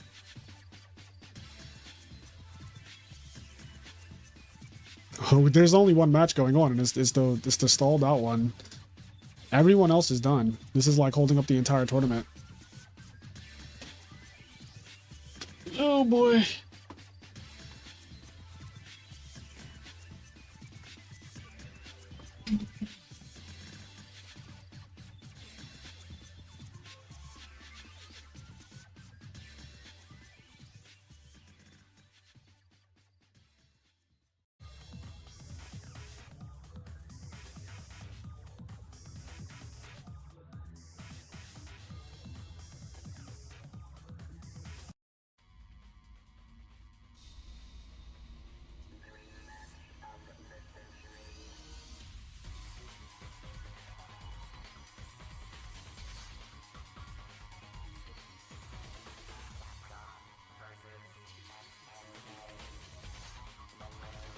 Jazz is desperately trying to get the link to see like how to resolve this game state. Jazz, since you're here, I remember the game state back in N1. Yeah, I don't quite know what happened. It sounds like something happened with a return from different dimension. And I guess he brought back an armed wing and synchro with it or some shit.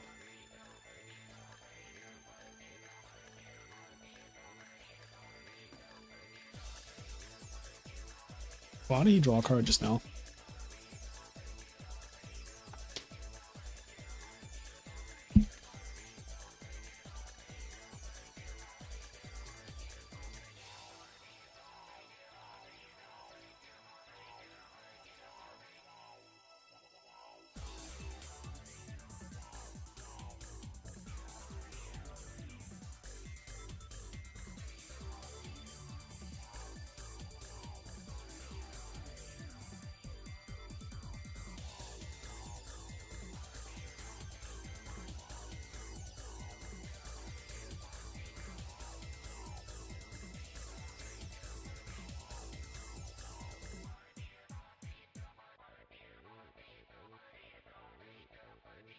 Randomly drawing a card during a judge call is crazy. And that was wild. I don't know why he drew a card and just put it back.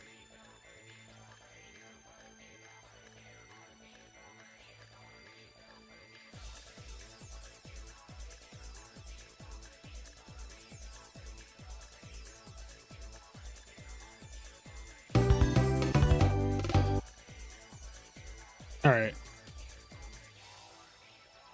Dan admitted defeat. Yeah, I mean, it sounds like he was in the wrong. All right. Well, at the very least, we can continue with the tournament now. I was like, Jesus, that was... All right, we're going to round 4. We are going to round... Oh. Oh.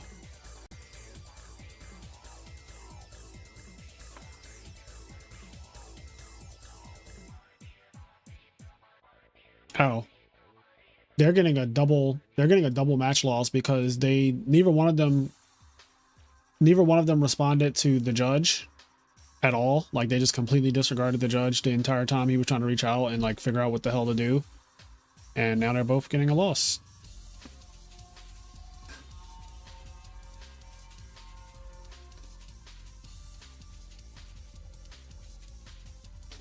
Yeah, I mean, I was here. They did not respond. I don't know why they didn't respond, but like he was adding them and everything, and they just kind of dicked around for like 15 minutes. And also held up the entire tournament.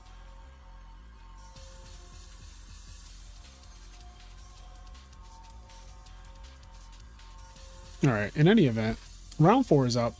So who we got playing round 4? All right, you know what? We're gonna watch Pro Storm because he's playing against Alice there, which is I want to see this duel. This duel is gonna be fucking insane. This is gonna be a fucking insane duel because both of these decks are basically 2 decks that are not very known in Edison. Like the Frog deck that Alistair is playing, the UK Frog deck, you only see him play it, basically him and his teammate. So this is gonna be really good, I think. And then obviously Pro Storm's deck is like Giga never seen before, really. So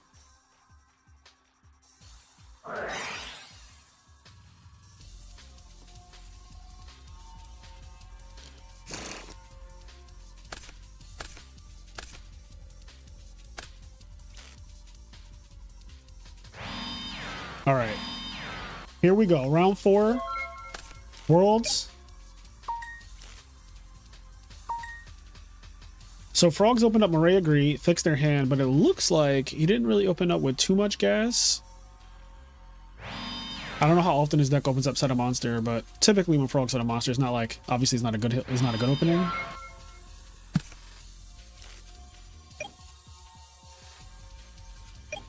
T set. Tea time, tea time.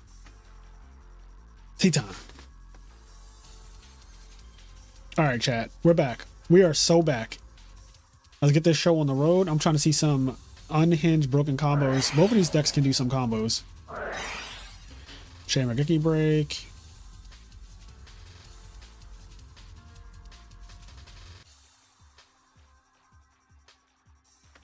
What's he pitching? What's he targeting?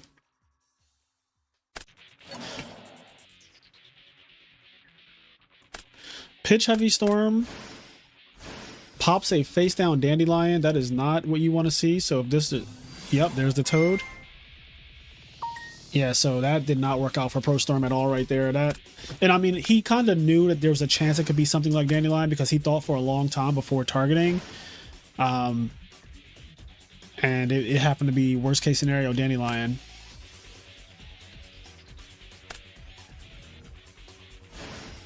So now if you look at the card advantage, Alistair has 7 cards to Pro Storm's 4.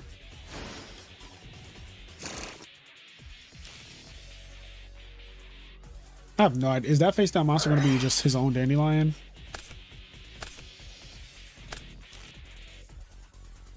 Okay, so now he has 8 cards.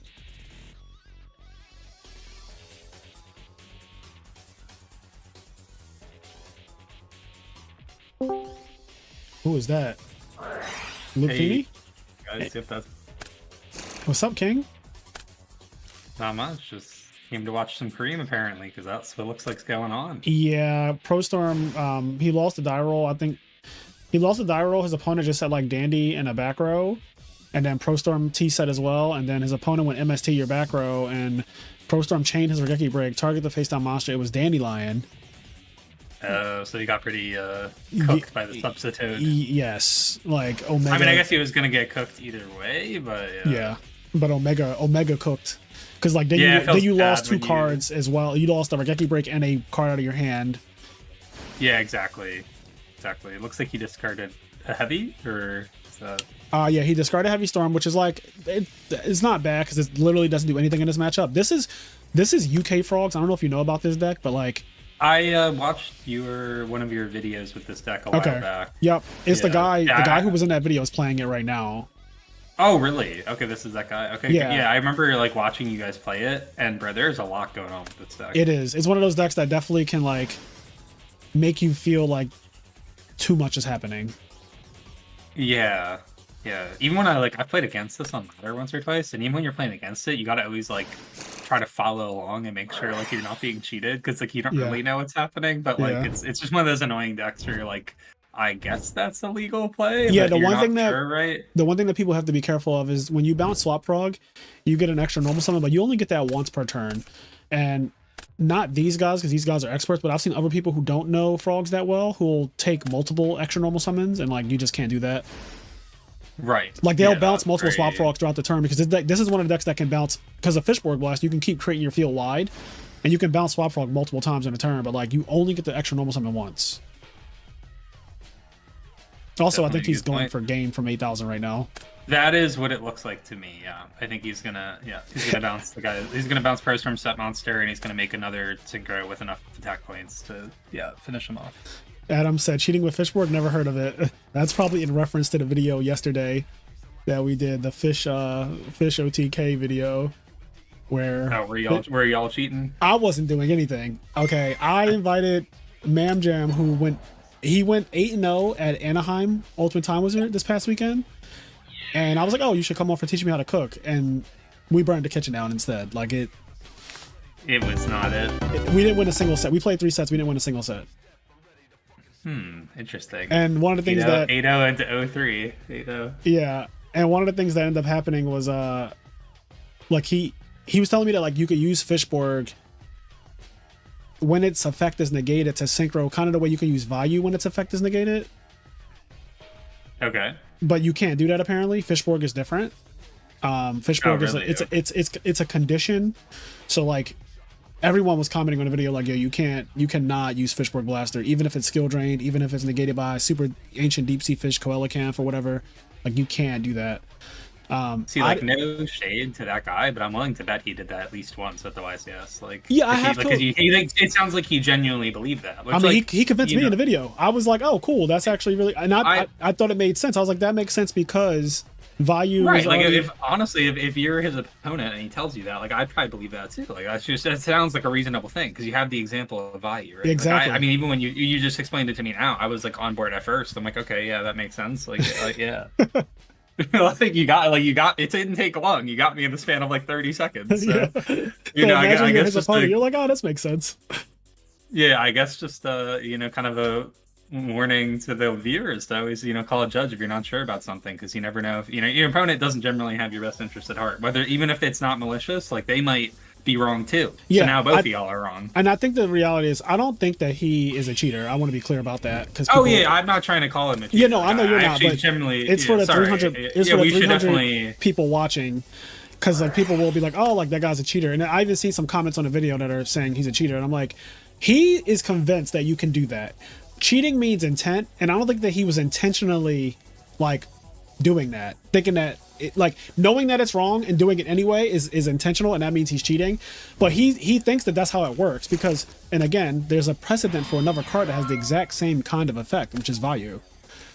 So I think exactly. You have to have intent. Like if you genuinely believe that the way you're interpreting the ruling or whatever is correct, then like that's not intent. That's just you being misinformed, and maybe you're spreading that misinformation or whatever. But I don't think it's malicious. I'm not going to call the guy a cheater. Like, exactly. It's totally different things. Yeah, me and you are very reasonable. So I'm just saying it for for the sake of the stream. I don't want people to dogpile and think that this guy's a hardcore cheater or whatever. Because I didn't get that from him.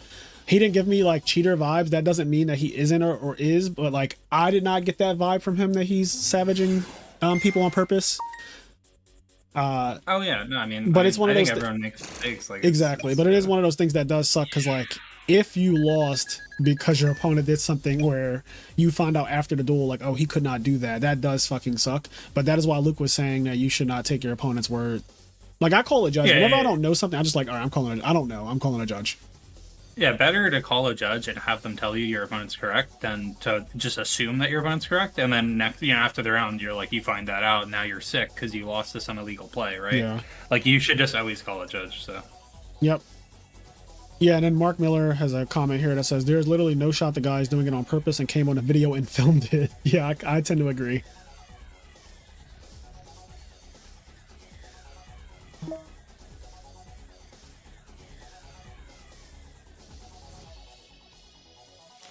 But yeah, so what game are we in? This is game 2 because he definitely OTK'd him game 1. Yeah, I didn't even know what deck person was playing, by the way, game 1. You didn't even tell me, so I didn't know that he's playing Amaryllis. He got cooked so bad. I didn't know. You were in for a treat. This is not Amaryllis.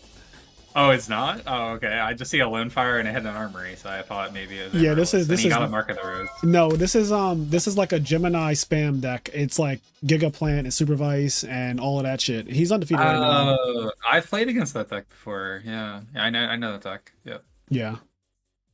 Yes, that deck's like actually very annoying because like Supervise is low-key like pretty broken. Oh, it's broken. The card seems when it's set up, it's like so broken. Yeah, it seems like it doesn't belong. It's so broken.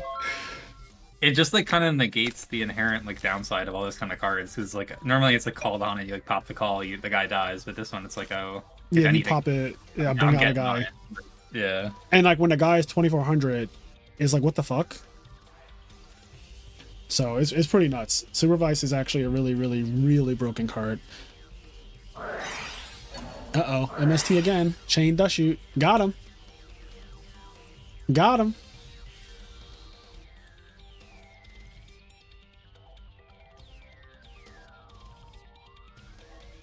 That is the benefit of not shotgunning the dust shoot, I guess.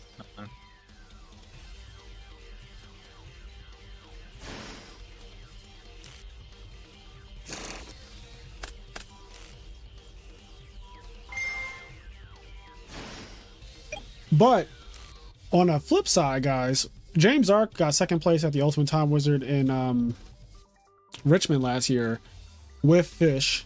And I want James Ark to come on the channel and teach us how to cook with his fish build, because I actually like James's build a lot because he plays triple Caius. And I just feel like I'm not playing frogs without Caius. Personally, like I think that card is just like too good to not play. So, especially when it's free to summon or whatever. So James, if you're watching this, your presence is required on teaching me how to cook. To actually show us some fish FTK or OTK shit. Like we need to see it from the professor. Sure, a lot of people would like to see it as well. Yeah, they didn't. I wish you were here. It sounds like y'all really didn't cook. No, sounds like y'all really did not cook. Like we Gordon did Ramsay told We you did to not. get out of the kitchen, like you're an idiot sandwich. Yeah. Oh, like, Gordon Ramsay cursed us the fuck out. Yeah, he said, "Not in my kitchen, not today." Like he screamed at us that our fish was still flapping. Like we didn't cook that shit at all.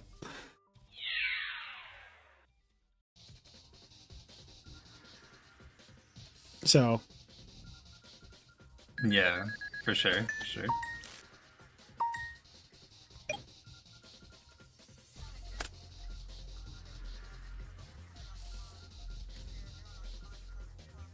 Alex Fleemer has an interesting comment in chat. He says, so many players on DB try to be fancy by not shotgunning their dust shoots. They wait for their opponent to MST it. That's not how the card is supposed to be played. How do you feel about that? How do you feel about dust shoots? I typically shotgun my dust shoot 99% of the time. Okay. Yeah, well, see, I would say I default to doing it as well. But I think you can make a decent argument in a matchup like against frogs, where the vast majority of their deck is creatures. Yep. So their hand size is generally going to be big, that you don't have to go right away, but it just kind of depends on, like, I think on the context, because, like, if you just lose to, like, the dupe block, for example, right, you can't just, like, let them play the game and just not let dust shoot, so... Yeah, it's all contextual. Like, it's not... There are no absolute rules in Edison format, really. Yeah, that's part of the fun of the format, and part of the skill of the format is that, you know, things change match to match. Like, you don't have like a hard set rule, like always play this card the one way, or always do the same, you know, fish combo or whatever every turn. Like, it's, you know, you can make like a sub block or a dupe block or both or whatever. It just, you know, depends on your hand and all that. So. Ooh, Mark of the Rose trying to break the dupe block early.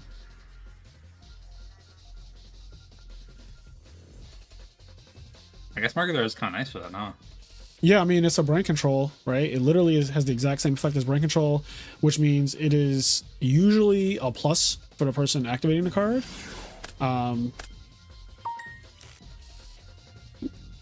Especially when you're talking about, like, take your monster, attack over your other monster. If you use Deep Prison or Mirror Force on your own monster, I go 2 for 1 easily. So, yeah, absolutely. So Mark is really good, and it is a themed brain control. It also has, like, you know, you give it back and stuff. It does some weird stuff. That part of Mark is actually, like, it's weirdly kind of like better than brain control, because, like, if nothing happens, then the next turn you kind of get to play brain control again. Yeah. Like, it's almost like you played brain control twice at that point. Right, and that does happen. There are games that go where you'll take someone's absolute zero and you guys will trade that shit back and forth.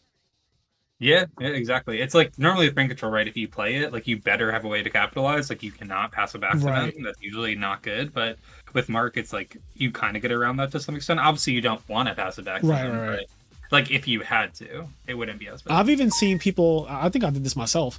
My opponent was low. I was playing Amaryllis. I Mark of the Rose his guy. I was down bad too, but I was like, I'm just gonna take your absolute zero, attack him for 25, and pass it back. And I was high. And then, like, he ended up losing the game because I just, like, end phase brought back Amaryllis and passed. So now he has his absolute zero back. He just took 25, and I have a guy that's going to deal 800 in defense mode just chilling, and he lost. Like, he just lost the game. Yeah, exactly. Stuff like that. You can you know, make more aggressive plays with it and not feel as bad. Okay, here we go, though. Now the nonsense is starting with Titanium and Supervise and Gigaplant. Like, if you don't deal with this, I guess there's nothing in the graveyard right now. It got banished. But, like, typically, if you don't deal with this setup, this will bring back Lonefire every single turn and just do all the nonsense. Who is...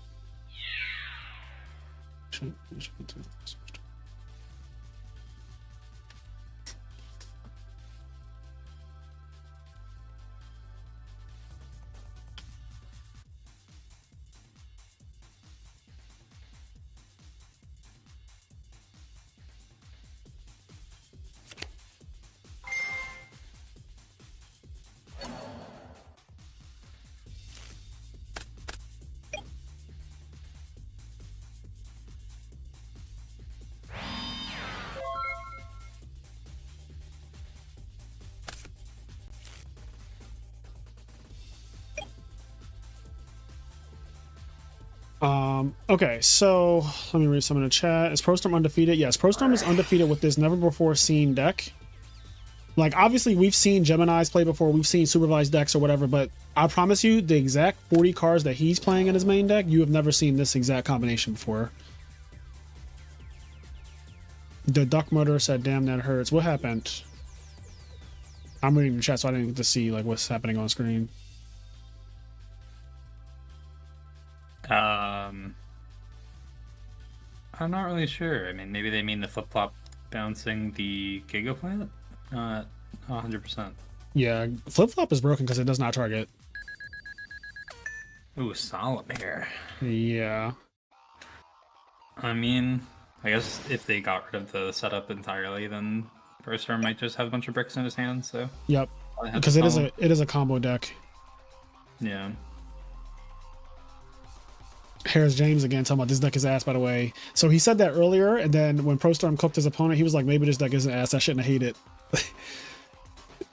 And I was like, well, you wouldn't be you. You gotta hate. Just a little pop of hate. Just a little pop. He does like to pop out and show, as we like to say. Pop out and show. Yeah. Oh god. Supervised fell off, so it didn't float. Is this not just a Giga Plant plus Copy Plant Power Tool deck? No, it is not. Like the way this deck is built, it is not just that deck. That deck is ass. Like the regular Giga Plant, Copy Plant, Power Tool deck. The builds that you've seen in the past are ass. Hence why they never really do well. Yeah, they've never done anything. So if ProStorm does something here, I think it's safe to say that he's probably innovated in some way on it. Because I don't think the default deck that you're talking about. The chat is saying, "Who are we popping out and showing?" It's you know, whoever you think whoever needs it. Yeah, whoever needs a good old pop out and show. You know. Yeah, like we don't discriminate. Like anyone can get it. Yeah, exactly. Sometimes you gotta pop out and show. I'm black. Luke is white. Yeah, we gotta get Gary on here, and then we got the trifecta. Yeah, where's Gary? Is he still in the tournament? I think he might have. I think he's out. I saw some message from him earlier in the day saying like that was an awful showing. So I just assume that man's at table 500 right now. Yeah, I think Gary's at table 500. I think he went against Monster Mash, the guy who actually won Italian Nationals this year with that deck. Oh shit. This was he got mashed on? He did get mashed on because you know Value Turbo has a hard time with Monster Mash because it plays the Machina engine. Yeah. And that engine is just like really good against fucking Value Turbo because 2500 guy that if you target it or crash with it, it pops cards and looks at your hand and all that is like a lot. Okay, well that was so frogs. UK frogs are undefeated 4-0 right now. Let us go and watch some more matches. So let's see what this is saying to us. Who else is playing? Who else is doing good? Masha is doing good. I gotta refresh this. Okay, we haven't seen Jay for a doll. I don't know how to say his name, but I want to watch him because I know he is usually a devout value player.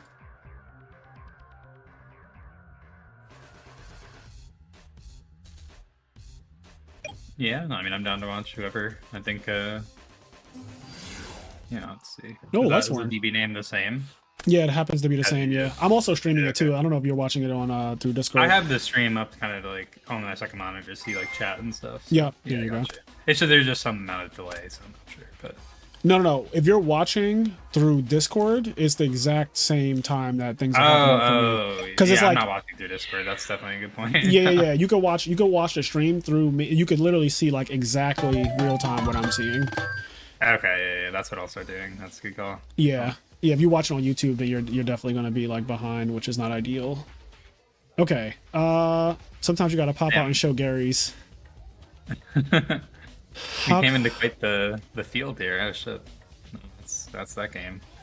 Yeah, that was. I mean, we're going to game. What is this fucking? Do you guys see this avatar up here? What is this? Yeah, what is? I don't know if DB should be allowing all that. That sounds. Do I need to move myself up here to like block this off the stream? Like, I feel like I need to. Yeah, I feel like you got to get like fucking cease and desisted or some bad. Yeah, I'm gonna move myself up here because like, what is happening?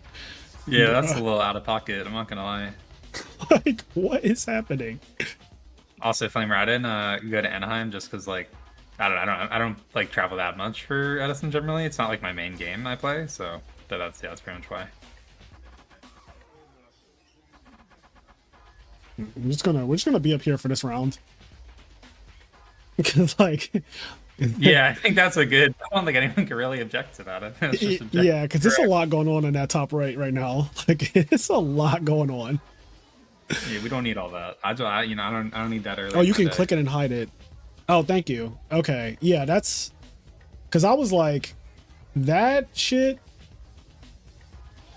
Like JoJo, Okay, you're wildin'. Like JoJo was wildin' out here. Yeah, I know. That's honestly a little much. A little much. Thank you, Panna, for telling me that I can hide that shit because that was too much. Guys, like the stream if you're here. I don't know how many likes we have right now, but if we can get to 100, that'd be great. If we can get to 100 likes, are we at 100? 81. 80. Okay. All right. That's what I see. So we're close. You know. Yeah, we're very close. I mean, we got enough people here. If everyone liked the stream, you know what I'm saying? We'd be their Insta. Yeah, we have 300. This is definitely the most. I don't know if I've seen a Yu-Gi-Oh stream have this many, like an Edison Yu-Gi-Oh stream. This is a lot of people. 330 people is a lot. So thank you to everybody who's watching Worlds right now. We got Lightsworn versus Vayu Turbo. Lightsworn player did mill a, looks like a Gardna. Yep, that's a good mill. Okay, got the Raikou. See if it's chainable. I liked Fraser's head randomly floating there. Oh, Celestia. Oh. This might be quick. Yeah, this is a strong opening. Like this is the exact kind of thing you don't want to have to do into like Lightsworn going second. Oh like, you no! You don't want T-set pass. Oh, Aphorus too. Not even. Ooh. Put back double honest and JD Luke. Like what? Oh, yo, I feel like our boy Jay Paradis is getting kind of chefed upon right now. He might be in the wrong side of the kitchen. Yeah, he's definitely getting yelled at by Gordon over here. Yeah. All right, my man has a full 6-card hand. He got pressure on the field.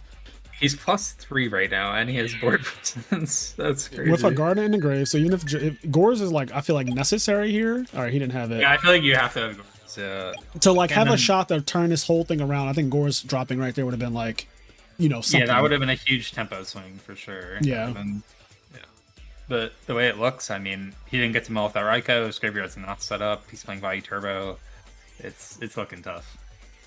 I mean, you know, maybe the Lightsworn guy just drew a bunch of bricks, but probably not. There are 3 names in graveyard for people asking. 3 names. Celestia is the 4th name sitting right on the field though. Yeah, so even if you kill her, you just kind of enable the JDs to come out. And he just put a JD and double honest back in his deck. Yep. Okay. I mean, Armwing's not even bigger than Celestia, so. No, it's crash at best. I don't really know. And if there's an honest, if he drew one of those 2 honest that he just put back blatantly, okay. Oh, okay. Gale is a big one here. Yeah, that's good. If he happens to have like oppression after all this or something, then we could be talking about reversal of worlds. Yeah, but I mean, let's not get ahead of ourselves. I guess we gotta see because you know JoJo could also have drawing Gores or whatever. Who knows?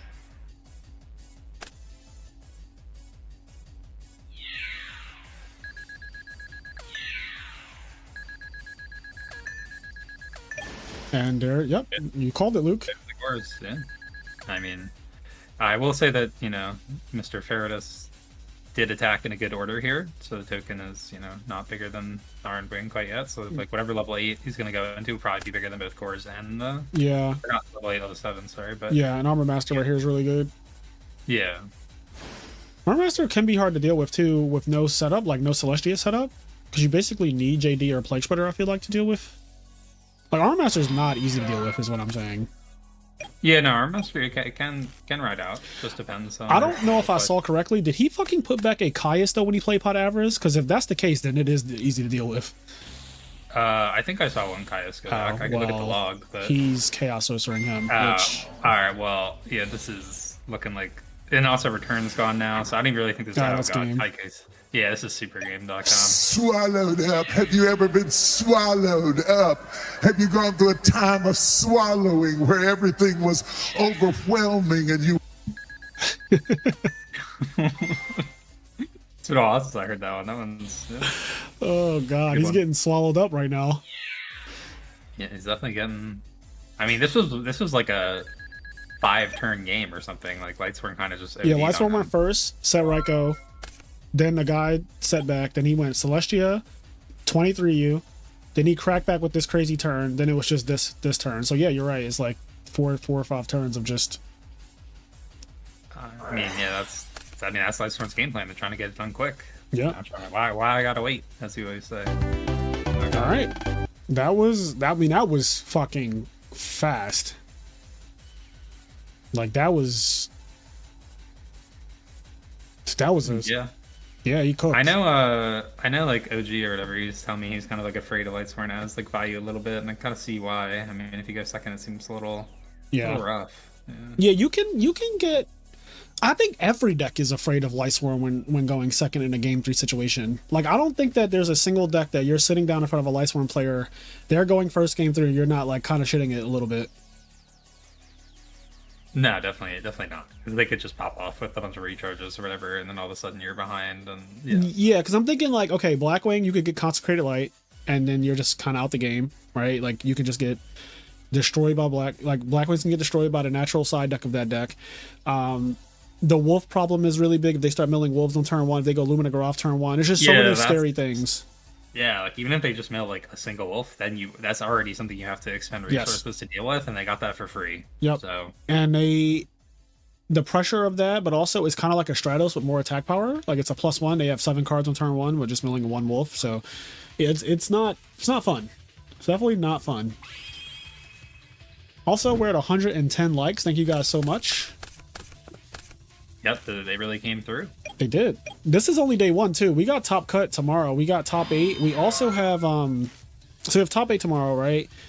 We also have the last round of Swiss is happening tomorrow. So it's kind of like a Konami event where you play the bulk of Swiss is played day 1, but then day 2, everyone with X2 and higher records come back for Swiss for day 2, and then we'll cut the top 8 and all of that. So we'll have a world champion tomorrow, and first place is $1,000, second place is $500, third I believe is $250, and then fourth is $75, and then or something like that. Hold on, let me not get this wrong. Let me see. Do I have this thing? Hold on. Let me just pull up the actual graphic. Yeah, the pricing's quite good for this tournament. Pricing is very good. I think that this is the biggest prize for an online tournament so far for Edison. So it's $2,000 total. 1,500, 250, 150, 75. So this is the pricing, and this is the playmat. This is the playmat. Yeah, honestly, it's a nice playmat. No pun intended. It is. Yep.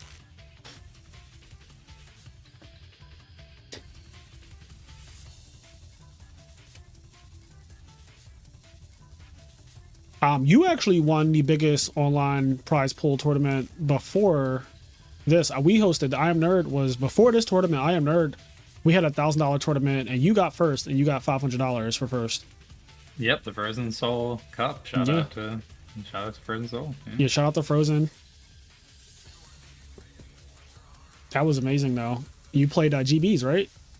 Yeah, I play GBs. Yeah, I think these days when I play Edison, I'm not playing as much like currently, but I'm planning to play more in the upcoming months. I've been playing mostly GBs. I just like the deck. I mean, yeah, it's had reasonably good success in recent tournaments too. So yeah, GBs I think is one of those. I mean, I do genuinely think that like all decks can do well with a good pilot, a good list, and you just need a little bit of bracket luck at the end of the day.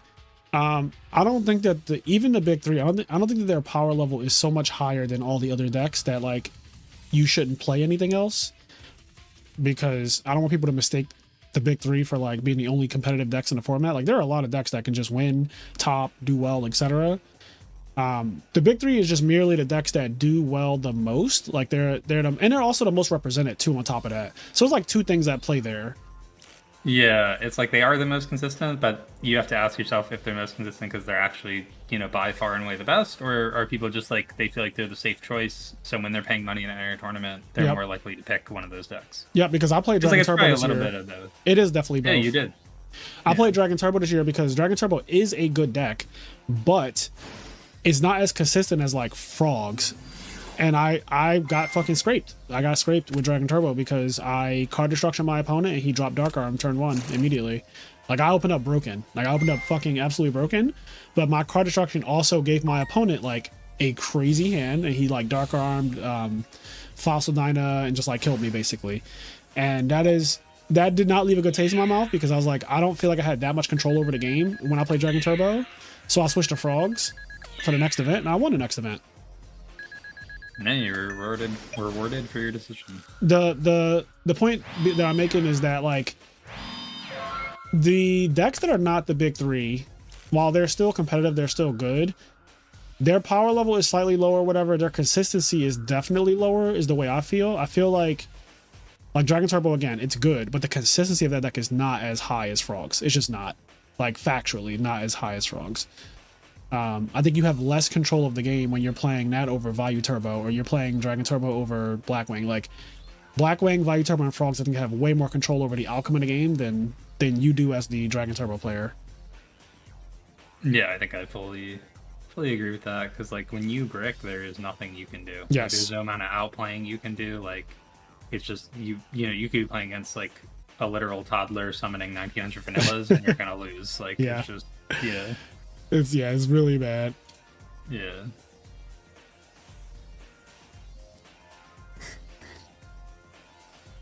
But like if you get some good bracket luck and you play against matches that your deck is really good against while you're playing GBs, for example, you'll like if you play against a bunch of frogs and you're a GB player, you're probably going to do well that day.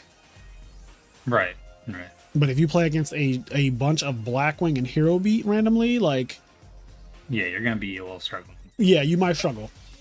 Like if things, you know, Blackwing's just Phase Icarus can do a lot. It can open you up really easily.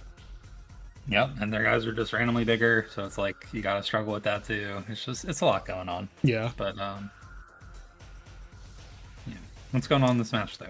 We got Cores holding it down kind of against pretty aggressive field from our guy Dan, I guess. Yeah, it is a pretty aggressive field. What's this matchup? Is it Value versus Value, or is it? It's probably Value. I think it's Value versus Value, but could be wrong. Although, yeah, is Cyber Dragon commonly sided in the mirror? Probably, I guess. It's just bigger than. I think going second, Cyber Dragon is decent because you can attack their face down Raikou, then set your own. Sure. Yeah, I guess that's fair. You trade 1 for 1. You get that element of like tempo or pressure off the board. That definitely seems good. The other also, thing is just that if they, it's bigger than. You can contact card troopers. yeah, you guys both play that card 100%. It doesn't get sided out or anything. Yeah, I mean that card's broken and Value. You heard True Hero talk about it in his deck profile that you did. Yep. Yeah, Card Trooper is just insane. It's one of my top 2 most hated cards in the format when it comes to monsters. I hate Gale and I hate Card Trooper more than any other 2 monsters in the entire format. Not Dark Arm, not JD, not Christia. Gale and Card Trooper. I've lost more games to those 2 cards than I have of any other monsters. I have not lost as many games to Dark Armed or anything else. Yeah, I definitely feel you on that. Like if you don't kill the Card Trooper and they just keep milling, you're just like, how do I ever win? It just feels so bad. Yeah.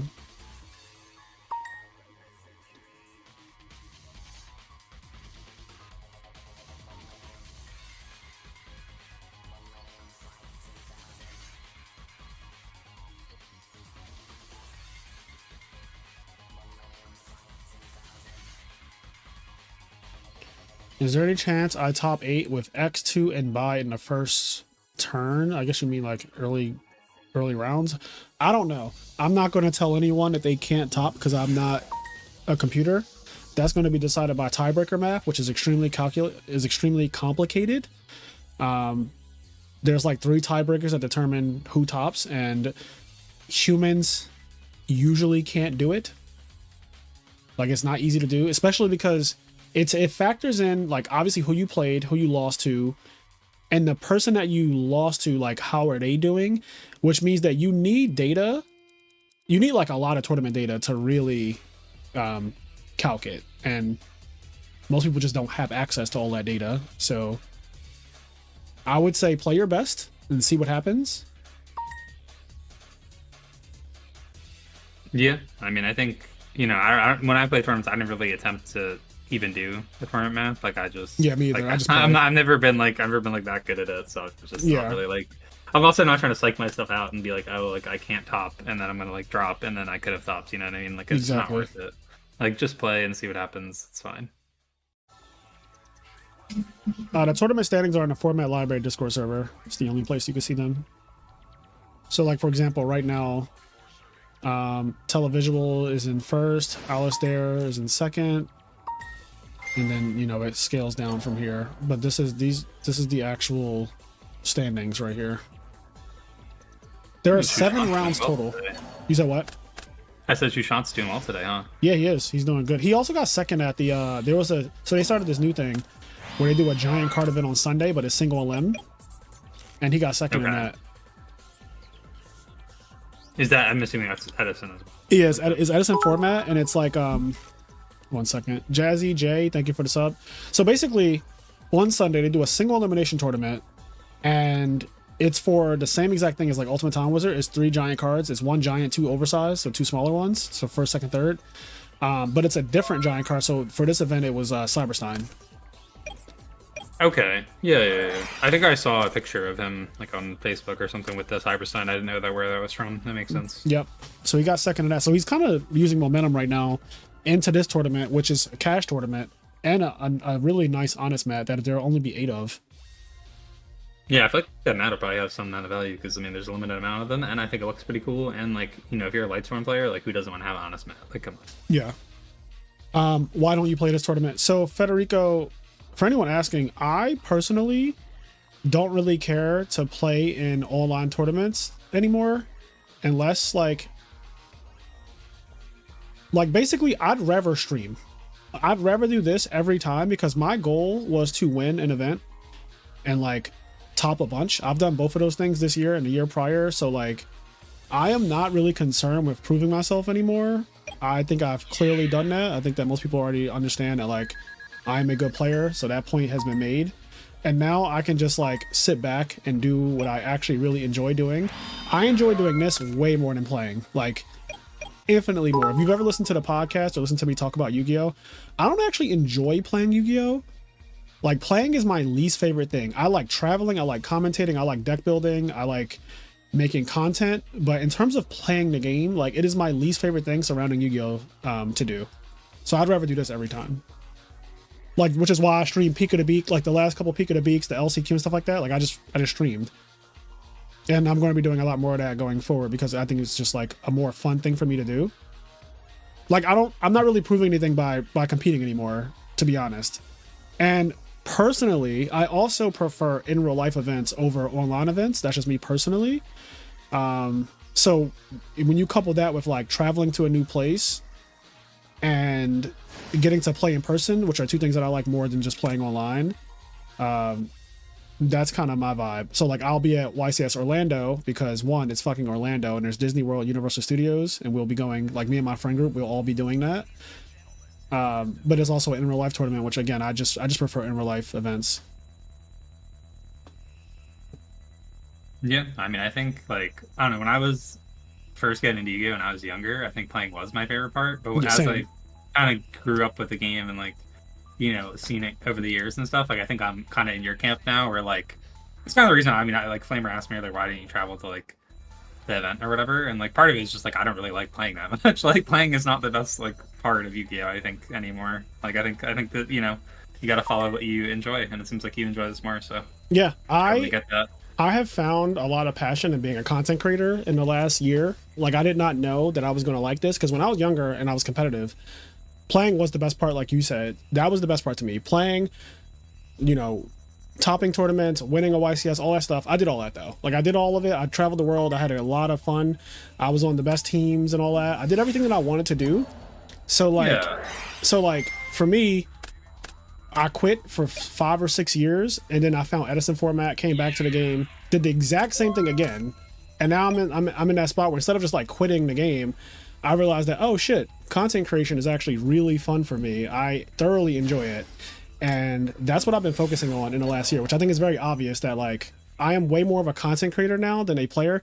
The difference between me and the other content creators is typically that like a lot of content creators from the past are ass at the game. Like they'll say things, and even some of the current ones who even some of the bigger ones, they say things that are just objectively wrong. Like, I feel like when you come to my channel, I'm actually like educating people on how to be better at the game, and usually showing them, for good or bad, like what to do and what not to do, right? In the case of yesterday's video with the fish deck, you saw what not to do. Like, don't equip an armory onto a monster while D-Fisher's on the field, right? Because that's what not to do.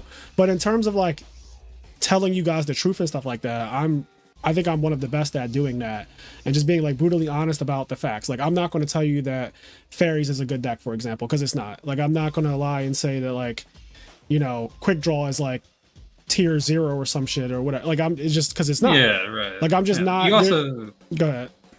You also, because you have like had so much success, you don't really have, like, I know in the past people have been like, oh, content creators like lie to people so they can do better in events, but like you don't have any incentive to do that. Like, I think if anyone at this point doesn't know you're a good player, they're living under a rock. Like, you're on, you know, the every best player list of all time for Yu-Gi-Oh has you on it. Like, you know, you've done a lot in Edison. Like, it's very clear that you're a skilled player, and like, you know, you don't have incentive to like lie to people. You just want to help the community at this point and like make good content, and you know, that's what you like doing. And I think you do a good job at it, and clearly it shows by, you know, the way your community is growing here and everyone in the chat happy to be here and all that kind of stuff. So yeah, I mean, I think yeah, keep at it, I guess. That's all I got. Yeah, it's really fun. Like, I thoroughly enjoy content creation, but I also enjoy like educating people on, like, you know, the game and like how to be better at the game. That's why I make like educational videos. But I also like entertaining people too. I think it's really fun. Like yesterday when we did the fish video, even though we didn't win a single set and like everything that could go wrong went wrong, I told him, I was like, this is still going to be good content. Like, people are going to love this. And that video is performing really well because it was so fucking unhinged. Like, it was so unhinged. And that makes people like happy. Like, watch it. Like, people watched it and they're like, yo, this video, I sent this to like 18 people. Like, one guy literally said, I've never shared a video more passionately than I've shared this video to all my friends because of how ridiculous it was. Yeah, I mean, sometimes winning isn't the best content. Like, you can learn more from losing than winning. I still remember like some of the Tengu videos we did. We played some like absolutely awful decks, and I kind of knew they were awful. And we didn't really win any games, but you know what, they did, the videos did pretty well, because guess what, we were being unhinged and it was funny, and like, you know, we got to show people why you should never put fucking scrap cards in your deck ever. So if it's not Scrap Dragon, then you shouldn't be playing it. Yeah, like if it says scrap and it's not ending with dragon, anyone lying to you and tell you that scraps, if anyone tells you that scraps are a good deck in Tango format, they're fucking lying to you. I don't care who they are lying to you. If they tell you that playing scraps is in your best interest in Tango format and stuff, just like stuff like that, like there are a lot of people who just, I feel like they poison the community, and there's no reason to do that. And I'm just not for the poison. Like, I'm not about to get up here and lie to y'all and be like, oh yeah, like Flamvel's a really good deck, or like Jiracs are nice. Like, Jiracs are ass. Okay, they're fucking ass. They're ass, bro. Like, they're ass. They're awful. Like, do not play that. Guaiba into Guaiba? Oh, you gonna make the Volzar, Dolka, or Logia? Oh, you can't. Yeah. Oh, they're not out yet. Oh, I guess your deck is horrible. Like, yeah, guess you didn't do anything. That's just kind of my thing. I'm just a bringer of the truth. Like, I'm a water bearer. So yeah. But yeah, I am going to YCS Orlando in February. I think it's like the first week of February. YCS Orlando. Yeah, it's literally the first 2 days of February, to be clear. So it's coming up soon. Like, it's less than 2 months away. It's really close. Oh shit! Yeah, it really is. Yeah.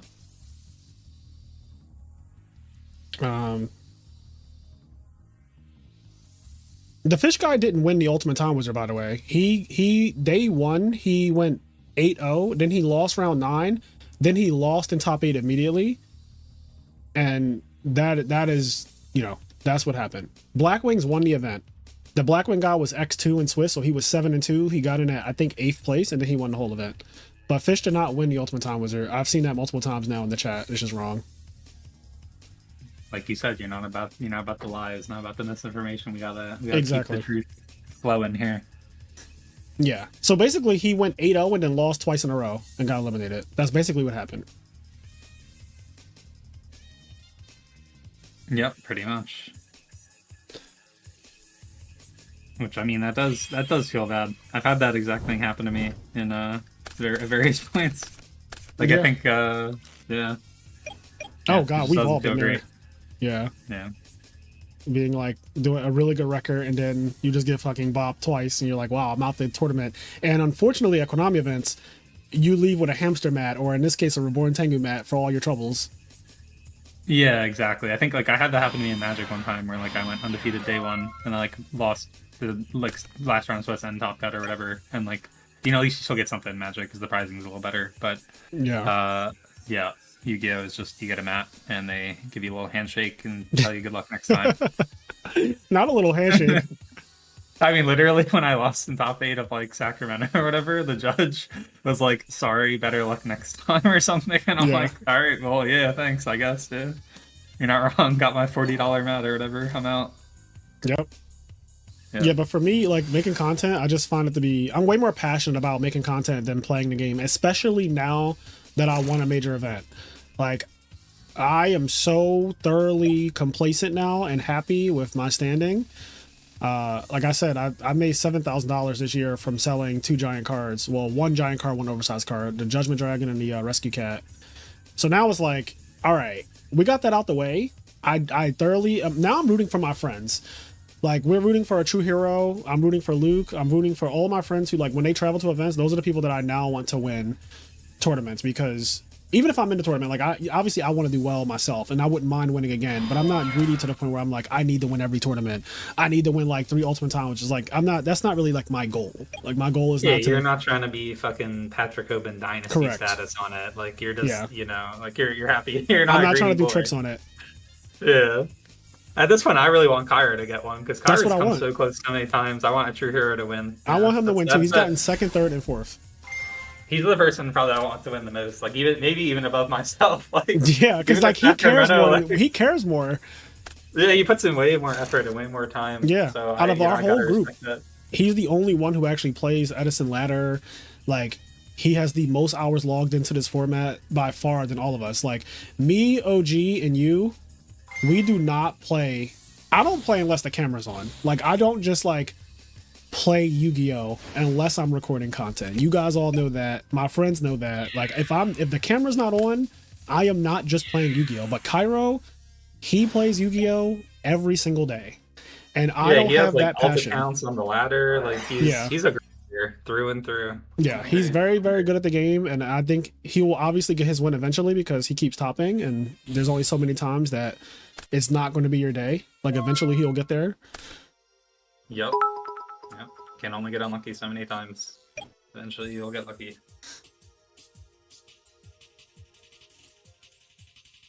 Even in other games, when we play like DC and stuff, usually you're not the one playing. Like, you tend to enjoy, just being on the analytical side, like watching a bit more, which is, gotta respect that. So.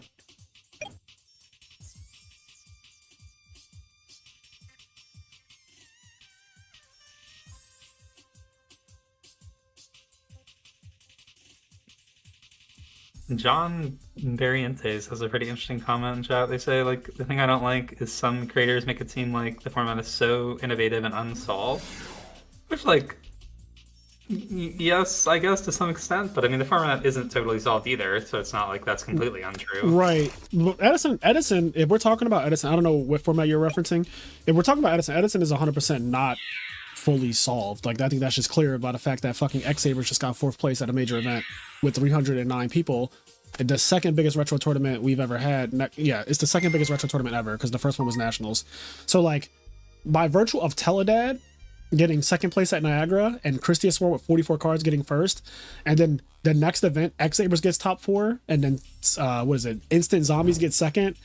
Like, none of the rules are applicable for Edison format. I feel like every time you think you have it figured out, the format shows you otherwise. So the format is not what I would consider solved. In terms of innovative, I think that there's still a lot of innovation happening too, though. Whether you accept it or not, but like, there are still a lot of. I mean, right now we have a deck, the deck that ProStorm is playing. Like, we've seen it on camera. These are Worlds competitors, right?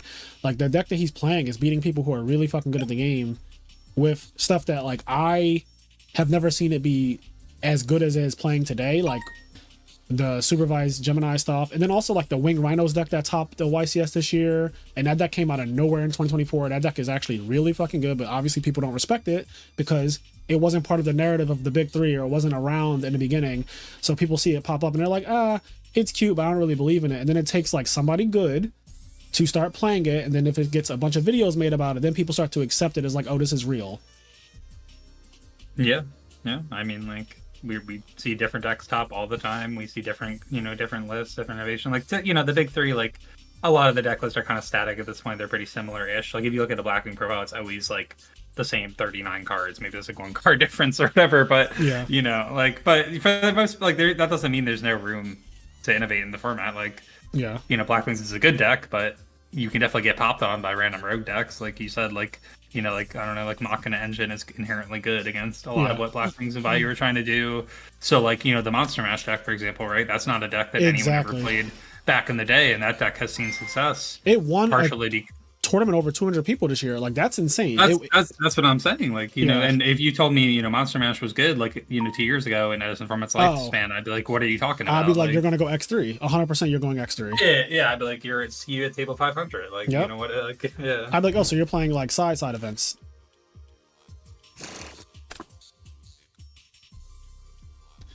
Now, I think the word proven is a lot better. Like, I agree with the word proven. There's a lot of decks that are proven. I think that clearly the Frog decks are proven. Value Turbo is proven. Blackwings are proven. Lightsworn is proven. Stuff like that. Like, those decks are all... We know what Diva Hero can do. We know what, like, GBs can do. We know most of the... Like, Machina Control, we know what that deck can do. It's proven. Like, these decks have done well consistently throughout the year. They all have multiple tops, even if their representation isn't that high. So those decks are all proven. And then you have the decks that won a lot, which are the big three decks, like Blackwing, Value, Frogs have won the most events this year.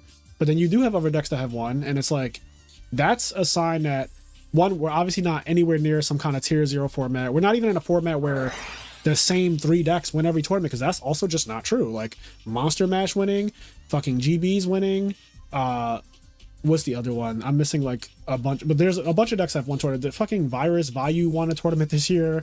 Like, no one ever saw I would even that consider before. like Fish OTK or whatever, like that won something a while back, and that's definitely a different deck than Frogs, right? Like that's not the same deck. Dream Frogs is like, that wasn't a thing until this year, literally. Like, it just wasn't a thing. Yeah, like that's an innovation for sure. I mean, I think like the problem I took with the original statement was just the word solved. I think what Tom was saying in the chat, like solved kind of just means like it's very hard set what decks are like viable to play. Like if you're not playing like a certain deck or like maybe 2 decks, for example, like Spellbook and Dragon Ruler format in 2013, like if you didn't play Spellbook or Dragon Ruler, like you were trolling. Like that format is literally solved. Like those are the only 2 viable decks. Like you cannot play anything else and reasonably expect to win an event. So but like I think in Edison, you can bring Monster Mash and like I can't tell you have 0% to win an event, but if you bring Hero Beat in Spellbook Ruler format, like you have 0% to win the event. Like you're not winning.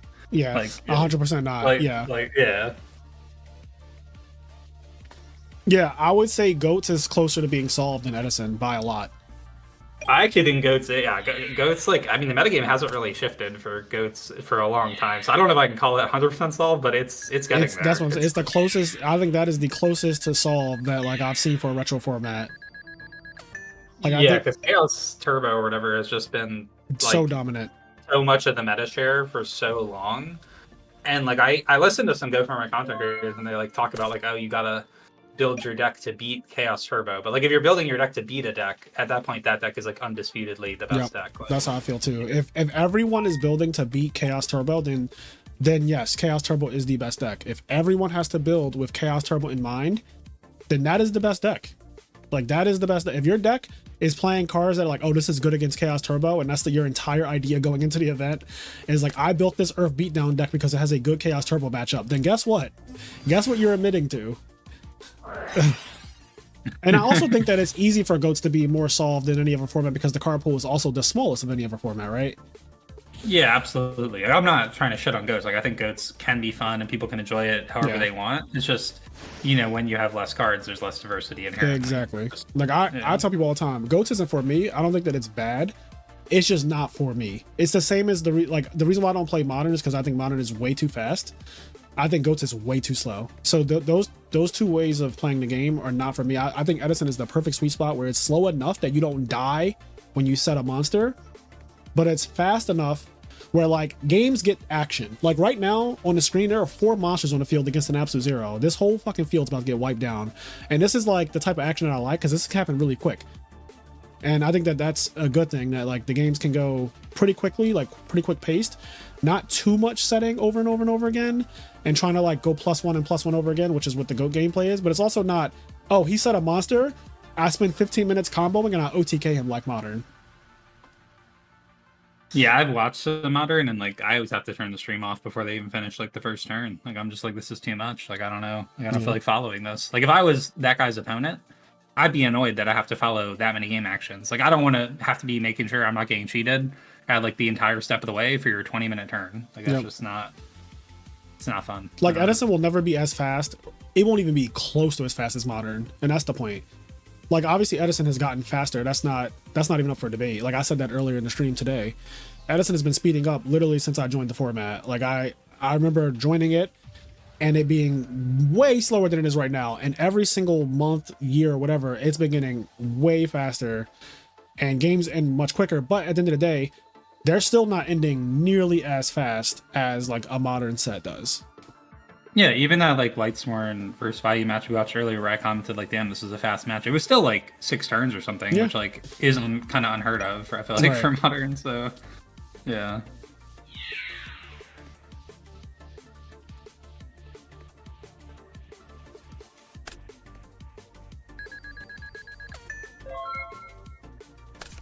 Looks like OG and CAD are in time at this point. I don't know what the time rules are. That's what I mean. That's what OG said in the chat. Is it just highest life again? It's like, so it's like old school time rules. Like it's old school, yeah. Because I think that we have, here we go. In the match procedure, inform your opponent that time has been called. Okay, starting from the turn that time is called, each player completes 2 turns. 0, 1, 2, 3. Life points are compared. Whoever has more life points wins the game. If life is equal, play proceeds under sudden death until they are not. At that point, whoever has more life points wins the game. If time is called during siding, players must quickly finish siding. The next game starts with each player taking 2 full turns as described above. If after time is called, if after time is called and a game is completed, the match is still not decided, players proceed to the next game without side decking and play under sudden death. So basically, there's never a draw. Correct. Is what, yep. Yeah. No draws, which I'm here for, because draws are ass. Yeah, draws are kind of ass. I agree.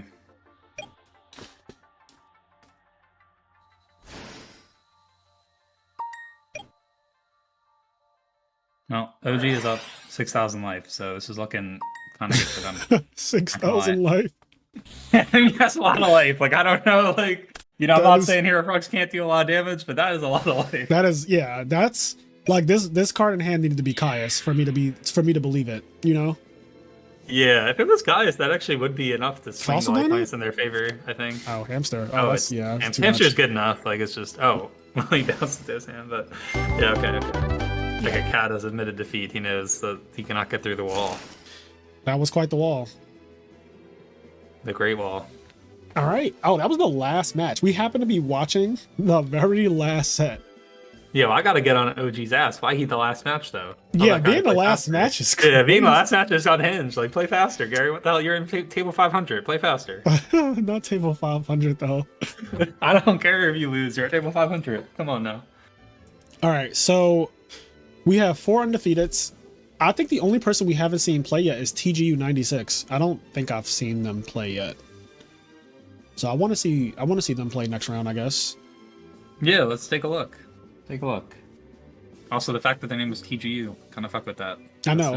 That's an iconic card. Yeah, I'm a fan of that card. That card was OD. I remember being a poor kid back in the day. I couldn't afford that card. I would watch you guys summon it against me and I'd get mad. I put 3 effect failures in my deck just to stop that card. I'm like, no, like it's not happening. Fuck your tour guide. Now it's 1,000 vanilla monsters just sitting on the field. I still remember the first time I ever beat Steve Silverman. We played 2 games. He was playing Dino Rabbit. Every tour guide he ever summoned, I veilered it. I know he was tight. He actually was tight. Like he just was very tight. Yeah. Silverman has a very unique way of complaining, which I like.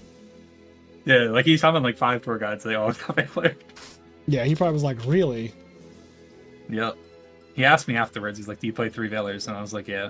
And he's like, "Okay." Just for you, Daddy. Just for you.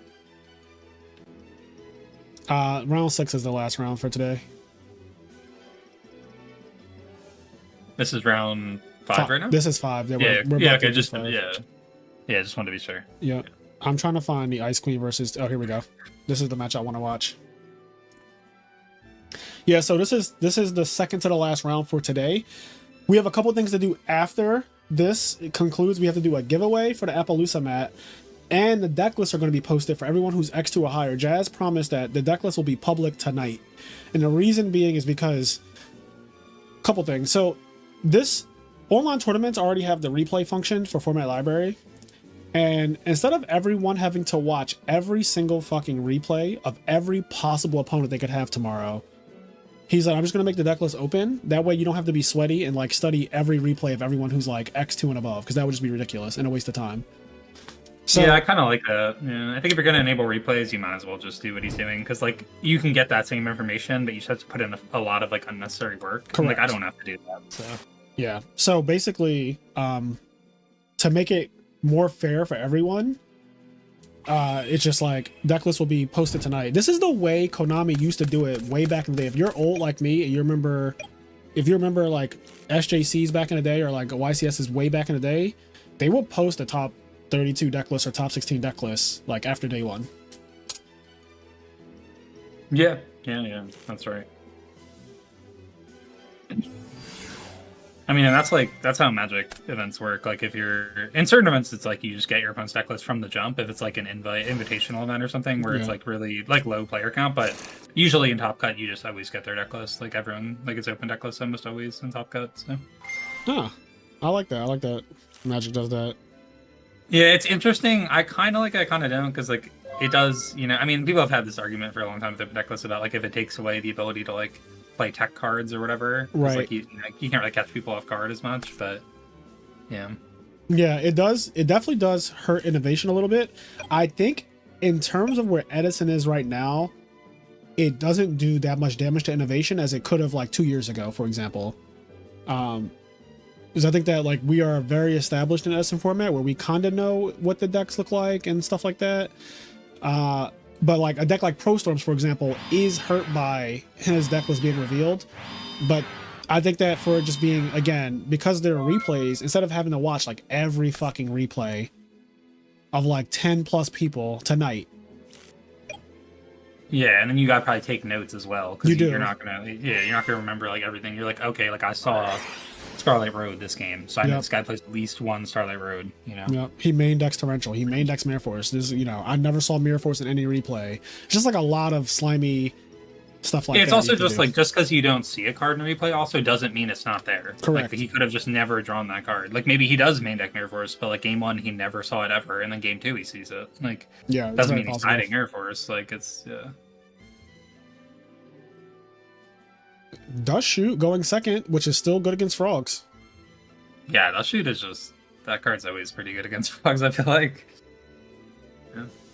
Although frogs does have a lot of redundancy, so sometimes you look at their hand and it's like 2 swap, 2 dupe, and you're just like, well, this didn't do anything. It's funny. But, every match that I got dust shooted at Anaheim and at Niagara, my opponent saw my hand and nothing happened. Like, they literally, in fact, they kind of just saw their death, because the one game I remember at Niagara, I got dust shooted and he saw my hand was like E-Call, 1-for-1, like Miracle Fusion. I had a dupe frog, which he had to return, and then like another card. And he literally leaned back and was like, oof. Yeah, I mean, sometimes you can, just because you know it's coming doesn't mean you can stop it. Yeah. Sometimes you know you're losing. No, it's not. It's not Frozen Soul. This is Luke Feeney of the house. Do I sound like Frozen Soul? I don't think so. But I don't think that people are as familiar with your voice, so like they could mistake you for other people. But to be clear, people also mistake Kenny and Stengo for being the same person, and they are not. They don't look alike or sound alike. So it's just that one doesn't make sense to me, because they don't sound anything alike. Yeah, like so basically, if you're just like not, I feel like if you're not me, you could be mistaken for anyone else on this channel at this point. Yeah, okay, fair enough. Well, this is Luke Feeney, as Roger said. But we're also in round 5 to answer your question. Good reason. Yep, we are in round 5. And we got the draw traps. I like it.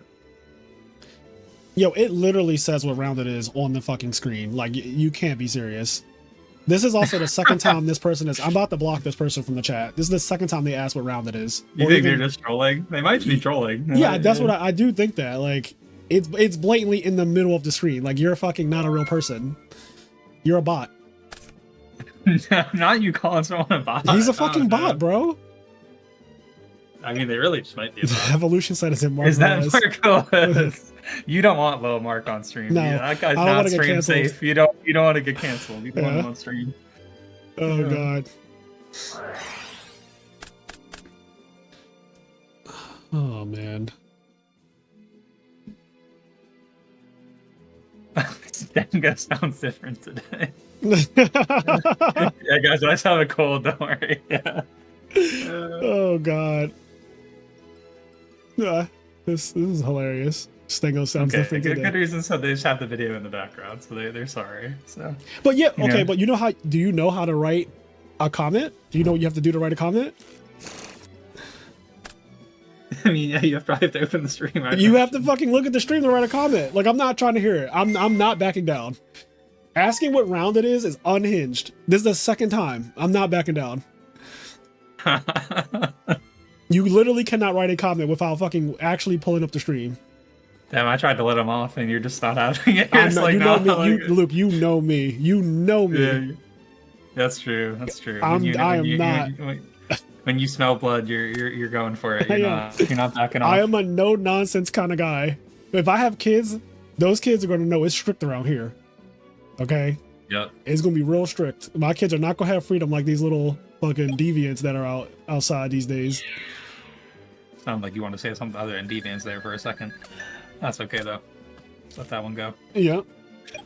Yeah. I'm on Format Library collecting all the replays. You are literally watching the fucking stream if you're commenting. As a matter of fact, hold on, I got you. Not I got you. What do you got for him? Hold on, I got What him. do you got? What do you got? I don't want to know what you got. Hold on, I got him. No, now you got him. I got him. Hold on, I got him. I got him. I got him, Luke. I got him. Yo, good reason. If you can hear me, run, dog, run. It's not too late. Run. Telling him to run is crazy. Oh god. Oh. You're gonna need to make all the count right now, bro. Start it up. Start it up. New YouTube account. Yo, he has to make an alt account. He has to subscribe again to get into the chat. He gonna ask again. Yo, he should come back as bad reason. He should come back as bad reason. He should just come back. He should just come back as bad reason. We're gonna ban that one. You're gonna find a different name. Something other reason. Oh, there's so Okay, many. I mean, reason. it should be 13th reason. Decent reason. 13th reason. 13th. He should come back as 13th reason. Dom said he had his hand on the button. Good shit, Dom. You know how Fraser wants shit done around here. That's right. He ain't fucking with it. He ain't fucking Oh with god, I'm sweating. Y'all some savages. I was gonna let him off. 13th reason would have been so good. I hope he comes back as 13th reason. That would be so funny. Then he comes back like, what round is it? It's fucking round 6. 13th reason is definitely coming back. Oh god. All right, what's happening? I didn't watch the duel at all. This is what happens every time, chat. Whenever I pay attention to chat, I end up not seeing any of the duel. I'm gonna keep it a buck. I was not really watching either. Looks like it's Hero Frogs and Value. Yep. Yeah. What I saw game? some draw traps by Value, which was different. But, That is a little. yeah. That's a little. Yeah, a little. I mean, we've seen it before, but like I A feel like little it's more common in razzle-dazzle. Black Wings than Value. But Yeah. you know, it was a little razzle. Beastia, thank you for the sub. So we are at 6,540 subs. 6,540. So thank you guys for all the subs. More content on the way. We're streaming today and tomorrow, by the way. ProStorm is still in.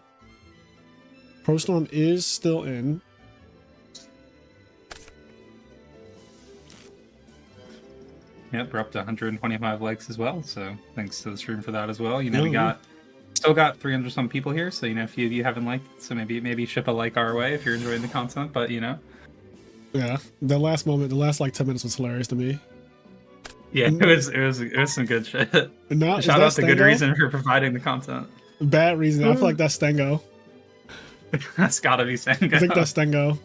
Because It's definitely Stango. Dom is still showing as Dominique Roberts, so I think that's Stango. Stango came in, what round is it? And he's a mod too, so it's even worse. Stango, what the hell, bro? Stango, you got a tournament to win. Dude, Stango, focus up. Clear comms. Focus up, Stango. It's either Stango or it's Kenny could also do that. I don't know who it is, but it could also be Kenny, because Kenny could Kenny. He also has access to the YouTube channel. Like he can log in and like basically give his personal account mod permission, which I would probably do anyway. So it's either Stango or Kenny. I don't know which one. And according to chat, they're the same person anyway. So. Yep, they are the same person. That's confirmed. Oh, it is Dom? I'm also Stango, so all of us are one. Yep. It's Dom. Oh, so I guess it still shows the name that you used to have. That's interesting. Order Wingstop and ready to see a sweaty Gemini deck. Yo, I've been spamming Wingstop lately, John, because if you guys remember, I did Hot Ones with Kenny. So we ordered the 10 sauces or whatever. That shit was like $150. But we ordered the 10 sauces, and after we did the hot ones, obviously there's still a bunch of hot sauce left. So I was like, well, I'm not letting $150 go to waste. So I've been ordering wings, like unseasoned, no sauce wings, just like, well, not unseasoned. Let me hold on. Unsauced wings, like non-sauced wings. Unseasoned is crazy. Yeah, I would never eat unseasoned chicken. That's just not a real. I'm black, for God's sakes. But I've been ordering wings that are plain, like no sauce or anything, and I've been spamming them with the hot one sauces, and they're amazing. I mean, it's probably better than the Wingstop sauces if we're gonna be keep it a buck, you know. Yeah, I mean the Wingstop sauces are kind of fire. No, they pun are. intended. They are. Yeah, like some of them, the first 5 are not. Yeah, this is an invite only tournament. The first 5 sauces are not even hot in my opinion. Where it gets bad, I think, is starting with sauce 8, the bomb. I mean, you can see in the video too. That's where me and Kenny both kind of had a visceral reaction. But the first 5 are like, they're basically, if you just like spicy things, the first 5 are completely fine. My favorite flavor is between number 1, the classic was really good, and number 4, the barbacoa is really, really good. Those are the 2 that I like the most. The classic, which is the very first sauce, and number 4, which is barbacoa. Those are insane. You guys are getting me hungry now. Yeah, honestly, I'm getting a little hungry listening to this too. I'm not even gonna cap. Yeah, my lunch was at 12, so it's been 4 hours since I ate lunch. And all I had for lunch was a fruit bowl. Like I had an acai bowl. Bro, I swear the amount of people that cannot pronounce or say acai wrong or whatever. Oh yeah, they call it acai bowl or whatever. Yeah, it's like I've heard a lot of different things. Me honestly. too. Yeah. Acai. Yeah, that's one that's Acai bowl. I definitely heard acai bowl. I was watching some TikTok video the other day, and some guy went into like a store that sells the bowls, and he just kept like saying it wrong over and over. And like the guy at the counter was like trying to tell him how to say it, and he was like intentionally saying it wrong, and it was just really funny. He just like kept saying different ways to say acai, basically. Yeah. So in order to get an invite to this tournament, you need to qualify through Format Library's Discord server. They have tournaments every month, I want to say at this point, and those tournaments can get you qualified for Worlds. That's how you get into this tournament. But this tournament is all the people who have done the best throughout the year. And Rage Peacock wanted me to ask what round it was. Shut up. No, we didn't. No, we did not. We did not. Stop the cap. Putting that on Stop the the Rage. cap. Okay, I thought that Masha was down and out, but she has a Miracle Fusion, which is the best top deck in the format. The Great Equalizer. Yeah, I mean, Zero, definitely the best guy on the board right now, and even if it gets removed, solos the opponent's board. If so. Zero gets removed, all of Simon's then cards are gone. Like all of his cards are gone. Yeah, exactly. Simon also stacked the card for Plague, I'm pretty sure, right? So they're drawing something perhaps not that great. Yeah. See. Oh, she does have Simon Thunder has a value in the grave though. So they're actually not in that like as bad of a spot as I thought. Yeah, they they were. can make Silverwind or whatever. Yeah. Right. Or Armmaster rather, I guess first. Yeah. Yeah, Armor Master can come out now and like it can't crash with Zero yet, but if the Treeborn dies with the Greffer or whatever, it can. Right. So yeah, you could potentially even up the field a little bit here.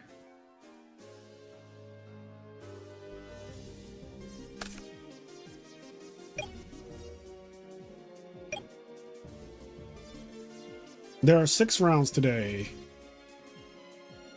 6 rounds.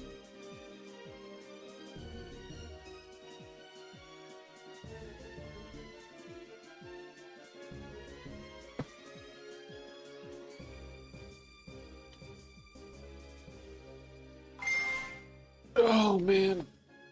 Stretchy. I need water. I need to get water after this round. I am definitely dehydrated. Yeah, I didn't even notice the outfit you had on when you were stretching just there. You're dressed to impress today. Oh yeah. Nice. I got. Listen, it's Worlds, bro. It's Worlds. I'm gonna have a suit on tomorrow too. You gotta show out. Yeah. Sometimes you gotta pop out and show. We're not gonna say who we're showing, but because we don't discriminate. It could be anyone. It could literally be anyone. But sometimes you gotta pop out and show. See, I'm very curious what the set card is for the Ice Queen, because like, what card would you set that doesn't interact with that like obvious line of play that also now bricks your Treeborn? Like, is this like, you know what I mean? Like, when they said it, I'm like, oh, maybe they have like a real backer, like a Mirror Force or something. But yeah, they didn't do anything, and now they've entered main 1, and Treeborn is still locked. So, I hope that she did not set like a bluff, basically, because that's like, yeah, that's what I was gonna say. It wouldn't make sense to set a bluff in that scenario because the line of play that they're gonna take is obvious, and they're gonna have to take it even if like it is a bluff. Like, yeah, like this is a bluff. Like, why would you? I don't know. That seems wrong to me, but no, another Miracle Fusion. Yeah, that was the set card. That's what I'm saying. I don't get why you would set that Miracle. Like, that doesn't seem super right to me because like now you missed out on bringing Treeborn this turn, but. I don't know. I guess like they just wanted to bluff, so sure. Yeah, well, usually when I have 0 in the field, I don't even feel the need to bluff, personally. Yeah, I think the only thing I can think of is that they were hoping that their opponent wouldn't go for the line of play you described, where they like make the Armor Master attack Greffer over the Treeborn attack. You know what I'm saying? But like, I feel like the opponent was like pretty much forced to go for that line of play. Like, they didn't really have a choice. So yeah, I agree. You know, like because they're just the alternative is just lose everything. Exactly. Like, you're not just gonna let 0 attack over Greffer next turn. Like, you have to go for it. So because it'll get to a point where 0 is 3,000 and you just can't even beat. You can't even beat the 0 once it's 3,000, and you don't have a second monster to attack with the Armor Master. Right. Damn, Raikou should be destroyed right now, right? Yeah, Raikou's dead. Yeah. Okay. Yeah, I was gonna say, okay, the Ice Queen definitely caught that. Armageddonite is really good though, off the top. Like, that was they're both sacking each other, to be honest. Like, the Miracle Fusions. And there's only one Miracle left. I feel like Ice Queen's kind of down a little bad right now. Well, she has triple Caius left though. That's true, but again, like, what is this backer? This backer has to be something that does something, because otherwise Treeborn is locked. So like, right. I hope they didn't bluff again. Like, that's, you know. I mean, like, this one could be Mirror Force, like, or something, you know. Yeah. If not, it's just game. Like, you're just dead. Yeah, that too. Okay, we got a thought. So it can't be a discard trap. It can't be. Do you guys still play Econ? Oh, it's Legacy. We do play Econ, yeah. Oh, I play Econ. I don't know about other people, but I think. Yeah, I was gonna say, I feel like Econ's OP. Gotta be playing Econ. I was afraid that she was literally about to drop the Gores. I was gonna say that's crazy. That'd be unhinged, yeah, or the Fader or something, you know. Yeah. Damn, drawing a draw trap in that situation was really, really bad. Yeah, the draw traps do have their downside. I mean, they are worse than Upstart in those kind of situations where you have to wait a turn and now you're just dead. So. What table is this? Shut up, Hydro. Hydro, why aren't you in this tournament, dog? Where is Hydro in this tournament? I don't know. Maybe he's shit talking. I don't think he was in this one. I don't think he was. I think the only team members I have in this tournament are Socha's Ruin is in this, and Pro Storm. I don't think Hydro or Rawnak were in this one. It is like holiday, you know, it's the month of holidays and stuff like that. People are doing, it's a Saturday as well. Christmas is what, 11 days? So yeah, I mean, it is a busy time of year, that's for sure. Yeah, it's the most wonderful time of the year. I actually love Christmas time, by the way. This is literally my second favorite time, and the first favorite is Thanksgiving week because it's my birthday and Thanksgiving. Oh, that's OD. There you go. Yep. So this doing the most that week. I love it. I love this week, and I love a month later because my birthday is November 25th, and then Christmas is obviously exactly 1 month later, November 25th to December 25th. So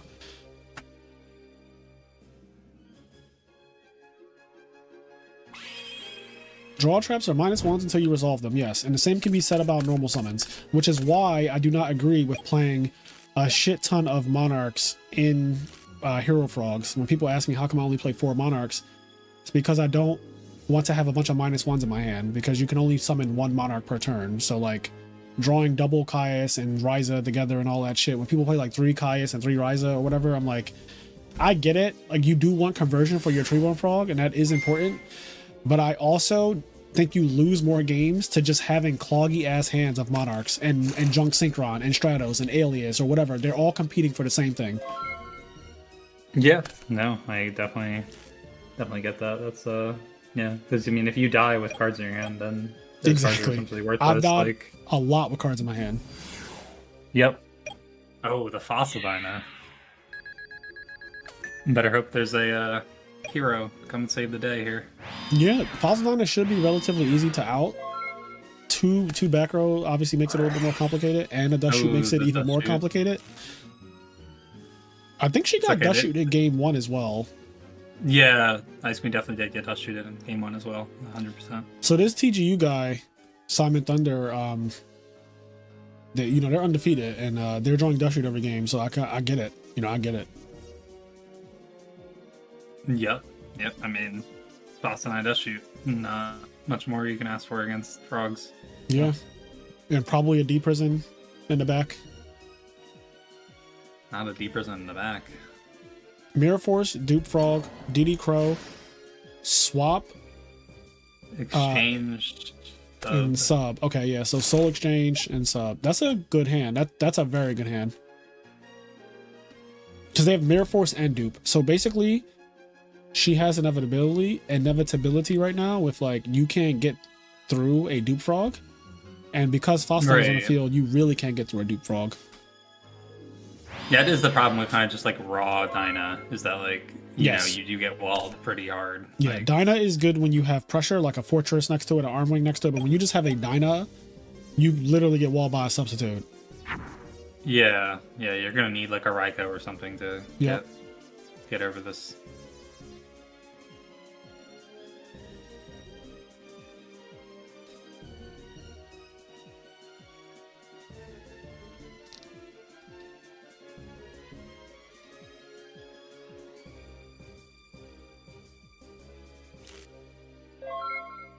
Thinking long and hard. Gotta take a think. Tink. I mean, this is. Listen, they're playing for $2,000 and a mat that honestly I don't even know what the mat's going to be valued at, but I imagine a lot because there's only 8 of them. Yeah, I gotta imagine that's gonna be decent value. I don't know exactly, but I wouldn't be surprised if it was kind Yeah, of. you can only get that wow. mat one way really, so I Yeah, imagine it's not it an has easy to be, way to get it. So Yeah.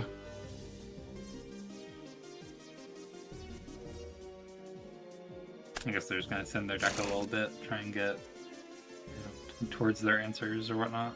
Yep, this is what I do. When I'm in this situation, this exact situation, you just like, I mean, thin your deck out. Why not? You can't use. You don't want to draw another. You already have a substitute. You don't want to draw another one. Right here, you just want to draw E-Call for Stratos. Which, Yeah, or like a Monarch because you have Soul Exchange or whatever. right. Yeah, Do you Stratos would be side- insane because Stratos gets you a tribute monster and it beats over Dyna. What were you gonna say? I was gonna ask if you, yeah, Stratos would be the best draw. You're definitely right about that. I was also gonna ask if you side Crow against Fight Turbo. I or do. not. Yeah, I saw Crow against Okay. his deck. Yeah, gotcha. I think it's really good because once you realize how Value Turbo plays, they have a hard time dealing with monsters that are big sometimes, and DD Crow stops the Plague Spreader zombie thing that they're going to do. Every single time they get in a bad spot, they go for Plague. And when you do that, when you Crow that shit, I think the game just ends on the spot. Yeah, no, that is by far the best thing in the Crow, 100%. I just find that sometimes if you draw the Crow after that point, it's a little awkward. But I Yeah. guess if they've resolved that play, then like maybe you're already down bad. So Yep. yeah.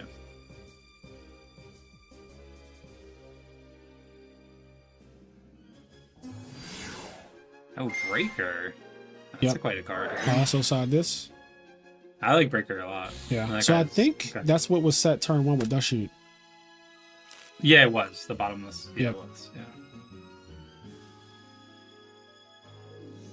First of all, turning your frogs to QCR is not an upgrade, so let's be clear about that. That is actually not an upgrade. I have ulti frogs, and ulti is a better rarity and a higher rarity than that bullshit QCR. So I'm gonna pass. Damn, not you hating on QCR. QCR is ass. We're gonna I keep kind of it. agree with you. Honestly. We're gonna keep it. Have you ever seen those really, things? They just look ridiculous. Yeah, they do look. They don't really look like real Yu-Gi-Oh cards. No, They're they're like stupid. stickers. Yeah, it's like somebody. It's like some counterfeit card. Like it's Yeah. like yeah. I'll keep my first Also- edition ultis. Also, kind of, are you supposed to keep in bottomless against frogs as value? That seems weird to me to even have bottomless there. But- Some people like it, some people don't. I think that I don't think it's like the worst thing, but oftentimes it is a card that just gets popped by Unifrog. Yeah, that's like what I'm concerned about. I guess you need answers to 0 to some extent, but Yeah. I don't know. Yeah. I get bottomless in games 2 and 3 all the time, so I don't put it past people, despite what I might think is true or correct, rather. Yeah, I just remember that was a card I always sided out against frogs, but Yeah. People definitely tend to, keep their bottomlesses in. I think against hero frogs though, I don't think bottomless is that bad. Also because like, if you're gonna play Dyna, you know that our outs are Stratos, Alias, and Ocean are like 3 of the outs. It could also be Junk Synchron, but let's just stick to like the heroes. They're all 1500. Right. Yeah, I guess I don't know how many Dynas Simon is playing. Maybe they're like really heavily on the plan of protecting a Dyna, right? So Yeah. I'm not sure. It could make. I mean, I'm sure it makes sense for them. Like, that's Yeah.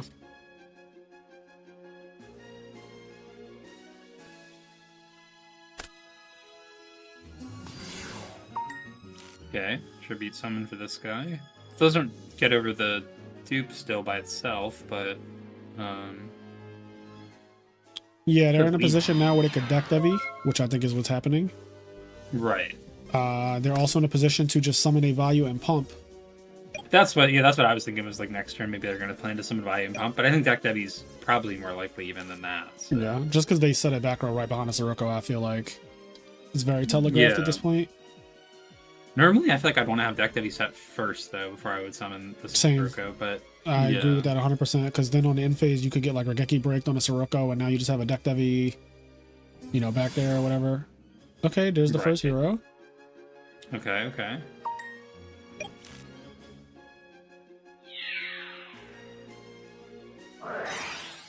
So they just set D Prison behind Sirocco, so it wasn't deck Devi. Maybe they have this deck Debbie set behind the Dyna, or they just don't have it. Maybe they're going for the value play, like you said, the Right. pump.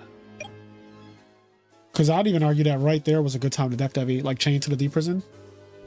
Yeah, no, it would have been, I think. Because you also know that Ice Queen has Mirror Force here. So, Yep. like, if you summon a value in attack mode and pump, that's like, you're going to get 2 for 1, essentially. Yep. If you attack.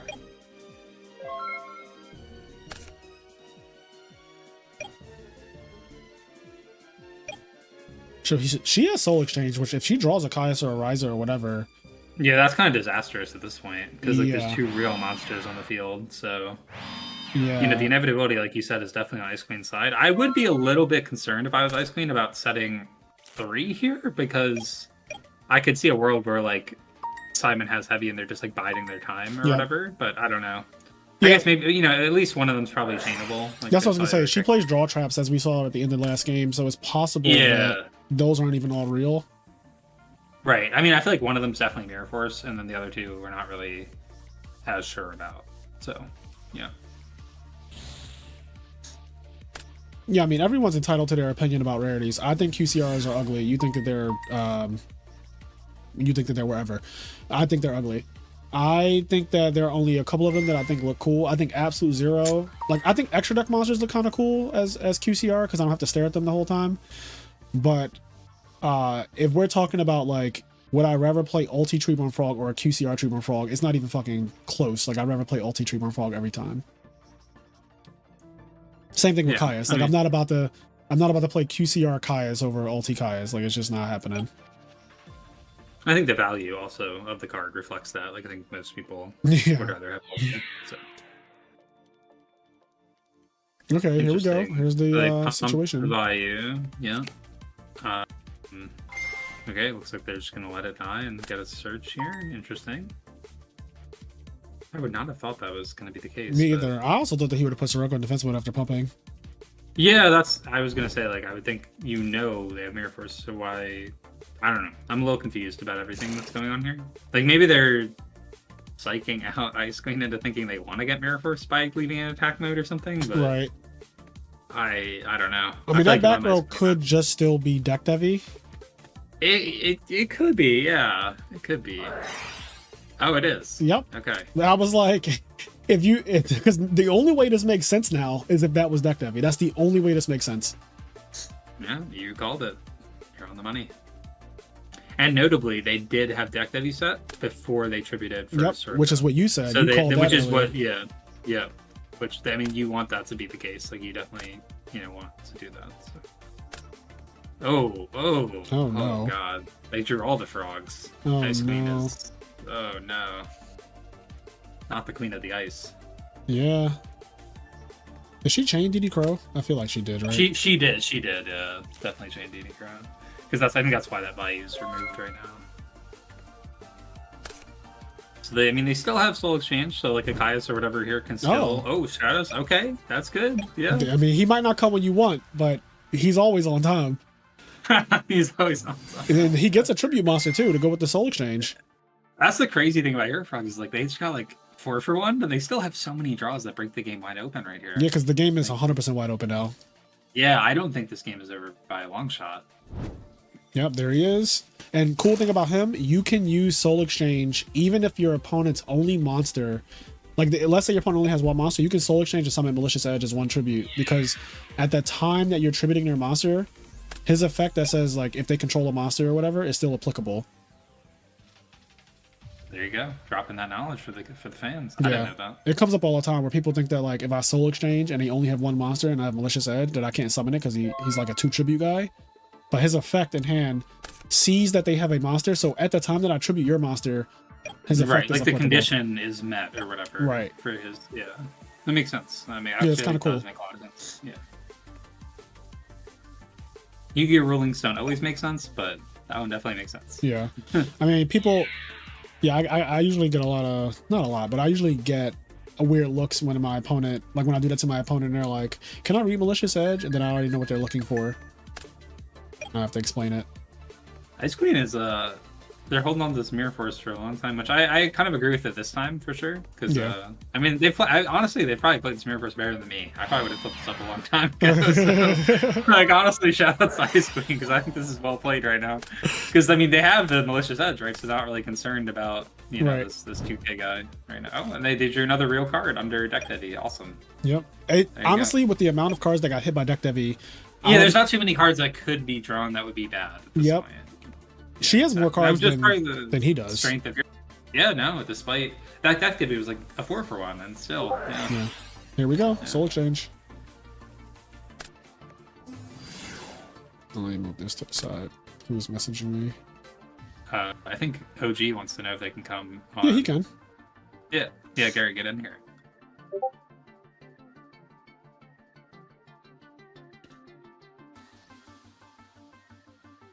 I got quite the greeting for him when he gets in here.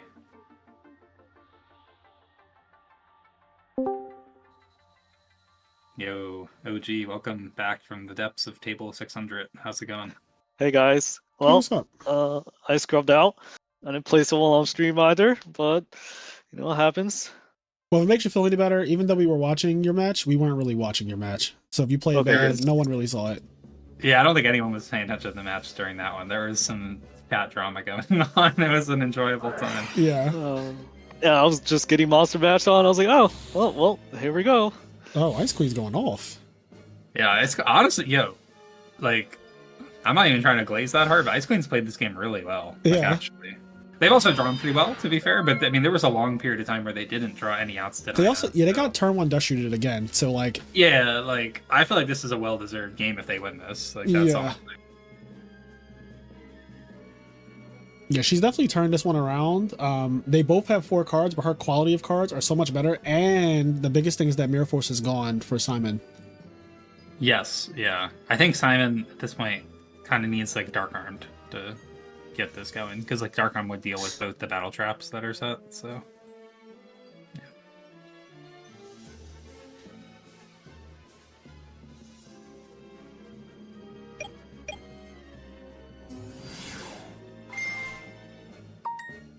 How are you liking the GK deck? I mean, I think it's good.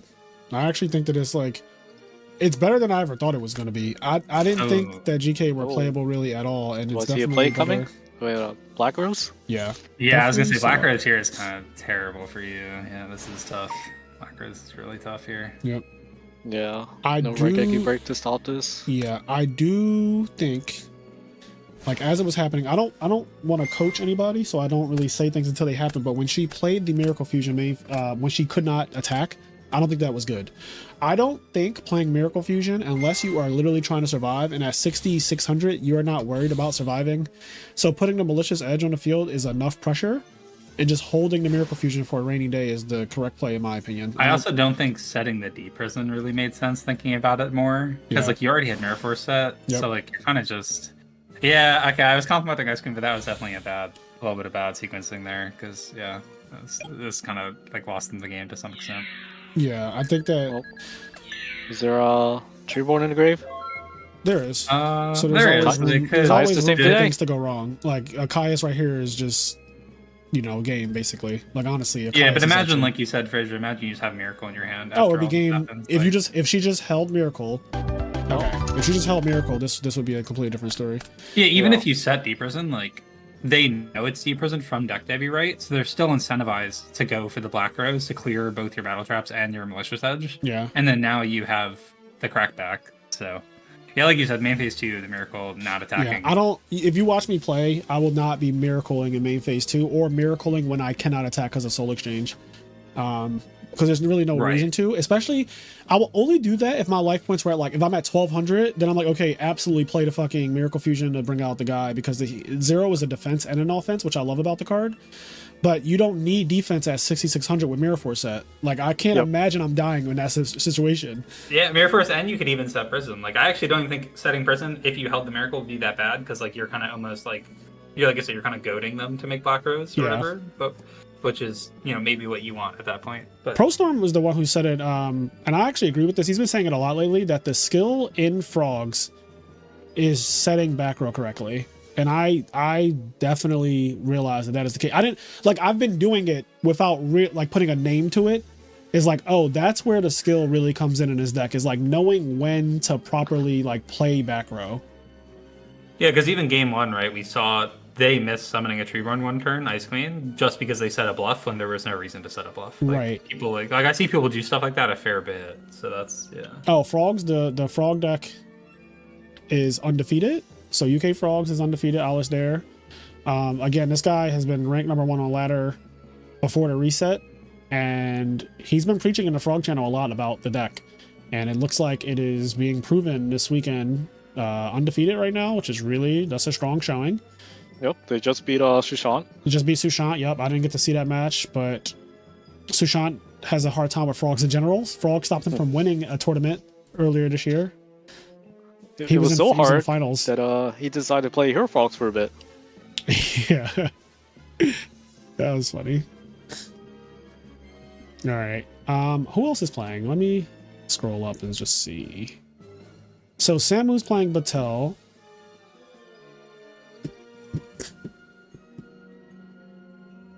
So there's not much. I have the hiccups now. I'm gonna go get a bottle of water so you guys, and I need to take a piss so you guys can yeah, we'll take everyone. Once- Just put a match on. yeah, I'm gonna quick or whatever. find something. I don't. Oh, they are playing. Okay, it's game 3, and both players' life points are high, and one of them's playing some kind of hero, so the game should take a while. So I'll be back. Actually, That's good. I'll fade this away. Here, are you familiar with these players? Like obviously, like Samu's playing Black Wings. It looks like. Do you know what Patel is playing? Or... I do not, but I've. Let me just verify what deck they're on. Just give me a moment to check. Yeah, sure. Take your time. Yeah, Samuel is 100% on Blackwings. They've been playing that deck for some amount of time now. It's a good deck. I'm a fan of it myself, as you may or may not know. Definitely a fan. You are a fan. Yeah. But you are a fan of They other went- things. That's true. I do enjoy the GBs as well. Yep. It looks like they summoned. I don't think they summoned that main phase too, so they just chose not to attack. I don't know. I don't know the context of the game right now, so fair enough. Yeah, we don't know if there was like a dispute involved. There's just some like. Yeah, like maybe they know that the battle trap is back there or something or whatever. You know, I don't know. We don't know, so we'll figure it out from here.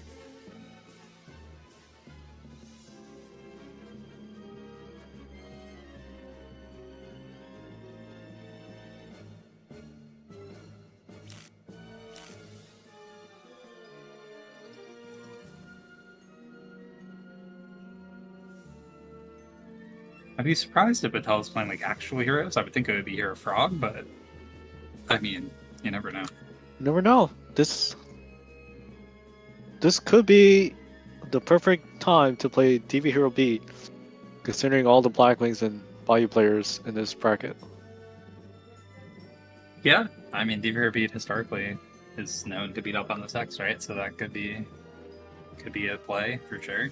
Although I'm sure Fraser Reader he'd be telling us how Devier Beat is worse than Morphtronics, and that you should never play it. But yeah, I mean, That is a thing apparently. that's what Fraser says sometimes. He definitely tells us that Devier Beat it's kind of bad. That's how I was thinking. Taking a nice long think here. Say not easy. I like their Blue Boy avatar. I'm a fan of Blue Boy. Not gonna lie. All right. I see Gilman in this replay. Oh, so it is I Devier see- Beat probably. Honest in this replay. I see Miracles. Okay. Yeah, it sounds like sounds Devier like- Beat to me. Yeah. All right, looks like Patel fought for a long time and just passed back. I checked both players' graveyards just now, like in game, and there was no dust shoot involved, so both players are just playing a little conservatively, it would seem.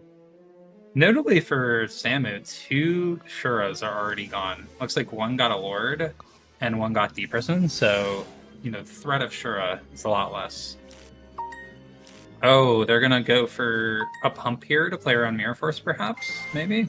Yep.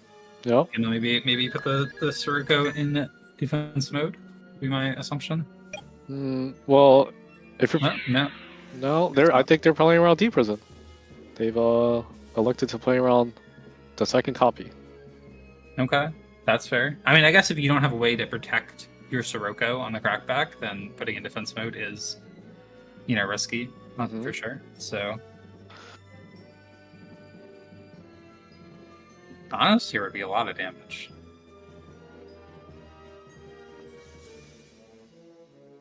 I don't even think it's just duality that makes it S tier deck. It's definitely Shining. Okay, they're gonna go for Spark. Yeah, Shining, I think, is a bigger part than anything for your Reveat that they're missing, for sure. I mean, duality is definitely helpful, right? But, yeah. No? I think Scores? Shining's- Or are they not attacking? Well, they put the attack.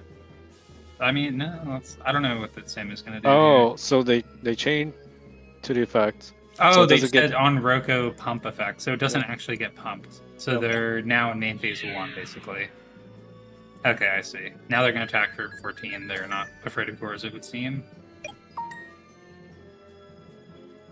Vital gives them thumbs up, implying there's no cores here.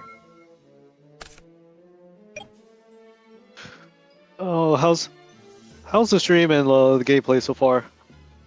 It's been entertaining, at least for me. I think everyone on the stream, been chatting, been having a good time. I think the gameplay has been fun to watch. We've seen some unique decks. I don't know if you saw Pro Storm's supervised Gigaplant deck he was running with, but yeah, been some interesting matches for sure. Hello. Mhm. Nope, Welcome back. Welcome back. So we have Batel on Diva Hero Beat here against Samu on Blackwing. Pretty even-ish game right now, I guess, in terms of life and cards. Batel's up like 1 card right now, but Yeah. not a big thing. Yeah, they tell you that Hero Beat beats Blackwings, but I don't believe it. I was telling the stream while you're away that if you were here, you would tell us that Morphtronics is better than Yep. Hero Beat. So. Yep. You weren't lying. No slander there. No, Spine Gilman beatdown. This is actually good enough. The Gilman getting in. We have another Clute in the waiting in the wings, as it were. No. Okay. Guess not. All right, 3 darks though. We got 3 darks is what we got. We do. Daddy might be home. It's definitely a possibility. What's up, Mac Vamp? I don't really know who you are, but what's up? Okay. It's your boy. And it's apparently it's my boy, Mac Vamp 6.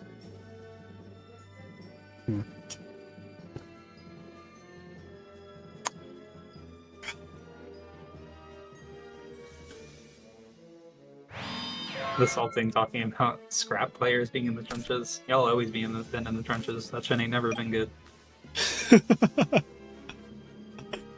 Oh no. I feel like Y'all Scraps. Y'all can stay in the trenches. Scraps is basically like it's a deck like Ice Barriers where the deck itself, the archetype was never good, but all of the extra cards have been played in other things.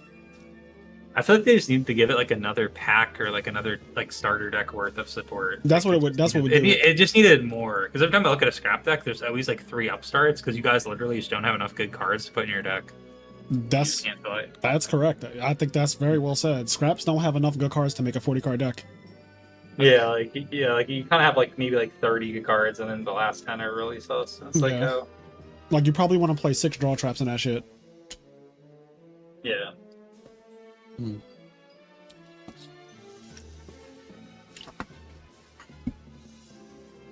What's up, Robbie?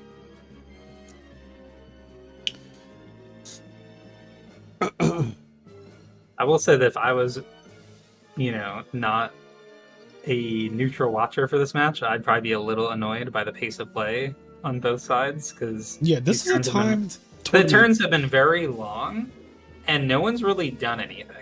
Like you didn't see it, but Vattel thought for like a minute and then just passed without doing anything. And I'm like, all right. And they're like, playing Hero Beat. Yeah, like it took them a minute to just literally hit end turn. I actually thought that Oh the my only benefit of ever playing Hero Beat, if you're going to risk your tournament on it, is that at least it's fast. Win or lose. Except for when your opponent sets a dupe frog. Then the game gets really long. Oh, Because God. then you're just looking at it like, oh, I gotta do the most hoops to get over this dupe frog right now.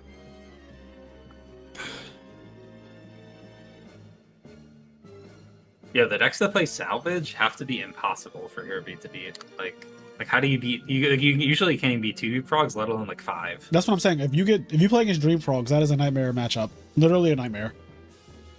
Yeah, Like Hero Beat will never beat Dream Frogs ever in life. It is the worst matchup possible for that deck. That might be the only 80-20 in the format. that shit is so bad. Like, I think, is there a card that can just like banish all of the fucking Dupe Frogs away, like forever? Because that's what you need.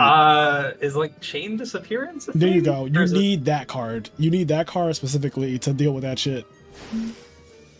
I think Oh. it does that, right? I don't remember exactly. It what does. If but- they summon one, you can get them all. Okay. All right. Well, we thought for 5 minutes, and now Dad is home. Nice. All right. Yo, I called Dad when the Kalute died. I literally said, Yeah, like you were on that shit like literally 5 minutes ago. and Like, it finally, after 5 minutes, it dropped. like I'm actually just annoyed at this point with how slow these guys are playing. Like I don't know. I don't know why they're playing so slow because this is a timed event, so like you do have to kind of speed up. Like I'm gonna check how much time is left. There's only 5 minutes left. There's 5 minutes Oh, left, and yeah, that's not good. they're the only ones playing. It's them and one other table. This is it.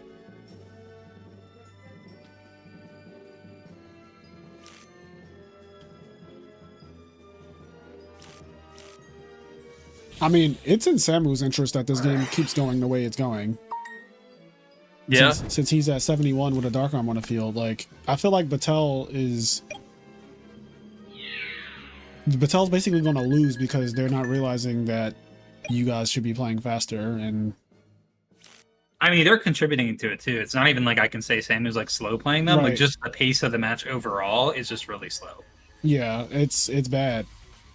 I was just saying who it favors. Like, it only favors the Yeah, person of with the course. higher life. Like, Yeah, if it was reversed, like if Batel had higher life, I'd be like, it favors him to have the game go this slow. But this is This is also kind of bad from a viewer standpoint too, I would say, because it's not really entertaining when it's this bad, like it's this slow. Yeah, 100%. 100%. And we got an honest. Okay, this is good. This is also good damage, if nothing Yeah, else. this is solid damage. Nope, you got a swing. Nope.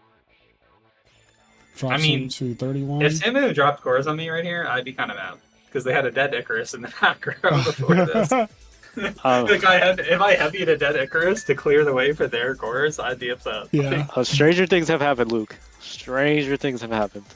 Well, that's the Cairo theory. It's like, well, if I got like the suppression of, I'm winning anyway. So you got to heavy me. So I then I'm think, gonna cores after. Gary, I know you were saying like stranger things have happened, and I think that that's true for us because we've played this format for so long. So we've seen everything. Like we've seen the heavy into the dead back row into the Gores thing happen because we played so much. Yep. I actually just saw it this tournament. Oh no! Literally this tournament. Not this tournament. Literally this tournament. I swear.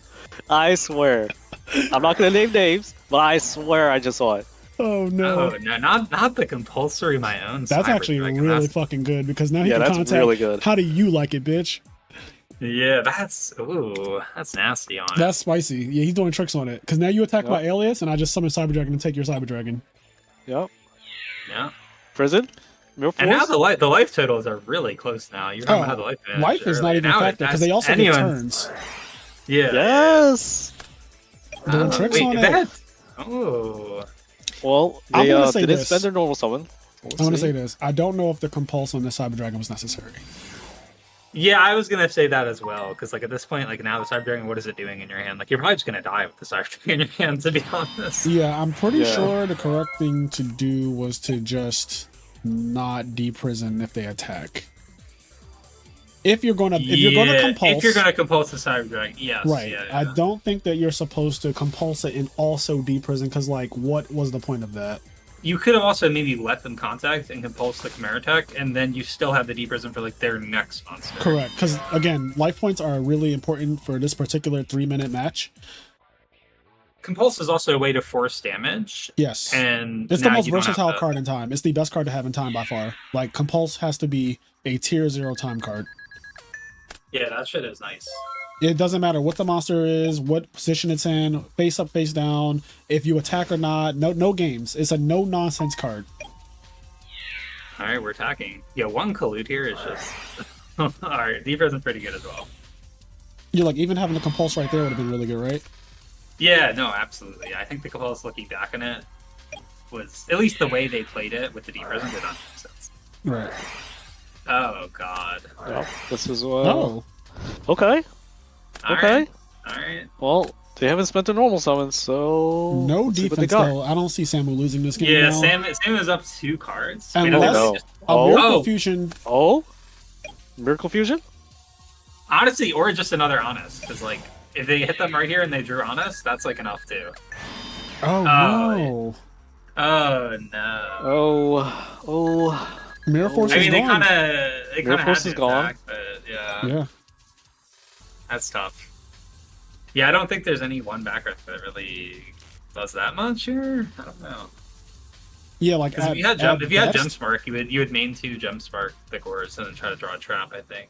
Right. But- Maybe you're waiting. I don't know. This is I think this is over. I think this one is. I think Samu clutched it I out. think Samu exposed Hero Beat as not even beating Black Wings. And It's also funny because he did not have Gores earlier, so he drew that Gores at some point in the last 2 turns. yeah, remember when we said the heavy, the dead backer thing? Like, he definitely drew into that card. He 100% just drew Gores, probably last turn, like, actually. Oh, Fisher.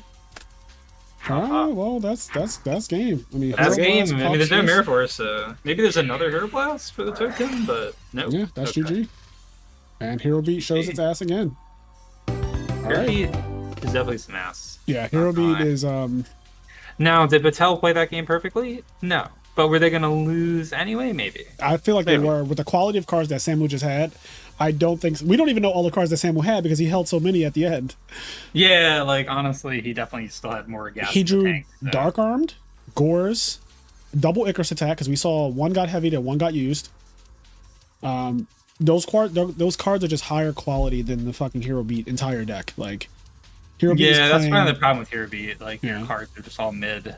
Yeah, the only cards that are good are Honest and Miracle Fusion, and obviously Stratos. But Stratos in that deck, I'd argue, isn't even that good because it's searching a vanilla monster that is like walled off by Duke Frog. So, Right. like, it's the Right. least impactful Stratos there is. It's also the worst Future Fusion deck in the format as well. Dragons being the best, and Hero Frogs and stuff like that being second. Diva Hero being second, I'd say as well. Like they're on. Yeah, the I'm same not tier. really even scared when that deck plays Future Fusion. Like it feels very beatable compared Yeah. to Dragons playing Future Fusion or whatever. So Yeah, he even got the reverse happened where he got walled off by Sirocco for a little bit. He's like, oh, I can't really attack. Enraged Peacock says they lost when they submitted their deck lists. Oh no. Oh no. All right, so this is round 6. This is the final round of day 1. Tomorrow is going to be round 7 and top 8. Also, after today's stream, the top deck lists are going to be posted. I am going to do, like, we're gonna see them. We're gonna look at some of these deck lists, and we're gonna do the giveaway for the Appaloosa mat, which I keep forgetting to get from downstairs. But the Appaloosa mat giveaway will happen as well, since we are well over 6,500 subscribers, which I believe, you guys can fact check me, I believe that makes the I Am Nerd channel the second biggest Edison channel officially now. So thank you guys really? for the That's support. amazing. Yeah, I think they were second, and I think, you know, obviously Keegan is number 1. He's been around the longest and putting out a lot of content. Like, Keegan's work ethic is crazy. But I think that this officially makes us number 2, which is really nice. So I guess we should watch the Undefeated's last round, right? I mean, we should watch Alistair. Yeah, surely watch Alistair and TGU, yeah. Yeah, has the frog deck been featured yet? It has, but like, fuck it. But I think everyone's trying to see more of it because it's not even like a common, you know, frog. Like No, it's he's not. preaching this new way to play frogs, kind of almost, and yeah. He's been trying to tell people for a long time, like, this is a better frog deck than, like Dream. Like, he doesn't like Dream Frogs or whatever, or like, he's, you know, like straight up Frog Monarch, stuff like that. All right, like if you don't want to put heroes in your frog deck, like this is the version. Yes. You should be playing.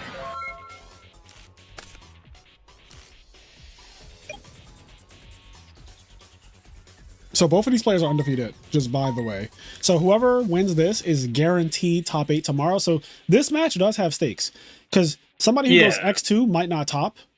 Like, it's a chance that if you're X2, you just do not get in because Yu-Gi-Oh! and tiebreakers and all that stuff. But whoever is XO is 6-0. Even if you lost round 7, you're just 6-1 and you're guaranteed. So this is for something. Did my music cut the fuck off? Oh no, it's just low right now.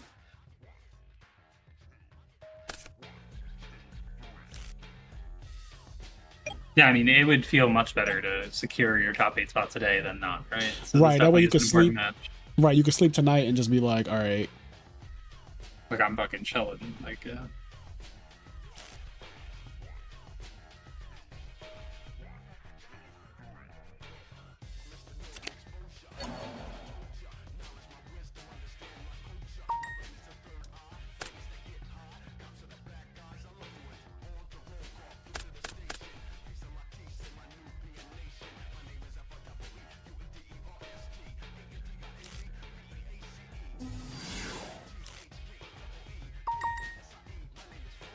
I have pizza coming and I need it.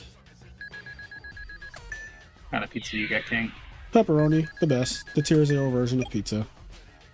I do fuck with pepperoni, I'm not going to lie. I usually like Supremes, like a little more than just pepperoni on it, you know what I'm saying? But Yeah, can't go wrong Supreme with is doing pepperoni, tricks though. on it. What is Supreme? It has like peppers and shit on it, because you know I don't. Yeah, it has like peppers on it, usually maybe like mushrooms or something, depending on like the place. But Okay. yeah, it's like pepperoni and a few other things. I personally cannot bite into a mushroom. Like, I have a texture really? thing Okay. where like that will literally It kill just me. like fucks with you. Yeah.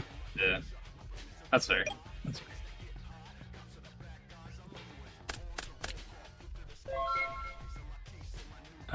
Retro Tanner, yep, the deck lists are going to be posted tonight, Jazz said, so it will be public. Yeah, we're gonna get some deck lists after this round, and we're gonna do a Appaloosa giveaway.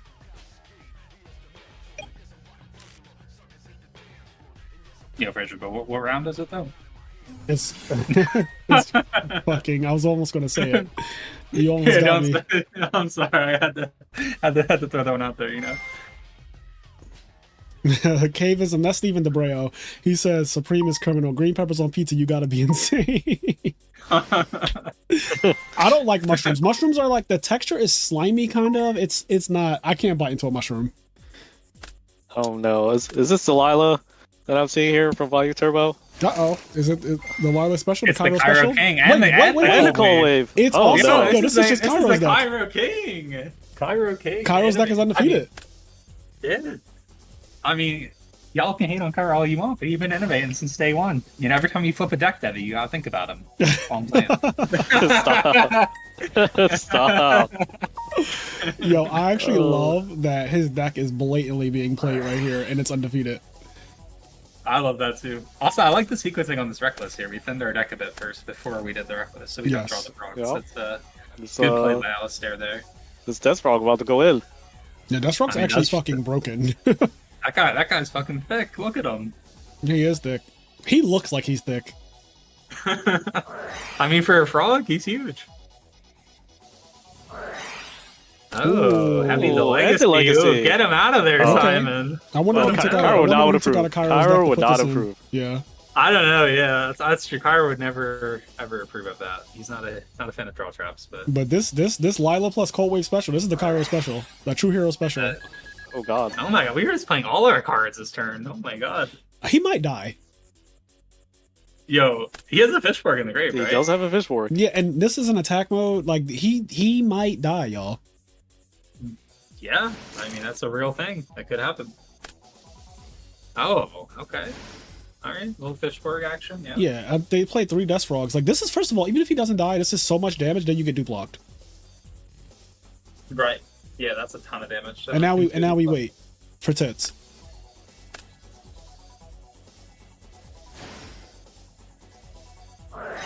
Oh god. Oh no. Bruh. Oh no. He's doing about to tricks do on it. so much.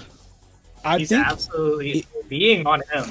If he doesn't have Goras, I'm 99% sure he's just dead. Cause 2 more Death Frogs. So wait, what's 19 times 3? 57? I'm asking questions I don't know the answer to. It's 57, right? 19 Yeah, times 57, yeah. So 57 plus 28 Plus 100. minus 200 though for Raiko having some attack power. Yeah. And then this becomes a swap frog, so That's 1,000 more, so we have... No, I guess that was already lethal. I guess it was already 26 plus 57 plus 100. So that's 58 plus 26, which is enough. That's 8,400. Yeah, that's yep, that's enough. he literally just did tricks on it. I mean, that's correct sequencing then, since that's enough, because you leave the substitute there. So even if they have cores, you can get the dupe block main phase too, if they do have cores. That was so broken. All right, I'll be back. I'm gonna go grab my pizza. Y'all hold it down for me. In like 10 seconds, it'll take me to grab this. We got you. We got you. Yeah, Mecha Vimp. It is 8,200 if you subtract the Raiko, but it's like I was calculating like the raw damage, like the 8,400 raw damage, and then you take away the 200, it's 82, which is obviously lethal. So.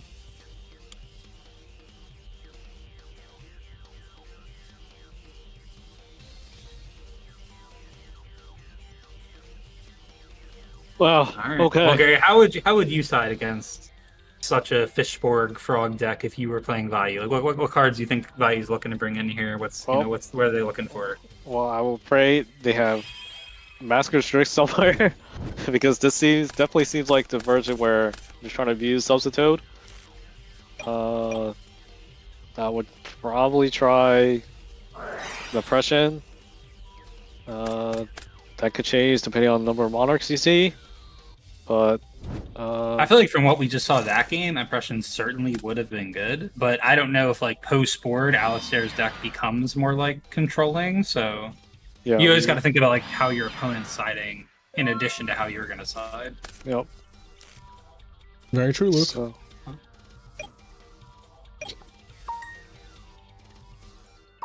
back already, Fraser? You got your pizza, or you just hear me from downstairs? I know I'm here. I'm here with my Okay, pizza. alright. I am going to stay hidden because I'm going to eat this pizza and I don't want to eat it on stream. I see. Okay, I didn't see your face. Your lovely, lovely, handsome face My, of yours. my lovely but- chocolate face. I am going to stay hidden. I think I'm also going to turn my microphone down so that way my crunching, because this pizza is thin crust, so it's kind of like it's more It's crispy crunchy than as it is. hell. Yeah, it's more crunchy and crispy than it is.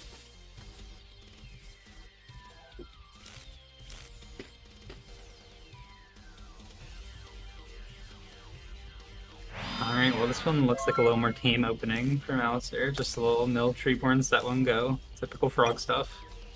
I assume this is chainable, since Raikou is not going to get much value if he flips it up. Do you even like flipping up Raikou in these situations, Gary, or does it just depend, I guess, on like what your hand's like? Flip Raikou here. Yeah, like if you, because like they charge for Raikou or whatever, right? Like let's Mhm. say their set monster's Raikou, like, and your opponent goes like mill Treeborn set one go. Like you're probably not going to want to Raikou that, right? Because you assume it's like a Regeki break or something chainable. I would assume, Right. but That would be a very good assumption. okay, it yeah, because could that's what be- It Simon does have hot did honey here. on it, by the way. I'm just reading the chat. I see that he said hot honey. Yeah, this pizza does have hot honey on it. Mike's hot honey to be exact. I haven't tried hot honey on pizza, honestly. I gotta get on that. It's crack. Oh, it's great. It's great. When you move back to Philly or whatever, Luke, next year, we're gonna show you Yeah. some good pizza. All right, sounds good. Not too much though, I'm trying to lose some weight, so we gotta keep it. Oh in no, control, no. You gotta treat it as a cheat day. You gotta. You come out. It's a vacation. but- Sure thing, Gary. This is every Value Turbo player's nightmare. Yeah, this draw pass game, it like probably doesn't favor you, right? That's I would imagine. No, it's not. You're not advancing your game state. They're advancing their game state. They mill one card. They draw one card every turn. Fair enough. Yeah. Looks like we're Okay. getting a little bit of pressure here with the Greffer, so that's probably in their best interest. Yo, imagine this whole time this backer's just been like torrential. And like they could have Oh. Raikou the torrential, but now they're gonna get like torrential for like 4 cards. Like Oh, it would be the Nah, strongest torrential I've ever seen.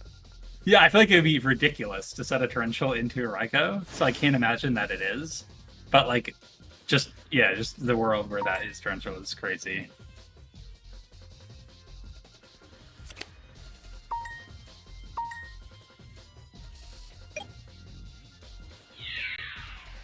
Alright, yeah, this is a lot of damage. I mean, Well, I mean, it depends on if they swing with 23. I was gonna say they might get Regeki Break Gourds or something now, right? So That is a possibility. okay, yeah, they're gonna deal with the Raikou. So it was a Regeki Break, so not flipping this Raikou was good play by Simon, that is. Yeah, it was good play, but now you're getting. You got no value out of the Raikou, and you're getting Gorsed. Right.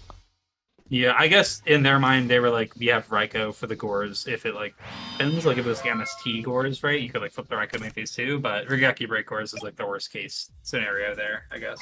Yeah. Yeah. Well, yeah, one could even argue to may have So like not attack to 23. to not attack with 23. Yeah, that is something to consider. I mean, we don't know Simon's backer. Like maybe they just have Mirror Force and they don't really care, right? But who knows? Right. Yeah, they may have an answer for Gores, they may have an answer for the following Substitute, or we'll see.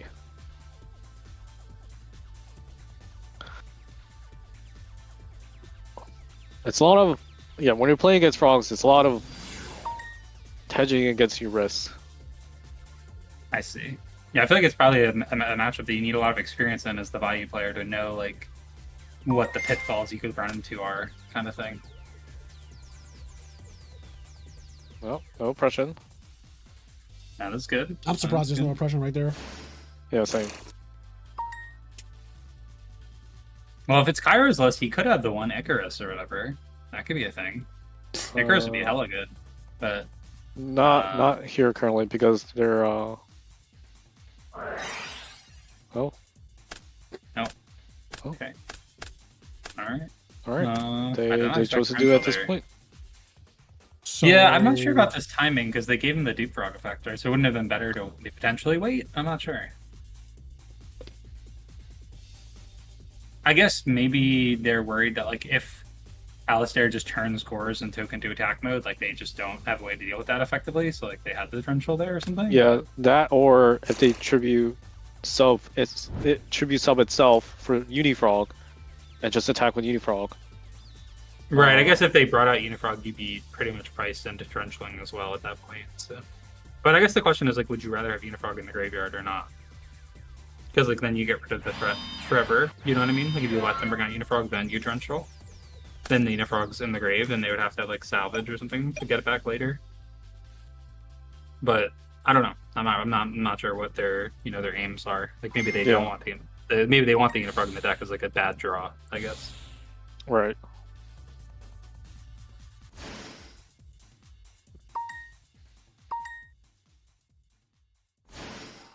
Oh, Oh, okay. Oh. Well, this is a really good way to crack back. Oh, wow. That's Okay. All right, there you All go. I guess the TT set up for the Dark Arm there, so that was probably their thinking. Was like, they knew they had that line to play next turn. So that was good. that was, they cooked them. That also, if they had the Dark Arm when they did the 23 attack area, it makes a little more sense to be more aggressive like that, right? Because you want to put them lower, so Right. the Dark Arm can like kill them. Right.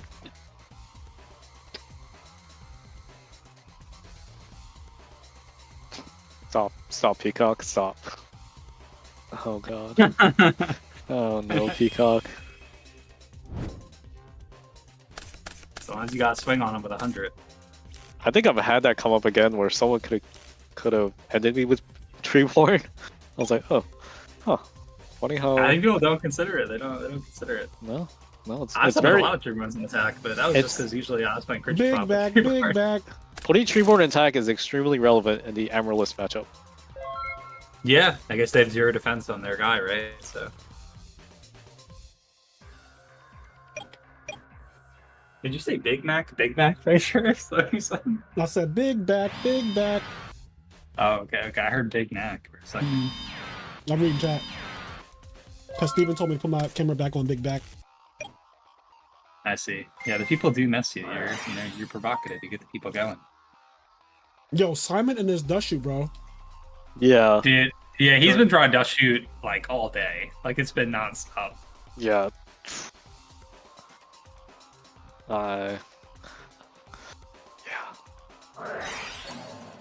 Okay. Well, Okay, that doesn't feel good. I am curious. I'm curious why I guess they're playing around like Mind Crush. I guess if they know they're always gonna MST the back row, it's like fine. Yeah. Yeah, if they played on Mind Crush, right? Yeah, I mean that must be what they're. I mean that's like I don't think anyone plays Mind Crush like that, but like you might as well play around it. So that's probably just right. It's a There's another reason too. So you actually play around draw traps as well, because you have to make a. Well, no, because they chain it. Never mind. Okay. All right. No, we were listening. There's Okay, a, very. there's a Never mind. situation. There's a situation where you can like make them dust shoot basically without having full information, but not in that specific scenario. Right. I think I know what you're like. If dust shoot was higher on the chain link than the draw Correct. trap, Correct. like then that would. I see what you're getting at. Yeah. Yeah, I've seen that play happen before, where like basically you're forced to make a dust shoot decision without knowing everything yet. Right.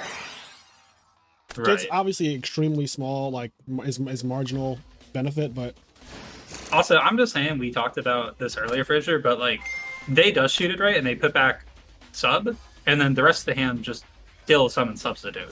So Right.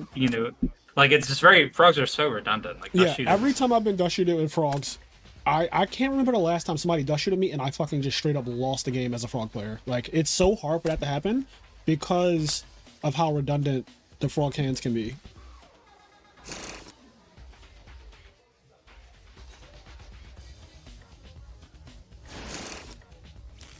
I mean, they have Pot of Avarice and Salvage here, so they're going hard in the paint this turn. Whew. All right. No, it looks like prison.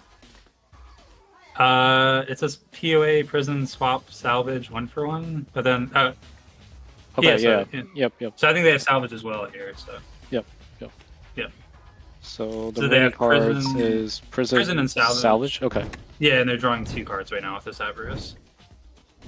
God, this deck is really good at using Pot of Avarice. The deck that Alistair is playing. Yes. Like this is literally turn 1, and they just easily got Avarice online. So yeah. Well, it's their second turn. They went first this game. This They is went yeah, Yeah, right. they You're went right. first. They went send Treeborn pass. This is now the turn where they brought back Treeborn. So Yeah, you're definitely right. Yeah, that's true. Oh, this is interesting. I guess they could play through a Raikou. Yeah, can they have a normal yet? Yeah, they played 1-for-1, right? And they brought back Treeborn, so I think they could salvage and summon the guy. oh, they and also then do have flop. salvage. Their hand is salvage. Damn, that's broken. Yeah, they're about to just. Yeah, go- they have salvage, deprison, and then 2 cards they drew off of Avarice, so we don't have their 2 cards. That seems like but, a I really mean- good setup. Yeah, it seems insane. I mean, look at Simon's hand; they have 3 cards. Like they're already down cards before salvage even comes through. So Yeah, at the very least, they did mill a piece. they did. That's true. But they also milled the other oppression, so now you know oppression is like Out the no game. longer a Oh, that's factor. interesting. Interesting. He did not. Yeah, he normal didn't summon. salvage. Yeah, I wonder about that. I don't really know. Yeah, I definitely would have salvaged for like a Treeborn and a sub.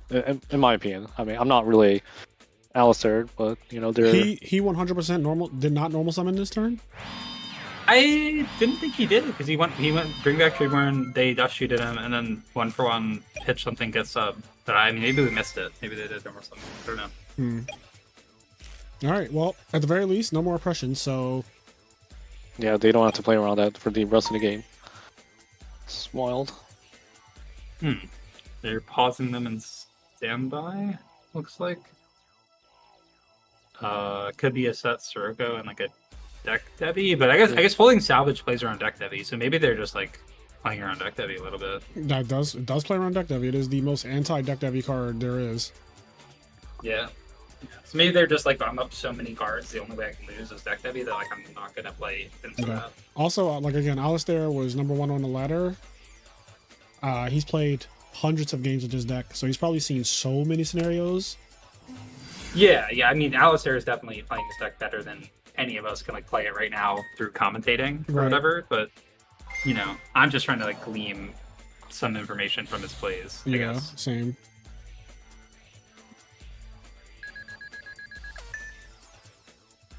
All right. Well, this is looking tough for It is.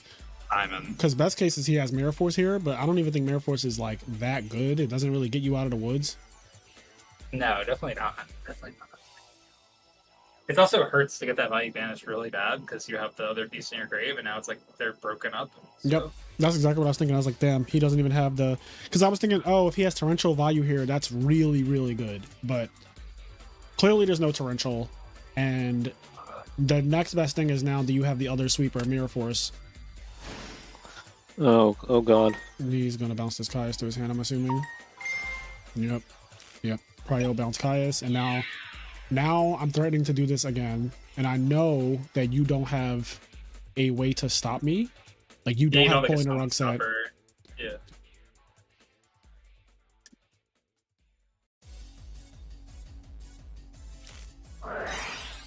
I'm trying to think. Okay, so here's what can go wrong because I see it now. Well, kind of. Never mind. Now that he's setting a back row, I was gonna say now a Fossil Dyna beats over a swap, and then like all of a sudden the game can get flipped on its head. But There's the back row. there's a back row now, and that kind of just changes everything. Right. Is this the known prison? Has it been used yet? I don't think he's used the person that we know about No, yet, so I this think it is- probably this is- it very, very likely could be. Yeah. But I don't even know if you.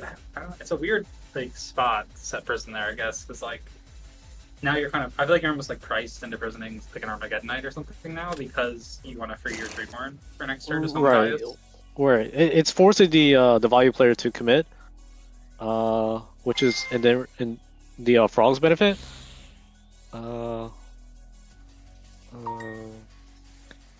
Okay.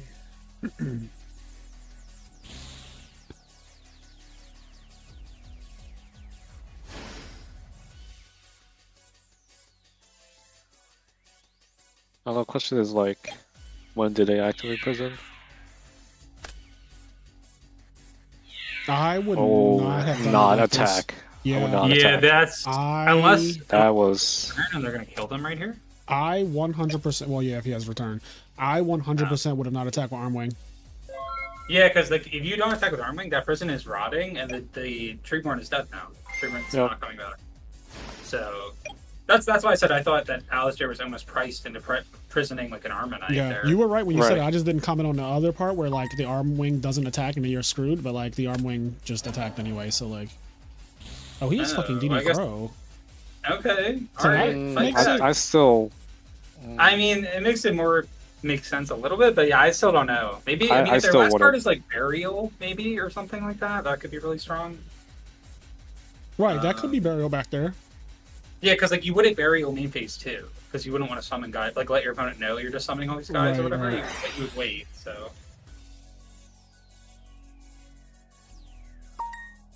All right, there's that salvage he's been holding on to.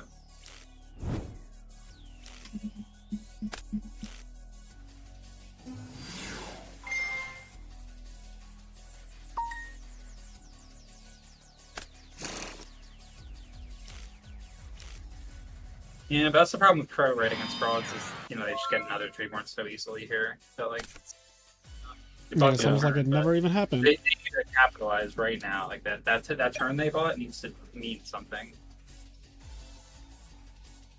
Yeah, it needs to be like. I don't know. MSC return I see somehow. kinda this point, like, yeah, I don't know. Against frogs, you cannot activate Deck Devi if they enter main phase 1 before the frog player can take an action. So if you let me enter main phase 1, I contribute my Treeborn for Kai's before you can Deck Devi me. Like, your goal is you're trying to make it where you get my Treeborn as well, and I can't bring it back because I'm not in standby phase, but that's not possible. If you let me enter main phase 1, I can make my first action Caius, and you can't do shit about it. Like, your Deck Devi's just rotting. So you really have to choose when you want to Deck Devi there. Yeah, because like the frog player is like turn player priority. Yeah. Every time you enter a phase, the turn player can take an action before the opponent.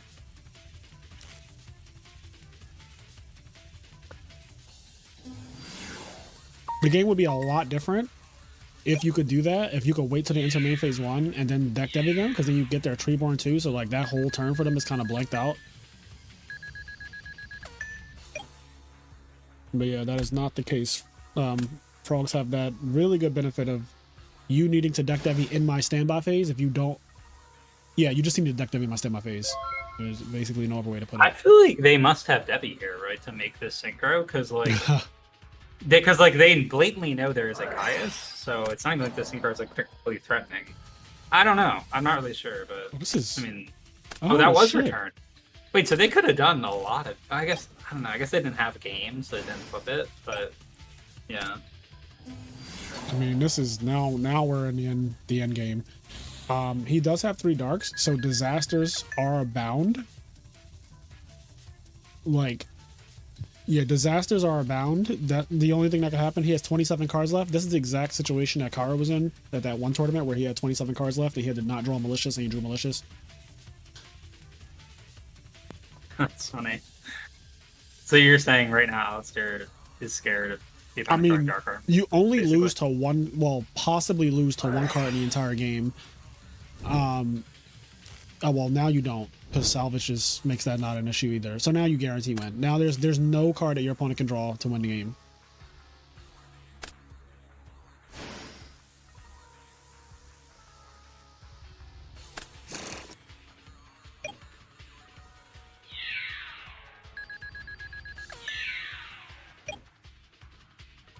Yeah, I mean, I think going back to it, like if they wanted to have a chance to win, Simon really needed to not attack into that prison with the arm Yep. ring. Oh, he even But- has the deep frog. Because I was gonna say Oh. a fossil diner would have been scary off the top, but now fossil diner doesn't do shit. Right. Yeah. Alistair kind of covering all his bases. playing He really literally well here. made sure that there's not a single way. And Oh. there it is. Oh! Alistair playing that's out game. of his board. He really Out of drew his it. board. He really drew it. And he accounted for it too. He was like, there's a chance that you fucking draw Fossil Dyna, so I'm gonna put this dupe frog out here. That way now I can guarantee still just tribute over, and if he drew a water monster, he kills him, because it's Caius over this guy's special summon swap frog game. Yep. Yep.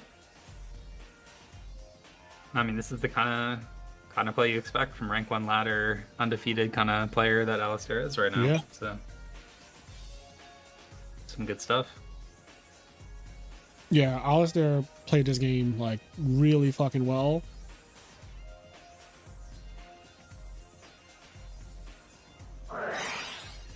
Oh. Oh. Okay, we don't even need the Caius.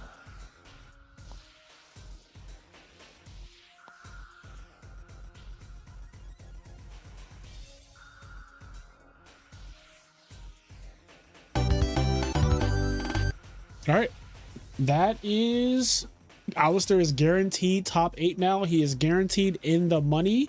Frogs are undefeated in the tournament so far. Who would have guessed? Not me. So now let's see who else is playing, because there are some televisual loss this round as well. Oh no. That definitely hurts his chances. But still in 7th place right now. So if he wins tomorrow, he could sneak in top 8 regardless. AJT versus ProStorm. Okay, well, I mean, what do you think I came for? The stories.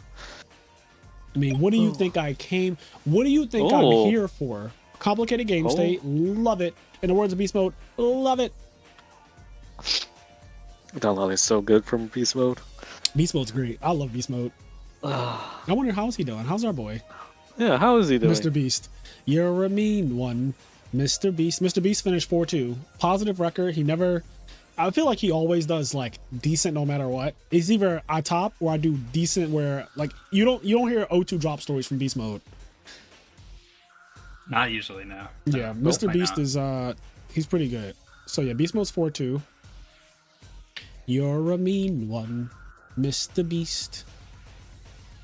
So Torrential's gone. AJT playing Pride and True Black Wings. Yep. And AJT's down a game because ProStorm won game 1, it looks like. So, oh, Consecrated. They also have Consecrated. I feel like if your deck can afford to play Consecrated, it's usually a Correct. nice one. Yeah. I mean, even Frogs can play Consecrated because of 1-for-1. True. You can get fully deck devied and then be like, all right, well, I'm going to pitch this like dead Titus. Collude in hand. Possibly. You're a mean one, Mr. Beast. Oh. Okay. Okay. Hold on. You better show me something, AJT. Oh. Now you better show me something. You heard me. You better show me something. Like, somebody's got to pop out and show. We just don't know who yet. Oh, I'm an idiot. They're right. ProStorm lost game 1. I'm reading this wrong. Oh, okay. I see. Yeah, they definitely did. Yeah. The 1 is on AJ's side. Yep, you're right. AJT opened Solemn Black Whirlwind Shura going first game 1. Oh. Oh, Marcello Barbary. How are you doing, friend?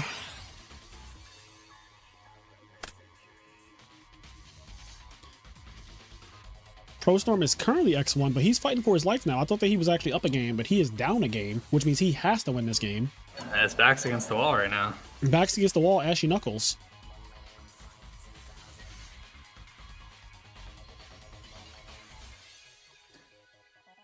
So, I mean, Titania was fully on the field, right? Like, what are we doing?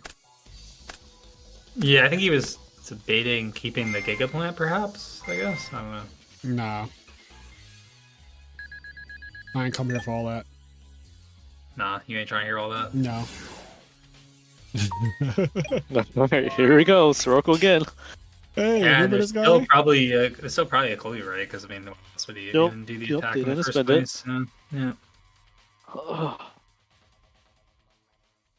Yeah. Not at Marcus LOL. The chat is unhinged. I love it. 317 people watching. Can we get some likes? We need to get the 150. We're at 137 if I'm to be believed. Can we get the 150 likes, guys? We're also doing, after this, we're doing deckless and we're doing a giveaway. Is Leo Baca in top cut? Sir, we are not even in top 8 yet. This is round Yeah, 6, and there's a round 7 tomorrow, and then there's top 8. So come back tomorrow, and I'll get you an answer. I think Leo Baca is... Okay, Leo is currently 3-2. He needs to win this round, but if I'm looking at where he's at right now, is not looking too good, but we'll see. Oh, well. The Spora. Damn. Okay. And just like that, it all Interesting. crumbles. And win it all. I don't know. I'm a about little, that yeah, I don't know either. Yeah, I was Oh, gonna say they wanted last- to play around titanium targeting. Yeah, you can't So like, pump. if you, yeah, you can't really pump. Your targets. Yeah. Well, you could just trade your guy for titanium straight up and keep the loot, right? If you thought that was better, which I don't know if it's better, but Yeah. I guess he said that it wasn't because he blatantly chose to do the other thing. So he's telling us, I think this is better, and he knows all his cards. So I assume that there's a reason why he wants to field presence right now. I mean, if this is Icarus attack in phase, that's like insane, right? yeah, for sure. Out of curiosity, was there a reason that we weren't doing the 7th round today? Out of curiosity, is there a reason that Konami doesn't do all the Swiss rounds in one day? Who knows? Who knows? I'm not a rocket scientist, but all I'm gonna say is if you ever played in any Yu-Gi-Oh event ever, Konami also just, for some reason, they don't do all the Swiss rounds in one day. They always make people come back for 1 or 2 rounds the next day, every single time.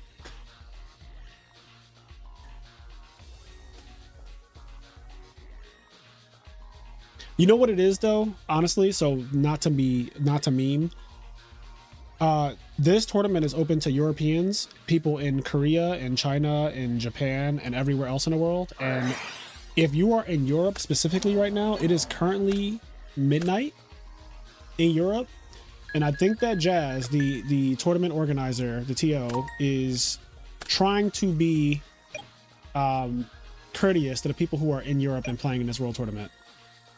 Also, y'all aren't Konami though. Get your fucking ass out of my chat. Fuck off. Damn, Daniel. You just got kicked from the chat. Damn, Daniel, back at it again, getting kicked out the chat. Look at that. You see how easy that was? If they did all the Swiss in one day, wouldn't tournaments end at midnight? Our True Hero is my favorite Korean. He's my favorite Korean too. As he's an American and he's Korean. He has dual citizenship. Oh. Oh. Oh. Damn. Damn. Well. AJT 2-0 Creams. Game 1. Whirlwind. Shura. Solemn. Game 2. Oppression. Pack your shit up.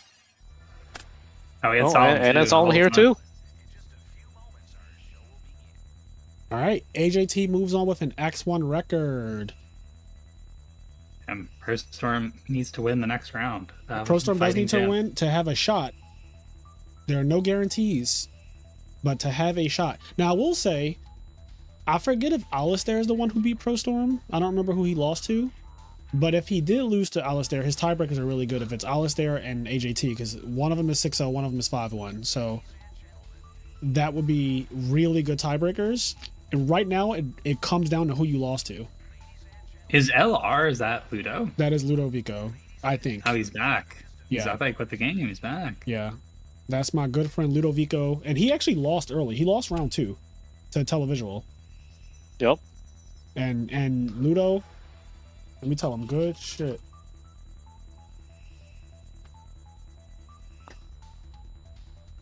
On the tried and true Black Wings. Yep. I mean, it's his real deck. It's his most serious deck, even though I think he's also really good with Hero Frogs, but he thinks Black Wings is better. And I don't think it matters. I was going to say... I think a lot of the Europeans feel that Black Wings is the best deck. Yeah, you're right. Europeans definitely love Black Wings. That is a fact. I mean, Oh it's my had God. more success over in Europe as well. Oh, wow. Oh my Daddy. God. But Oh wait, God. we came in at the right We just time. came into the top deck daddy. Yo, We had no cards. Oh no. this is Is this- crazy. Yo, he This had no is cards. crazy. Oh my He God. had, his opponent's at 1,000. His opponent might just be dead. Oh my. Oh Yo, my god, they're this just is going for Yo, it all. crazy. yo, that's his Gores. He can pop the back row too. That's his Gores. Oh my god. Wait, why did he not pop the back row? He just decided to pop the Gores instead. Brain control? Well, no, I'm saying that was his Gores though. That was his own Gores. Like he could have banished the Gores main phase 2 still and popped the back row. That's true. Yeah. So wait, I you're think telling me that that the was- Goyo, you're telling me that the Goyo should not have taken the Gores, is what you're telling me. You're telling me if he didn't take Gores, he would have won. Right? He would have had 4 darks, right? That's true. Yeah, I think you're right actually. Does Yeah. my math check out? Please let me know, guys. Yeah, Someone no, say you're something. right. You're not wrong. If you see something, say something. Oh, and now see that MST didn't get popped. That was a Oh, misplay. brain? Look at that. Oh, Yo, No this brain, game no is brain. crazy. We just came in this here. is so tense. This is entirely too tense. You can't pop with Dark Arm. So Dark Arm is for all intents and purposes a 2800 vanilla. If he didn't take the Yeah. Gores, he would have won. The He tournament also is started giving at his opponent so much credit for the battle trap. Like Yeah. attacking over this Kaiku is literally game. So like if that other backer next to call is not a battle trap, like he could have just won this like last turn. True. At what time did the tournament start in the US? The tournament started at noon, 12 p.m. Well, it depends on where in the US you're talking about. If where I'm at, it started at 12 p.m. noon because I'm on the East Coast. If you're in California, for example, on the West Coast, then it started at 9 a.m. for them. That's kind of wild. 9 a.m. start. Yeah. And then for the Europeans, it started at like 6 p.m. Is he on Teledad? It looks like Teledad. This is Teledad, yeah. Oh, this is the guy. Didn't he win a tournament with Teledad? Like he actually won with Teledad. Yeah, This is Yeah, him. I that's think- him. I think Yeah. it's him. This guy won a tournament with Teledad right after YCS Niagara. When Teledad got second, this guy played Teledad at Peak of the Beak and won.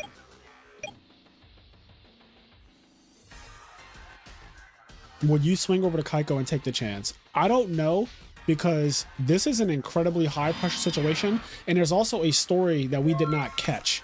So like it's hard to say when I come into a game and it's out of context like this.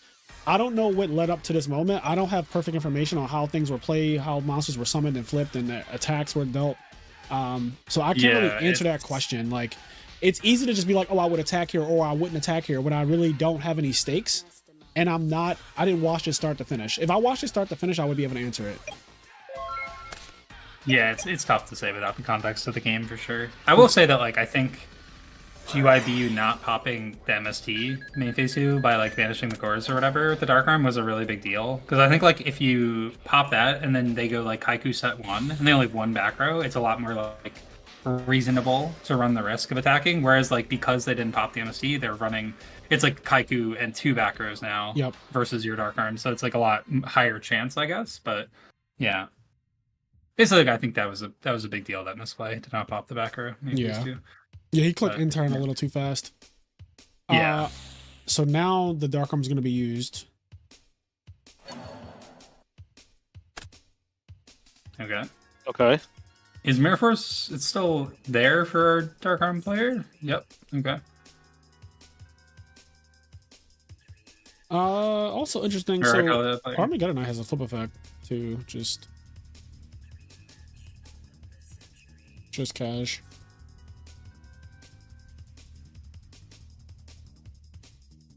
Fraser, the opposite of the average YouTube commentator. What do you mean by that, Rage?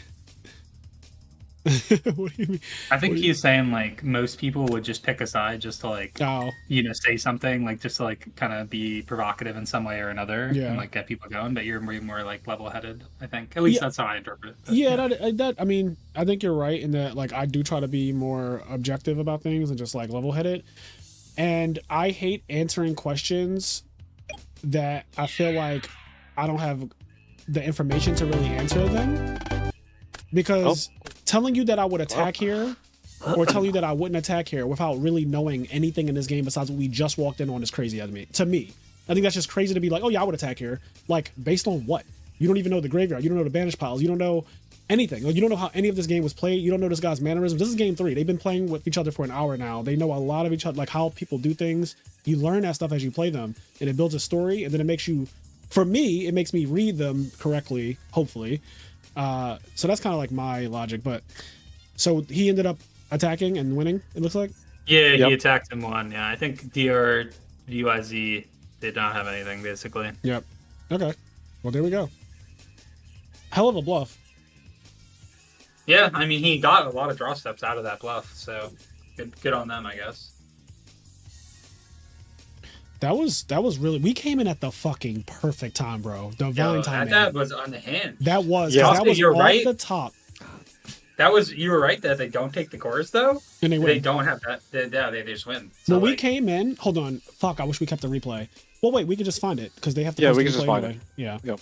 I was gonna say when we came in, there was like a Goyo. I think it was a colossal, and it was a Goyo, Colossal, and the defense move cores. right. right. So the question is like, do you need to really take right there? Yeah, like if you have Goyo, Colossal, and they're at really low life, like does the cores really matter for you killing them? Like Right. you'd probably rather them just have 4 darks. Like Yeah, because like you also have to ask yourself, well, what's the only way I'll lose? And then you look at their graveyard before you take the Gores, and you say, oh, if he draws Dark Arm here, I lose. So you just don't take it. And that is something I'm not saying with hindsight bias or with like out of context. That's actually just how I genuinely play, because it looks like the guy on the bottom, I don't know how to say his name, but he was in a really good spot. If your opponent has 0 cards and you have Goyo, Colossal, and a back row, which is MST or whatever, like I feel like I'm in an insane spot right there. Yeah. So their Discord name is DRAYZ. So I'm just Draze. personally gonna call them Drazy. Drazy. Draze. Drazy. Okay, it is Drazy, isn't it? But yeah, that's one of those scenarios where like you kind of like they're really down bad. They're like top decking. Got it. The replay's here. They're not really thinking about like what you could possibly lose to, and like most people would just All right. Goyo effect take. Yep. And Because that's the auto response. I want to say that is this. that is the auto response. This guy's name is Dan Top Deck Team. That's his name. So he should have been playing against the Top Deck team. Like this guy told you what he was going to do to you when he sat down.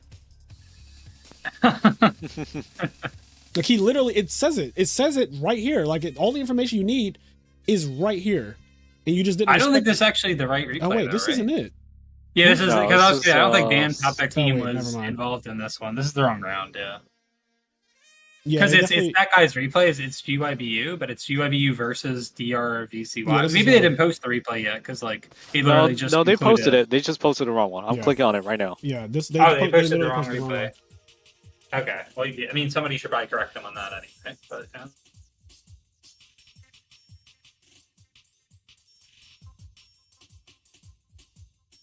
Vegeta says they would have taken the Gores likely on autopilot. Yeah, I mean, a lot of people, it's easy to autopilot. Yeah, I Easy think to- like 99% of players would just take the Gores because that's why they summon Goyo. They're like, I didn't summon Goyo to not take it. I already had a Colossal Fighter. If I just wanted to beat the Gores, I would have done that already. So, I think that is really what happened.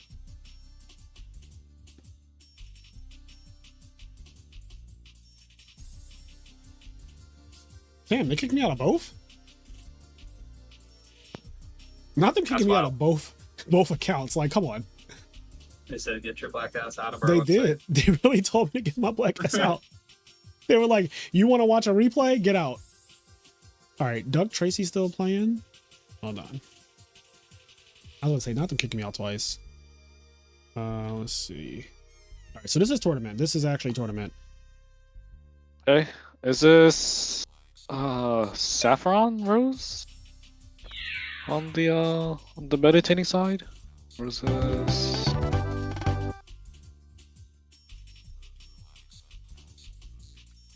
Yep, it's Saffron and Rose. Yep. Okay. Yeah, I don't know who that is, but...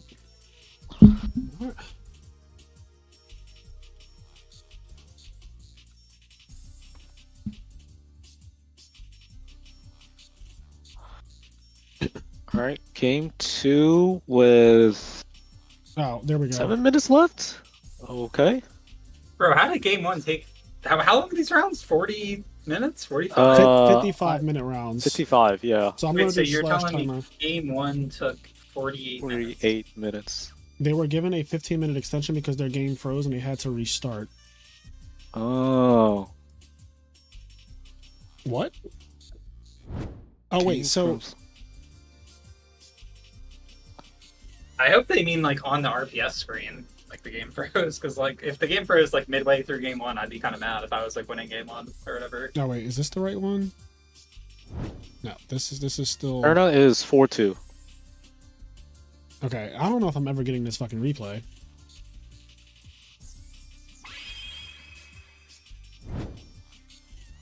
Is Frog OTK topping?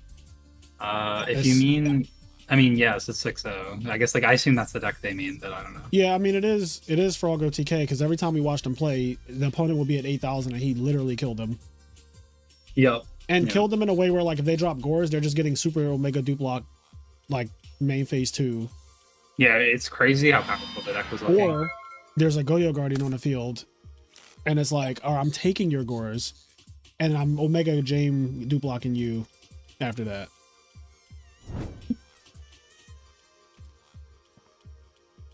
Not Omega Jame do blocking. What is happening? Wait. Can't they even take it if they fill up their entire, like, board space? You could just summon Swap Frog and bounce, and then free up board space. I believe we are having a giveaway today, right, Fraser? That's Yeah, the what- giveaway. yeah. The giveaway is today.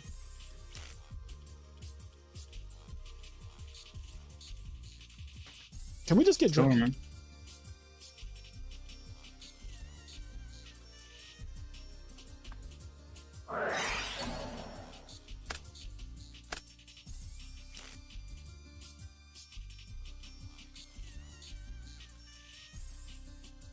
An MST for an MST. Okay, I think this might finally be the replay. Let's see. Okay, here we go. Alright, there we go. All right, I want to see this more than I want to see this match. So I'm gonna be honest. I'm just skipping right to the end because I just want to see. I just want to see the context of the full game. We came in at the very end. Okay. So opening hands are good for both players. Like they both have they both can duel. Peak Edison. Peak Edison.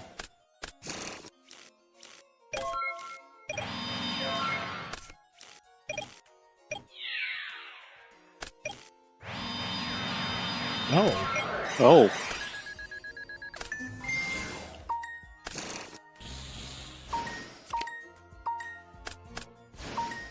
Oh.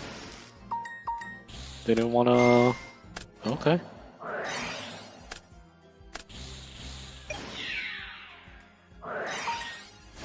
Just crazy how this is gonna wall off this entire thing. Oh. Yo. Oh, yo. Yo. Oh my God. This is crazy. Oh my God. Yo, wow. Oh my God. This is so unfortunate. Wait, why did he summon Kaiku? Wait. Oh, I see what happens here. At the time he takes the Gores, like the graveyard looks like it has 2 darks. You see what I'm saying? Like when he runs over those Gores, like because he doesn't know that's a value set. You could maybe infer it's a value set, and maybe you're supposed to let the Gores hit the grave to play around it, but Please answer my other question. Why didn't someone Kaiku? Yeah, Well, like- maybe they're really, really scared of top deck brain control because they don't have a single way to deal with it. also, they could have just attacked the set and seen that it was a value, and then chosen like Goyo'd over the Gores and not taken the Gores. Well, they were also thinking probably the set monster is probably a Raikou.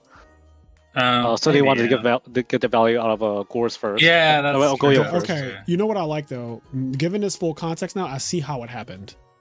Yeah, it's a Because little bit. it's a more little bit more complicated. understandable. It's way more complicated than it was originally.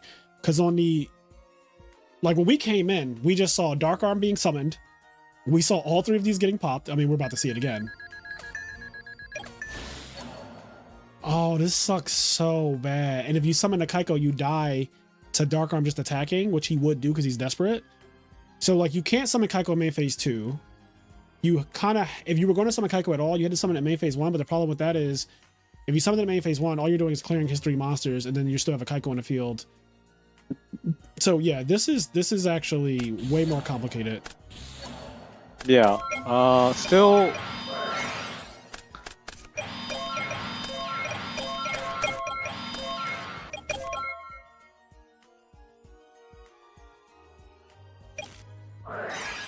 It's crazy though, Luke. If he did the play where he just popped his own Gores for MST and then like just attack with Dark Arm, he would have lost on the spot. Oh yeah, because because he drew Prison for turn. I see. Yeah, no, that's all right. You know what I think is funny? No. For the second time, if he summoned Creebons would have actually walled off. Creebons would have walled off the fucking the attack. 'Cause he's 1,000 and he has a deep prison, so he can stop both attacks. Because like you go brain control, what are you taking? You're taking the Krebins and leaving it with Kaiku. Okay, well you attack with the Dark Arm, I deep prison it. And then Krebins obviously can't beat a Kaiku. You pass it back to me, and then you lose the game. If you take the Kaiku, then you attack. I go deep prison on the Dark Arm when it attacks, and if you attack with the Kaiku, I just pay 800. Yeah, you're right. I think summoning the Creebons there could have been the difference. That's crazy. Because I'm not. I guess my question is like, holding the Krebins, what is it doing? Yeah, I mean, Torrential's already gone, right? It's not like we're scared of that, I don't think. Yeah, Torrential is factually gone, so I'm not really sure like holding the Krebins what it does. Like, I guess that's my question is like, what does it even do if you hold it? Yeah, I don't know. It's a good question. I can't really explain that one. Yeah. I think the other part where like how the Gores getting taken and the Dark Arm and stuff dropping, that kind of made sense given the context, but this part, I don't really think that makes sense. Yeah. Yeah. So I mean, very interesting game state. Yeah. But Gulaz, you summon Dyna attack. Yeah, but he does. Yeah, you got it. We're playing it from Dre's perspective though. You don't fucking know that he has a fossil Dyna. Like you with the Creebons in your hand, you don't know that he has fossil Dyna. Yeah, and also has Dre's use Torrential. Has Dre's used Torrential? No. No. Okay, so like that play where you just summon. Yeah, if you summon a Dyna, fossil you Dyna, play into Torrential. Yeah, you definitely play into Torrential there. Yeah, this was a crazy duel. This was an absolutely crazy duel. Are we done, by the way? Are we still? I think we're still waiting on that Duck Tracy match because they got a 15-minute extension. Right. Wow, that is crazy though. A Dark Arm off the fucking top with exact 50 darks when you're down bad, like down horrendous.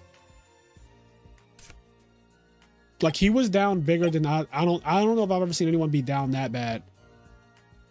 So honestly, right now, GYBU is my pick to win the tournament because if you're that lucky, like if you're getting that lucky, you can't waste it. Which one of these people is GYBU? Oh, it's right here. Oh wait, that wasn't. I thought that he was X1. Never mind. I don't even. He might not even top.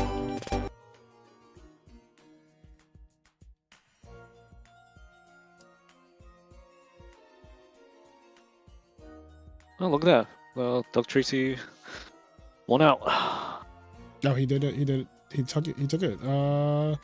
So Duck, where is he at?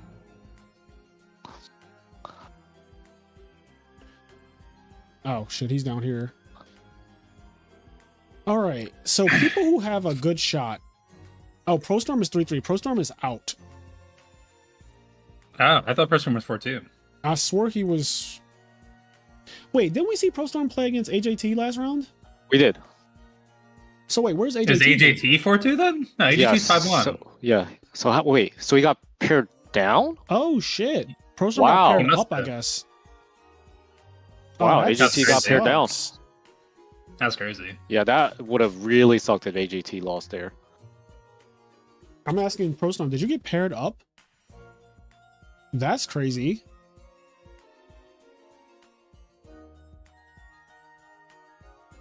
I need my smoking duck gift. This is my favorite. This is currently my favorite GIF on the internet. Well, it's really this one, the one where he has a cigarette. I love this one. I think this. I've been sending this nonstop to the group chat. Like when I saw that Dark Arm get top decked, this is literally my face when that Dark Arm got drawn. Another Dark Arm winning. That's peak Edison though. Dark Arm just off the top to win the entire match is peak Edison. All right. So I don't know what should come first. I don't know how long it's going to take Jazz to do his part. So I think what I should do is the giveaway now. So I'm going to go grab the mat real quick. I'll be right back. So Luke and Gary, please hold it down for a second while I go grab this Appaloosa mat. We'll do the best we can. We got you. Yep. I'll put a match on. I'll just like pull up a random, like 2 people playing and rate it. Johnson Boss plays GBs. You guys want to see GBs? I know you love GBs. Yep, gotta see some GBs. Yeah, there you go. Cancer. Cancer. Oh, Alistair, how do you pronounce your name? Congrats, by the way, on the guaranteed top. No matter what happens last round, just do your best. Either go undefeated or X1. Up to you. Yeah, good stuff, dude. You played really well in a lot of those matches we were watching. Good stuff to you. Fraser's AFK right now. He's getting a mat to do a giveaway, but I'm sure he'll be happy to say hi when he's back.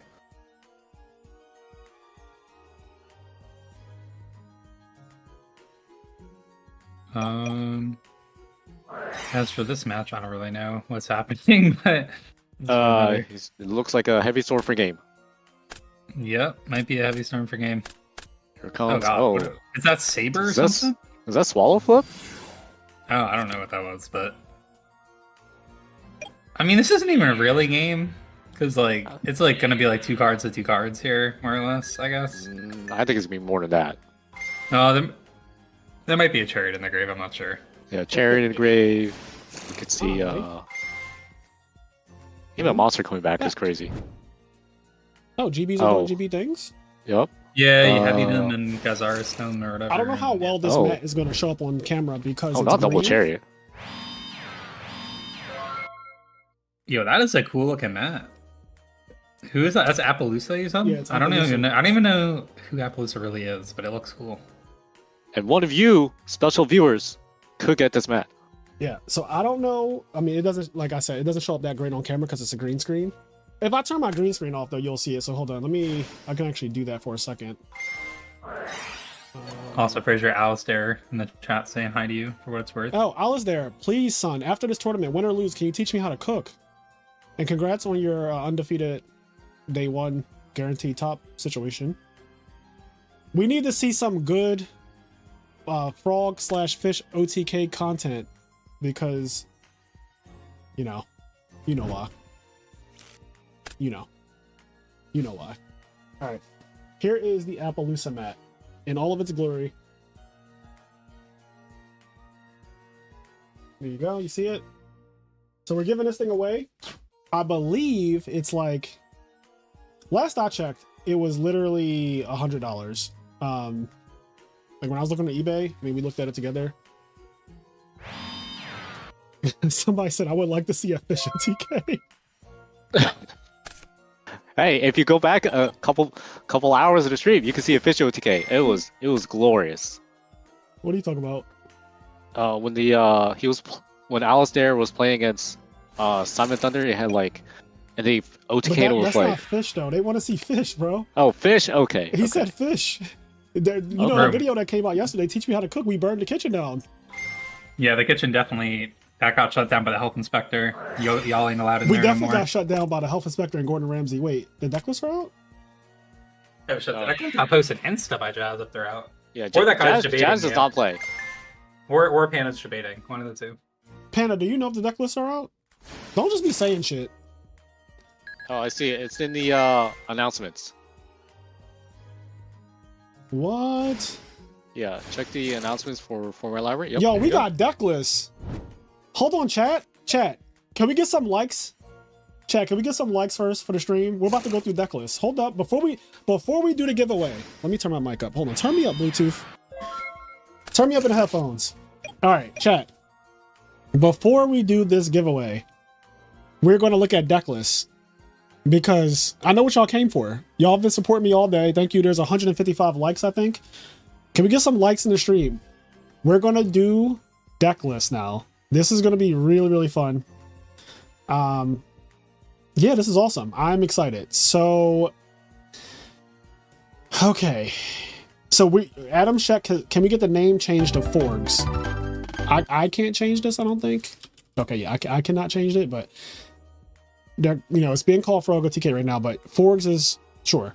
So let's look at the deck that finished undefeated.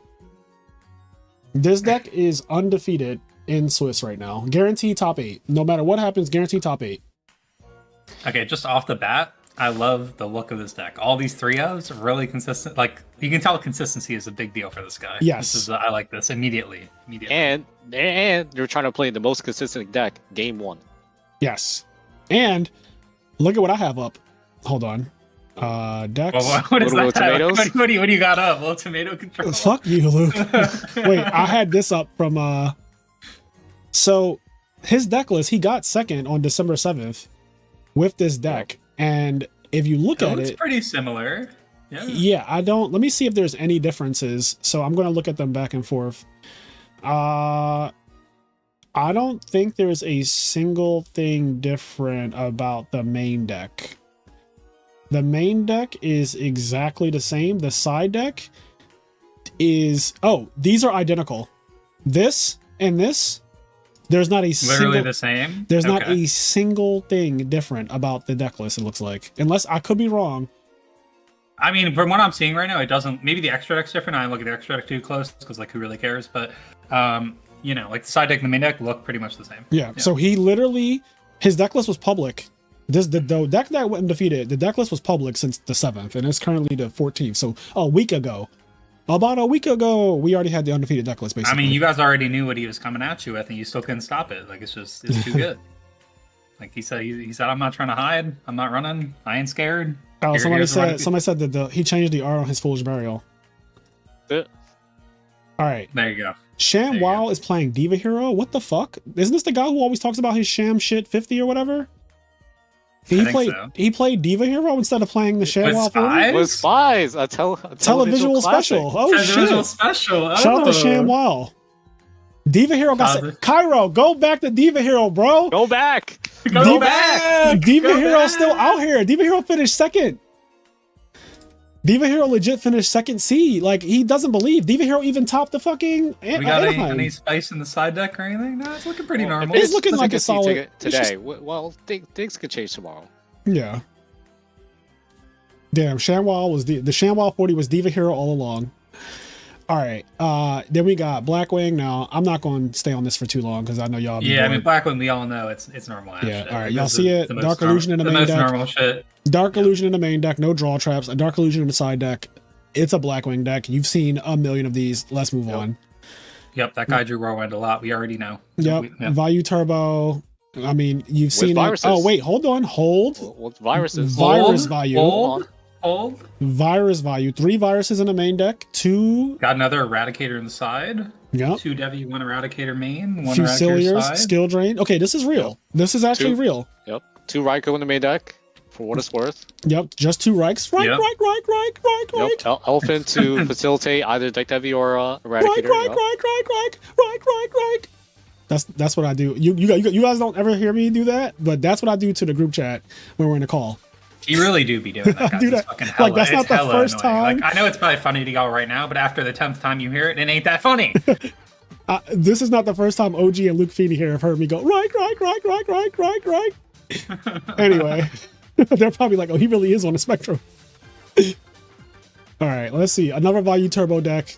This is the Cairo special. Cold Wave, Lila. Yep. The Cairo special. Yep. He added 2 some draw traps. Okay, why are we playing 41 with 2 draw traps? So what he did was he took out the Icarus. I don't want to hear this from Luke. He took out the Icarus and he put in 2 draw traps. He also plays Hamster.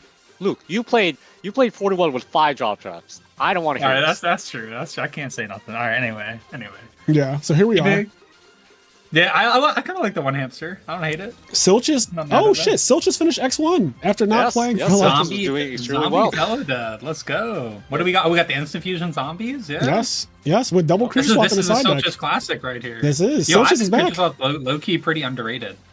Pretty underrated card. What I think is? Creature Swap's good. Oh yeah, Creature creep swap. Yeah. Damn. Yeah. Gores, no main deck Gores. Oh, that's gonna be scary for him. Game It's one. just really bad into like frogs, but I mean Oh, that's why it's that's gonna be inside so deck. scary.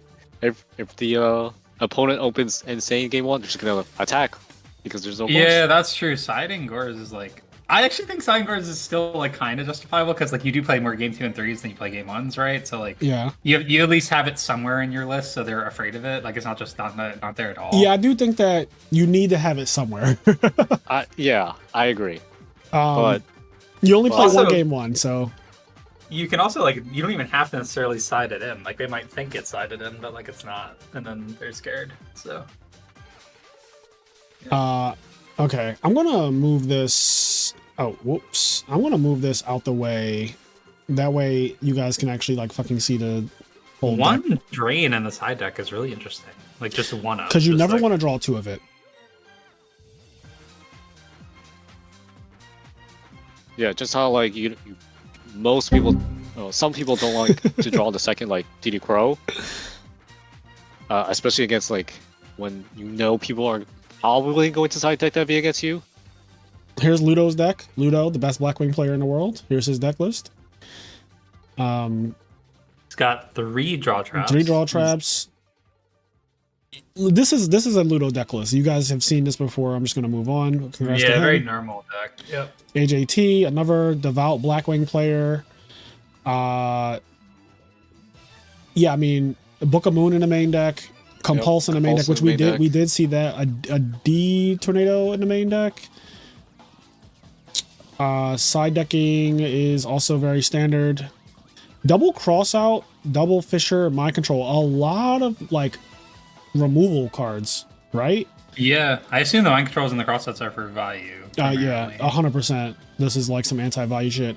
I'm surprised Pretty he's sure not it's one I haven't siding. seen that often, but I mean, I'm surprised he's not I mean, siding like one copy of Raikou just to pair with the mind control. I kind of like the idea of one Raikou with this. I used to do that when I was playing Black Wings. I kind of like it too. Swiss is over for today. Tomorrow is round 7 of Swiss, and then cut the top 8.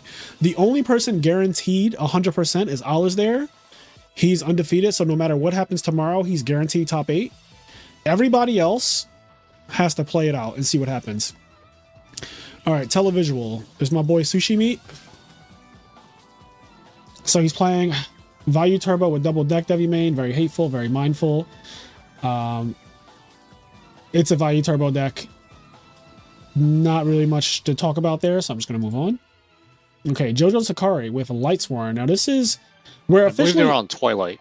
Okay, so we're in the X2 bracket now. So we're in the people Right. who So are these really, guys like are fighting for their absolute life yeah, right now. like tomorrow is going to be a shit show for them. Oh, we got a Snipe Hunter main deck. That's interesting. That's actually Yup. I've never seen this card main decked. It's top 8 tomorrow. Yeah, I mean this treacherous trap hole with a lot of other trap side decked. Interesting idea. Yep. I like the one pot of avarice. Yeah, this is. If you remember, James Ark was playing this deck in the beginning of the year, like towards the first half. He's playing his Twilight deck, and I believe he finished first on the ladder. I think he was first on ladder with this or something. But since he played it and did well with it back then, I've seen other people play it, and I think that the people know him as well, like they're New Yorkers or something, or New Jersey people. But yeah, this deck is. I mean, it's proven. Like it's proven that this deck works. So, okay. Yep. Hero Frogs by Masha. I've never seen Masha playing Hero Frogs before, but she's playing a combination of ideas here. So we have draw traps, but we also have discard traps and threatening roar. So she couldn't choose between like which trap lineup she wanted to play. So she said, I'm going to play all of them. I've seen Hero Frogs with draw traps. I've seen Hero Frogs with discard traps, and I've seen it with threatening roars. And Masha said, fuck it, I'm going to play them all. And honestly, I'm not mad at it. Like, okay, so she's playing the standard 5 hero, the standard 5 heroes, 1 junk, 1 rises. So yeah, I mean, this is a Hero Frog deck, side deck, pretty standard, I would say. Not maining to the torrential, but siding it probably for the mirror match. Yeah, I mean, solid list. Okay, Dragon Beat.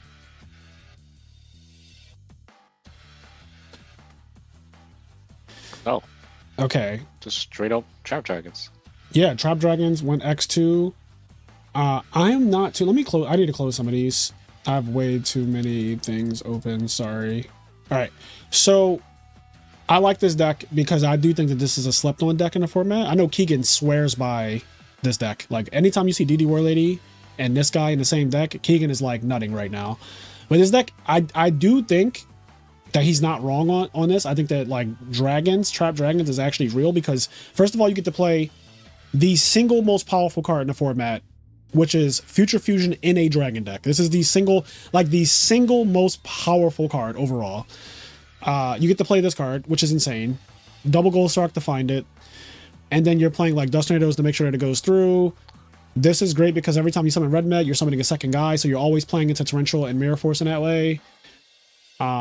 And this card is really good too because the best two decks, like two of the big three, are bird decks and they're dark. So you just you can like solo them basically with this guy. I mean, the deck is solid. Like as you can hear from my enthusiasm about it, I think this deck is actually very real. They're X2 though. So, you know, it's going to be a slugfest tomorrow if they get in. But honestly, 12th place at the end of day one is pretty good. I would say to people who are like, I'm worried about anybody below 15. Like this is where I think it's going to be hard to top 8 because it's the way, if you don't know how this works, you need to jump up to top 8, right? From, let's say you're 22nd. You need to jump from 22nd to top 8, which is very, very, very fucking hard to do. Like almost impossible to do. So we'll see what happens. There's only one more round left, but basically what I've learned in my like decades of playing Yu-Gi-Oh is that jumping this many spots is usually not possible. Usually. Your losses would need to be like, you know, top seeds. Okay, so anyway, moving right along. So Duck Tracy's playing Blackwing. Can I pivot table this? Because I want to know how many. Oh, you can insert a pivot table. I want to. Oh, I heard earlier Marcello entered this tournament. Marcello Barbari's in the tournament, yeah. Oh, what's their name? I actually don't know. Okay. Okay, I'm doing a pivot table. I'm surprised you don't know, Gary. You know everybody in the online community. That one, I don't know. Randomly. Are you just trying to see like the breakdown of like by deck and stuff like that? Yeah. Yeah.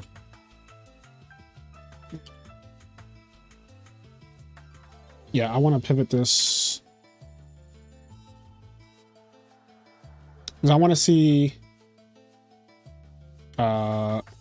Whoops. I don't know how to use it on this though. Like where? Oh, here we go. Rows. And then I just want to count. Whoops. What the fuck? Okay. Now can I just get like count of player for each deck name? Okay, thank you. So apparently Marcello is Il Besio and they're third place in Swiss right now. Okay, so here we go. Yeah. So there's 5 Vayu, there's 6 Blackwing, there's 2 Frog OTK, that's crazy.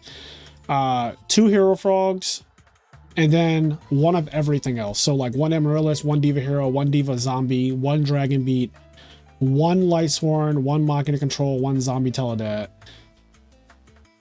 And I believe this is the deck list for... So what are we looking at? Duck Tracy, I think it was? I think this is Duck Tracy was the next one. But I mean, just looking at your pivot table though, right? Like, nobody can ever say Edison solved. Like, look at that. Yeah, how many decks is this? Like 1, 2, 3, 4, 5, 6, 7, 8, 9, 10, 11. There are 11 decks. And this is like world's caliber players playing these decks. This isn't like people like memeing at their locals saying like, oh, I'm just going to play Exodia for fun today. Like, right. This is like, now, granted, like they are playing for real prizes. They're like trying yes. Now, granted, guys, this is not like top cut yet. So, you know, these are just the players that made day 2, but this is not top 8 yet, just to be clear. Doug Tracy's deck is a Blackwing. Oh, this is the hybrid. This is the Marcus LOL deck. This is like the I'm playing Value and Blackwing deck with double Icarus, a deck Devi. He's topped with this before.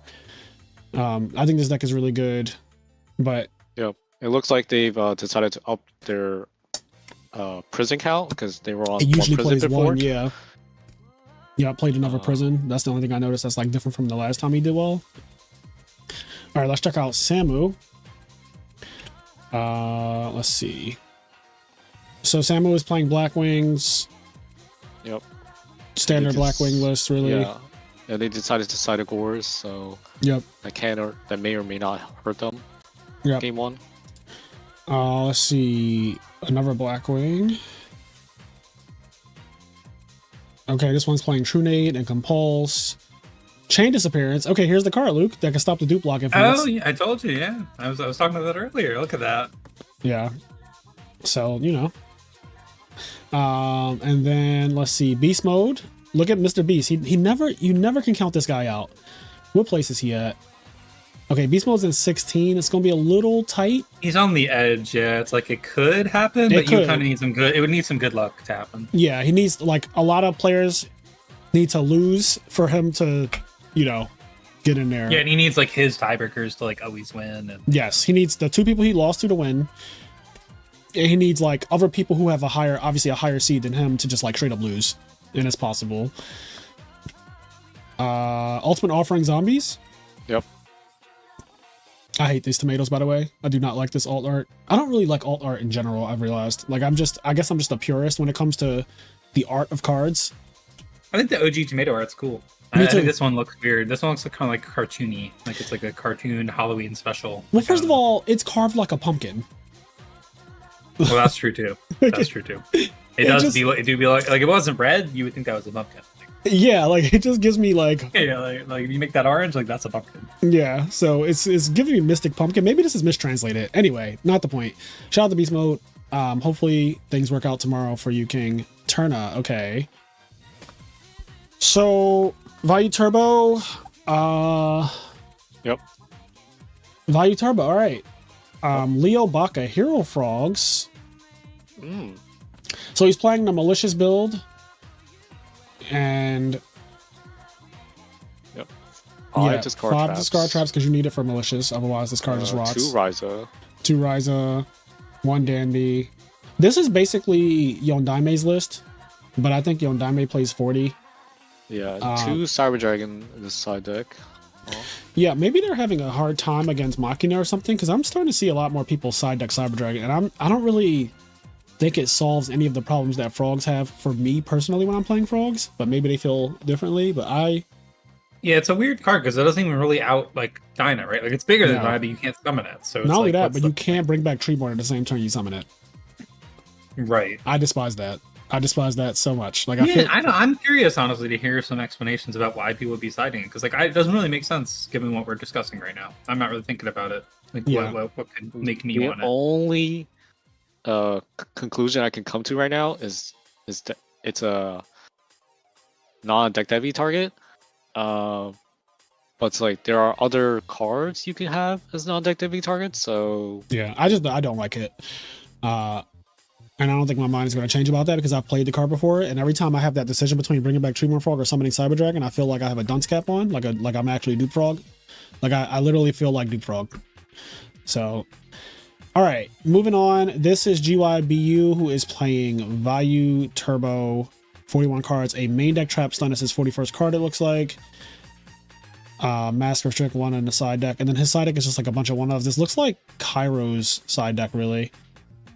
Like this is giving me a True Hero side deck vibes. Just like 1 1 1 1 1 1 1 1 1 1. This definitely okay. I like it.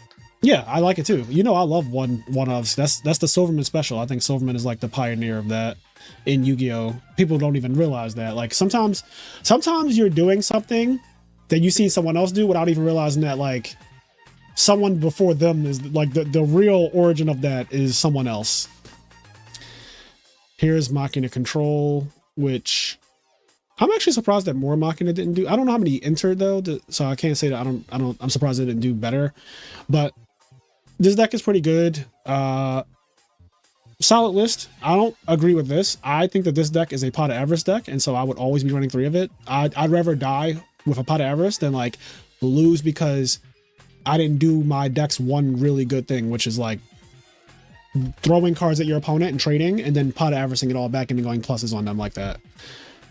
Yeah, that's one of my opponent Federico did to me. He just threw all of his cards against me and just Pot of Avarice it all back. I was like, all right. Not only that, but Ryko mills, and you will mill pot and stuff like that. So I just think that having a third pot, to me, I think you always want to see one, and if you always want to see one, like you're probably playing 3. So yeah, and you could also just mill some of your Pot of Avarices. So like, yeah, there's that too. Okay, so what the fuck?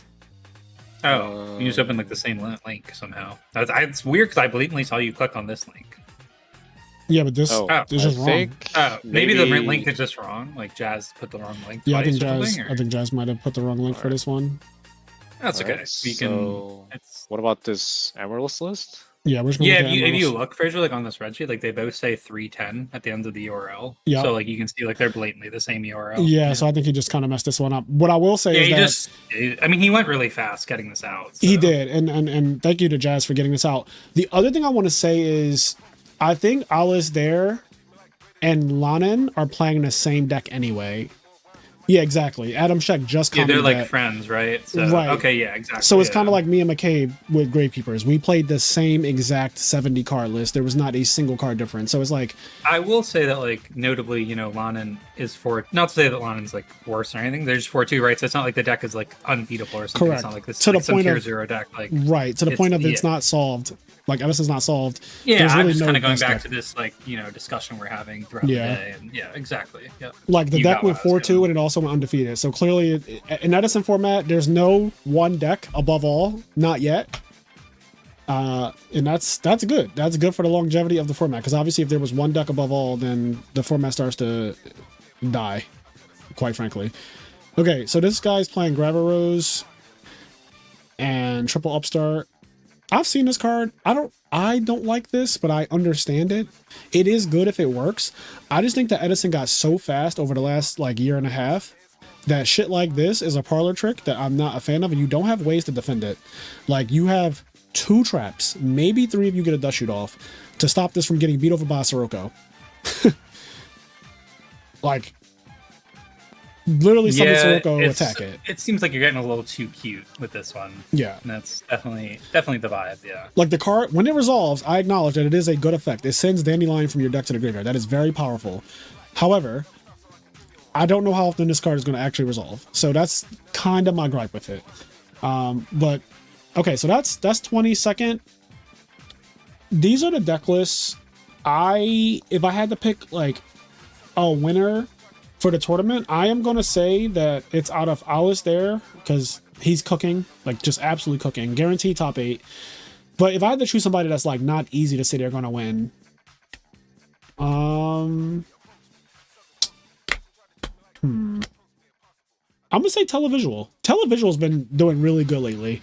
He's the highest X2, which means that if he wins, he's guaranteed top 8. So if Televisual wins round 7, he's guaranteed top 8, no question. He's the highest X2. That means his tiebreakers are insane. I don't know who he lost to, but now he's also my friend, right? So I'm going to root for him to win it all. If it's not Alice there, I'm going to root for him. Oh wait, Silchus is also here too. Hold on. I was going to say, for that's actually my pick, is I was going to pick Silchus. Silchus, so my picks are Frog Guy in first place, Silchus, Televisual. Those are my 3 picks. I know that's a lot of picks, but those are my 3 picks.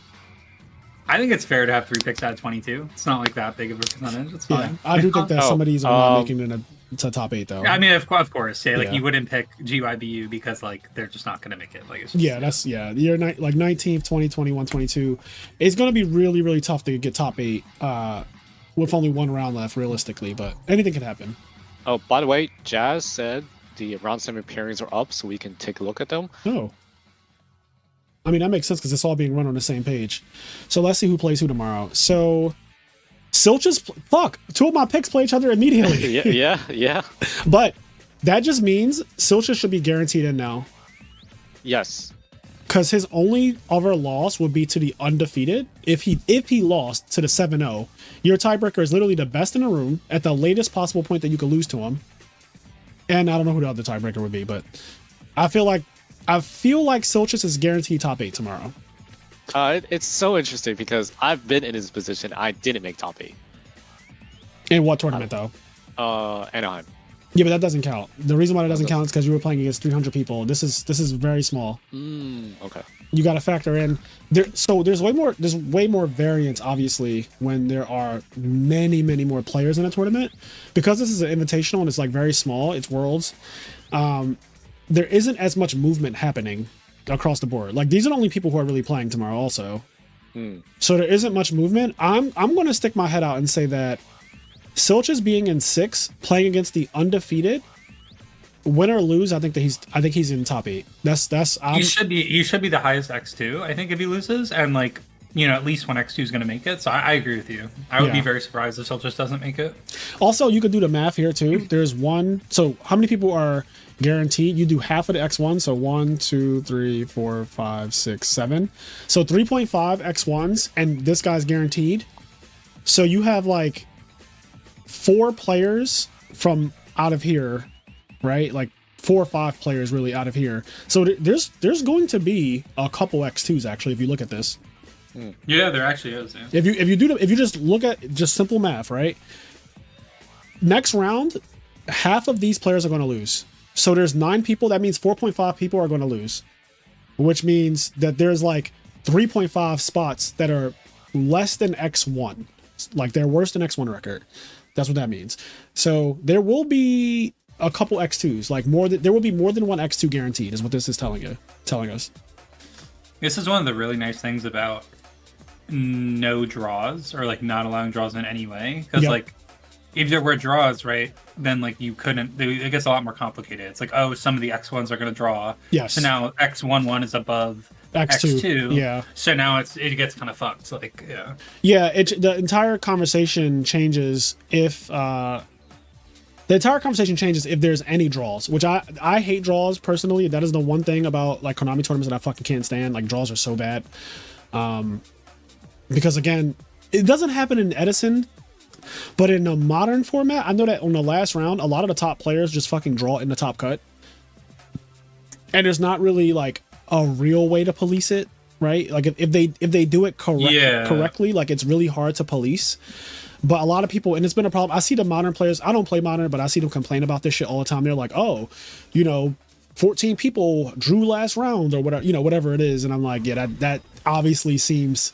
Well, in other games, they just kind of deal with that by like just allowing intentional draws. Because then because in Yu-Gi-Oh, you can basically intentionally draw, but like you have to be smart about it so you don't get like banned or whatever because it's not like technically allowed. But like, like rather than having this like shady sub game people have to play, like Magic and other games just like let you intentionally draw. But that does create issues like this where it fucks over a lot of the X2s. Like no X2 would have like a prayer if all the X1s could just intentionally draw. Yeah, because all of these guys would guarantee themselves in.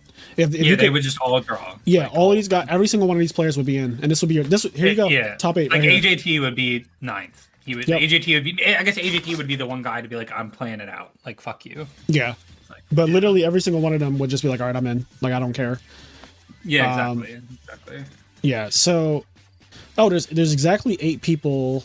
There's exactly 8 people with a topping record right now. Half of them are going to lose, which means that guaranteed like 4 to 5 of them are going to be in top cut. So these guys are in a really good spot. I would say that every single person here is in a really good spot. Somebody's obviously going to get screwed over, but like all of these are in a. Obviously they're in a good spot. They're X1, but I'm just saying that even if they lose, because there's going to be multiple X2s that make it, they should be in a good spot. Okay, I think we did enough with the deck list and stuff like that. I want to move on to the giveaway. Yeah, I think you should do your giveaway. Yeah, I'm excited for this, Matt. This Matt's really nice. Okay. All right, guys. You ready for the giveaway? Yeah, Let's can I see. get in the chat and join this giveaway or what? Because I'm trying to get I'm trying to get this. So all you have to do to join the giveaway, Luke, is comment on the video. Hold on. I'm going to post a link to the video real quick. So all you have to do I is swear, comment. if Luke wins, Yeah, I'm no cap. I'm entering this giveaway. I don't care. Like All right, actually, but it's just you such have a to nice you have map, to like- comment something very specific. Okay. What do I have to comment? I forget what it is. You have to watch go to the end of the video. I'll go to the end of the video. Yeah, you have to comment something very. Okay, I'm gonna put this in chat too. So if you have not entered the giveaway, here's your chance. While I go look up a website to pick the actual thing. I don't know if this is like the best website to do it. Let me see what it does because I'm not paying anything for this. So like, what features?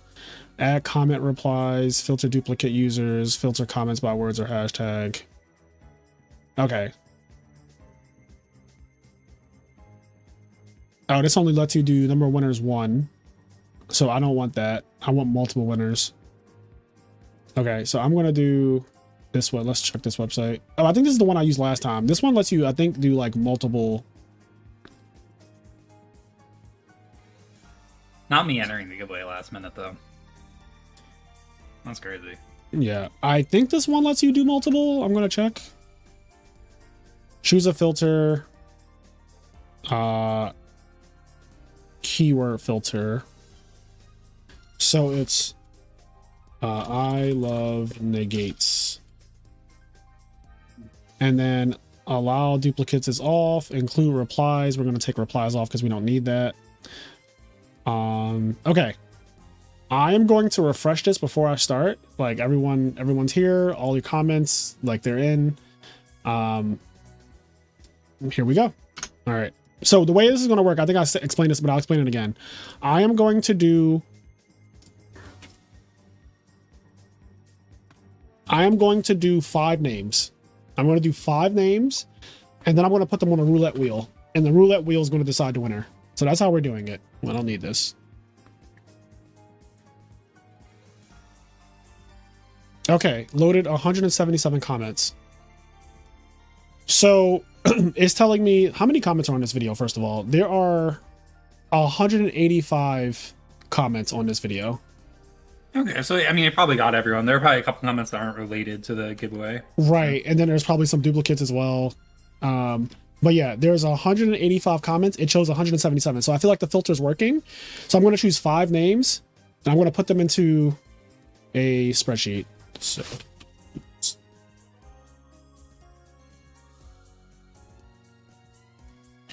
okay. Yeah, so we're just going to put them into this sheet here. So pick a winner. The first one, I actually know this person, right?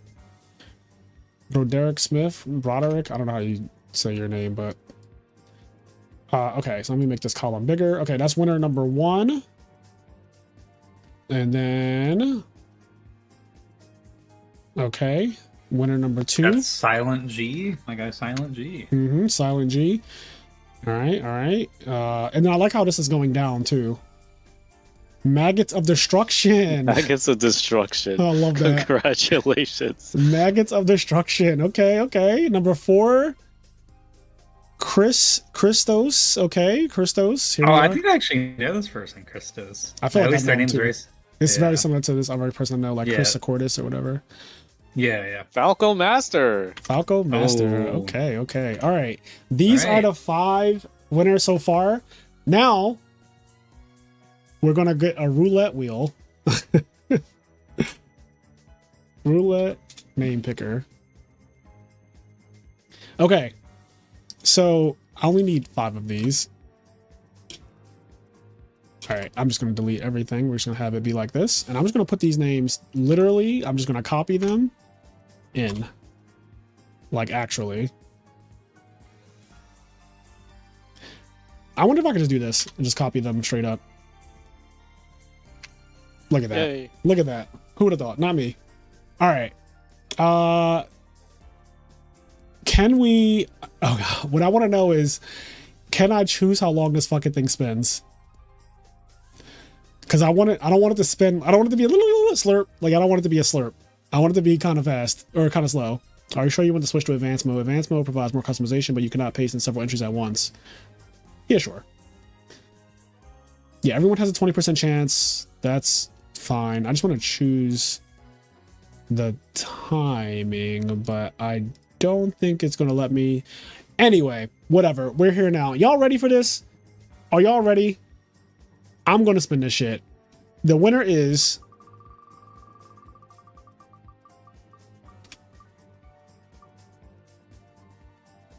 Broderick Smith. Congratulations. You are the winner of the Appaloosa map.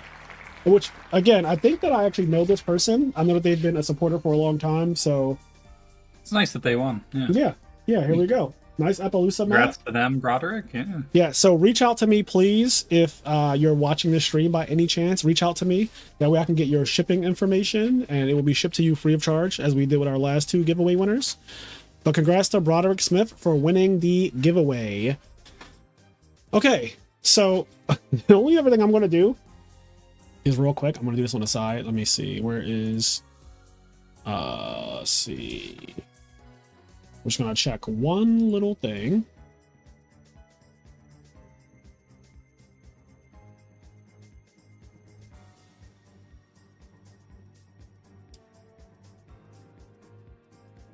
You said bro got picked first twice. Yeah, I mean, sometimes when you're lucky, you're lucky, all right? When you're lucky, you're lucky. Not as Fraser's alt. Don't do me. Don't fucking do me. Not my alt. How do you fucking spell Appaloosa? Oh, it's Apollo, right? Yeah, it's Apollo. Apollo USA? Yeah, it's basically Apollo. Okay, I was trying to pull this up on eBay because I wanted to show like how much they're selling for. Usually people are posting these up for $90+ it looks like, right? Yeah, the only ones listed right now on eBay are all $90 and more. So congratulations again to Broderick Smith. I'm not sure how to say your name, but congratulations. Again, tomorrow we're doing round 7 at this. I think it's the same time. I think we're starting round 7 at the same time. Let me just check. Let's see what Jazz is saying in here. So I'm going to turn my music down some because it's loud for my ears. Actually, that's probably because I have my volume up on my computer. Let me turn my volume down and then I can turn my music back up. All right, so in Worlds, sorry, I meant to mention this, I forgot. If you play in our tournaments, you probably noticed we use Konami tiebreakers. Tiebreaker 1 is opponent's win percentage. Tiebreaker 2 is opponent's win percentage. We do not use challenge tiebreakers. You can see the official standings calculated by the bot with /standings. Tournament participants, really sorry for all the pings today. Digital Link Odyssey players. Here are the deck lists for all X2 and better competitors into day 2. And then it says we will cut the top 8. They won't be Swiss. Yeah, I assume it's the same time tomorrow. Like I think we're starting at 12 again. So I will be streaming again, and we will get to see who wins Edison Worlds 2024, the official Edison World Championship. Who's going to walk away with $1,000 for first place. Second place is $500. Third place is $250, fourth is $150, fifth or eighth is $75, and they'll all get this really fucking sick honest playmat, which is amazing. So definitely come back tomorrow. I'll be back. I'll be hosting. I'll be streaming. We'll see if I have any guest streamers on tomorrow. A lot of players got eliminated today, so maybe we'll have different commentary. Who knows? But yeah, check in. I'll be back. I'm gonna get out of here. I need to finish some anime stuff, and some podcast stuff. So yeah, I will catch you all tomorrow. Have a good night. Congrats again to Broderick. I don't know how to say your name, but peace, guys.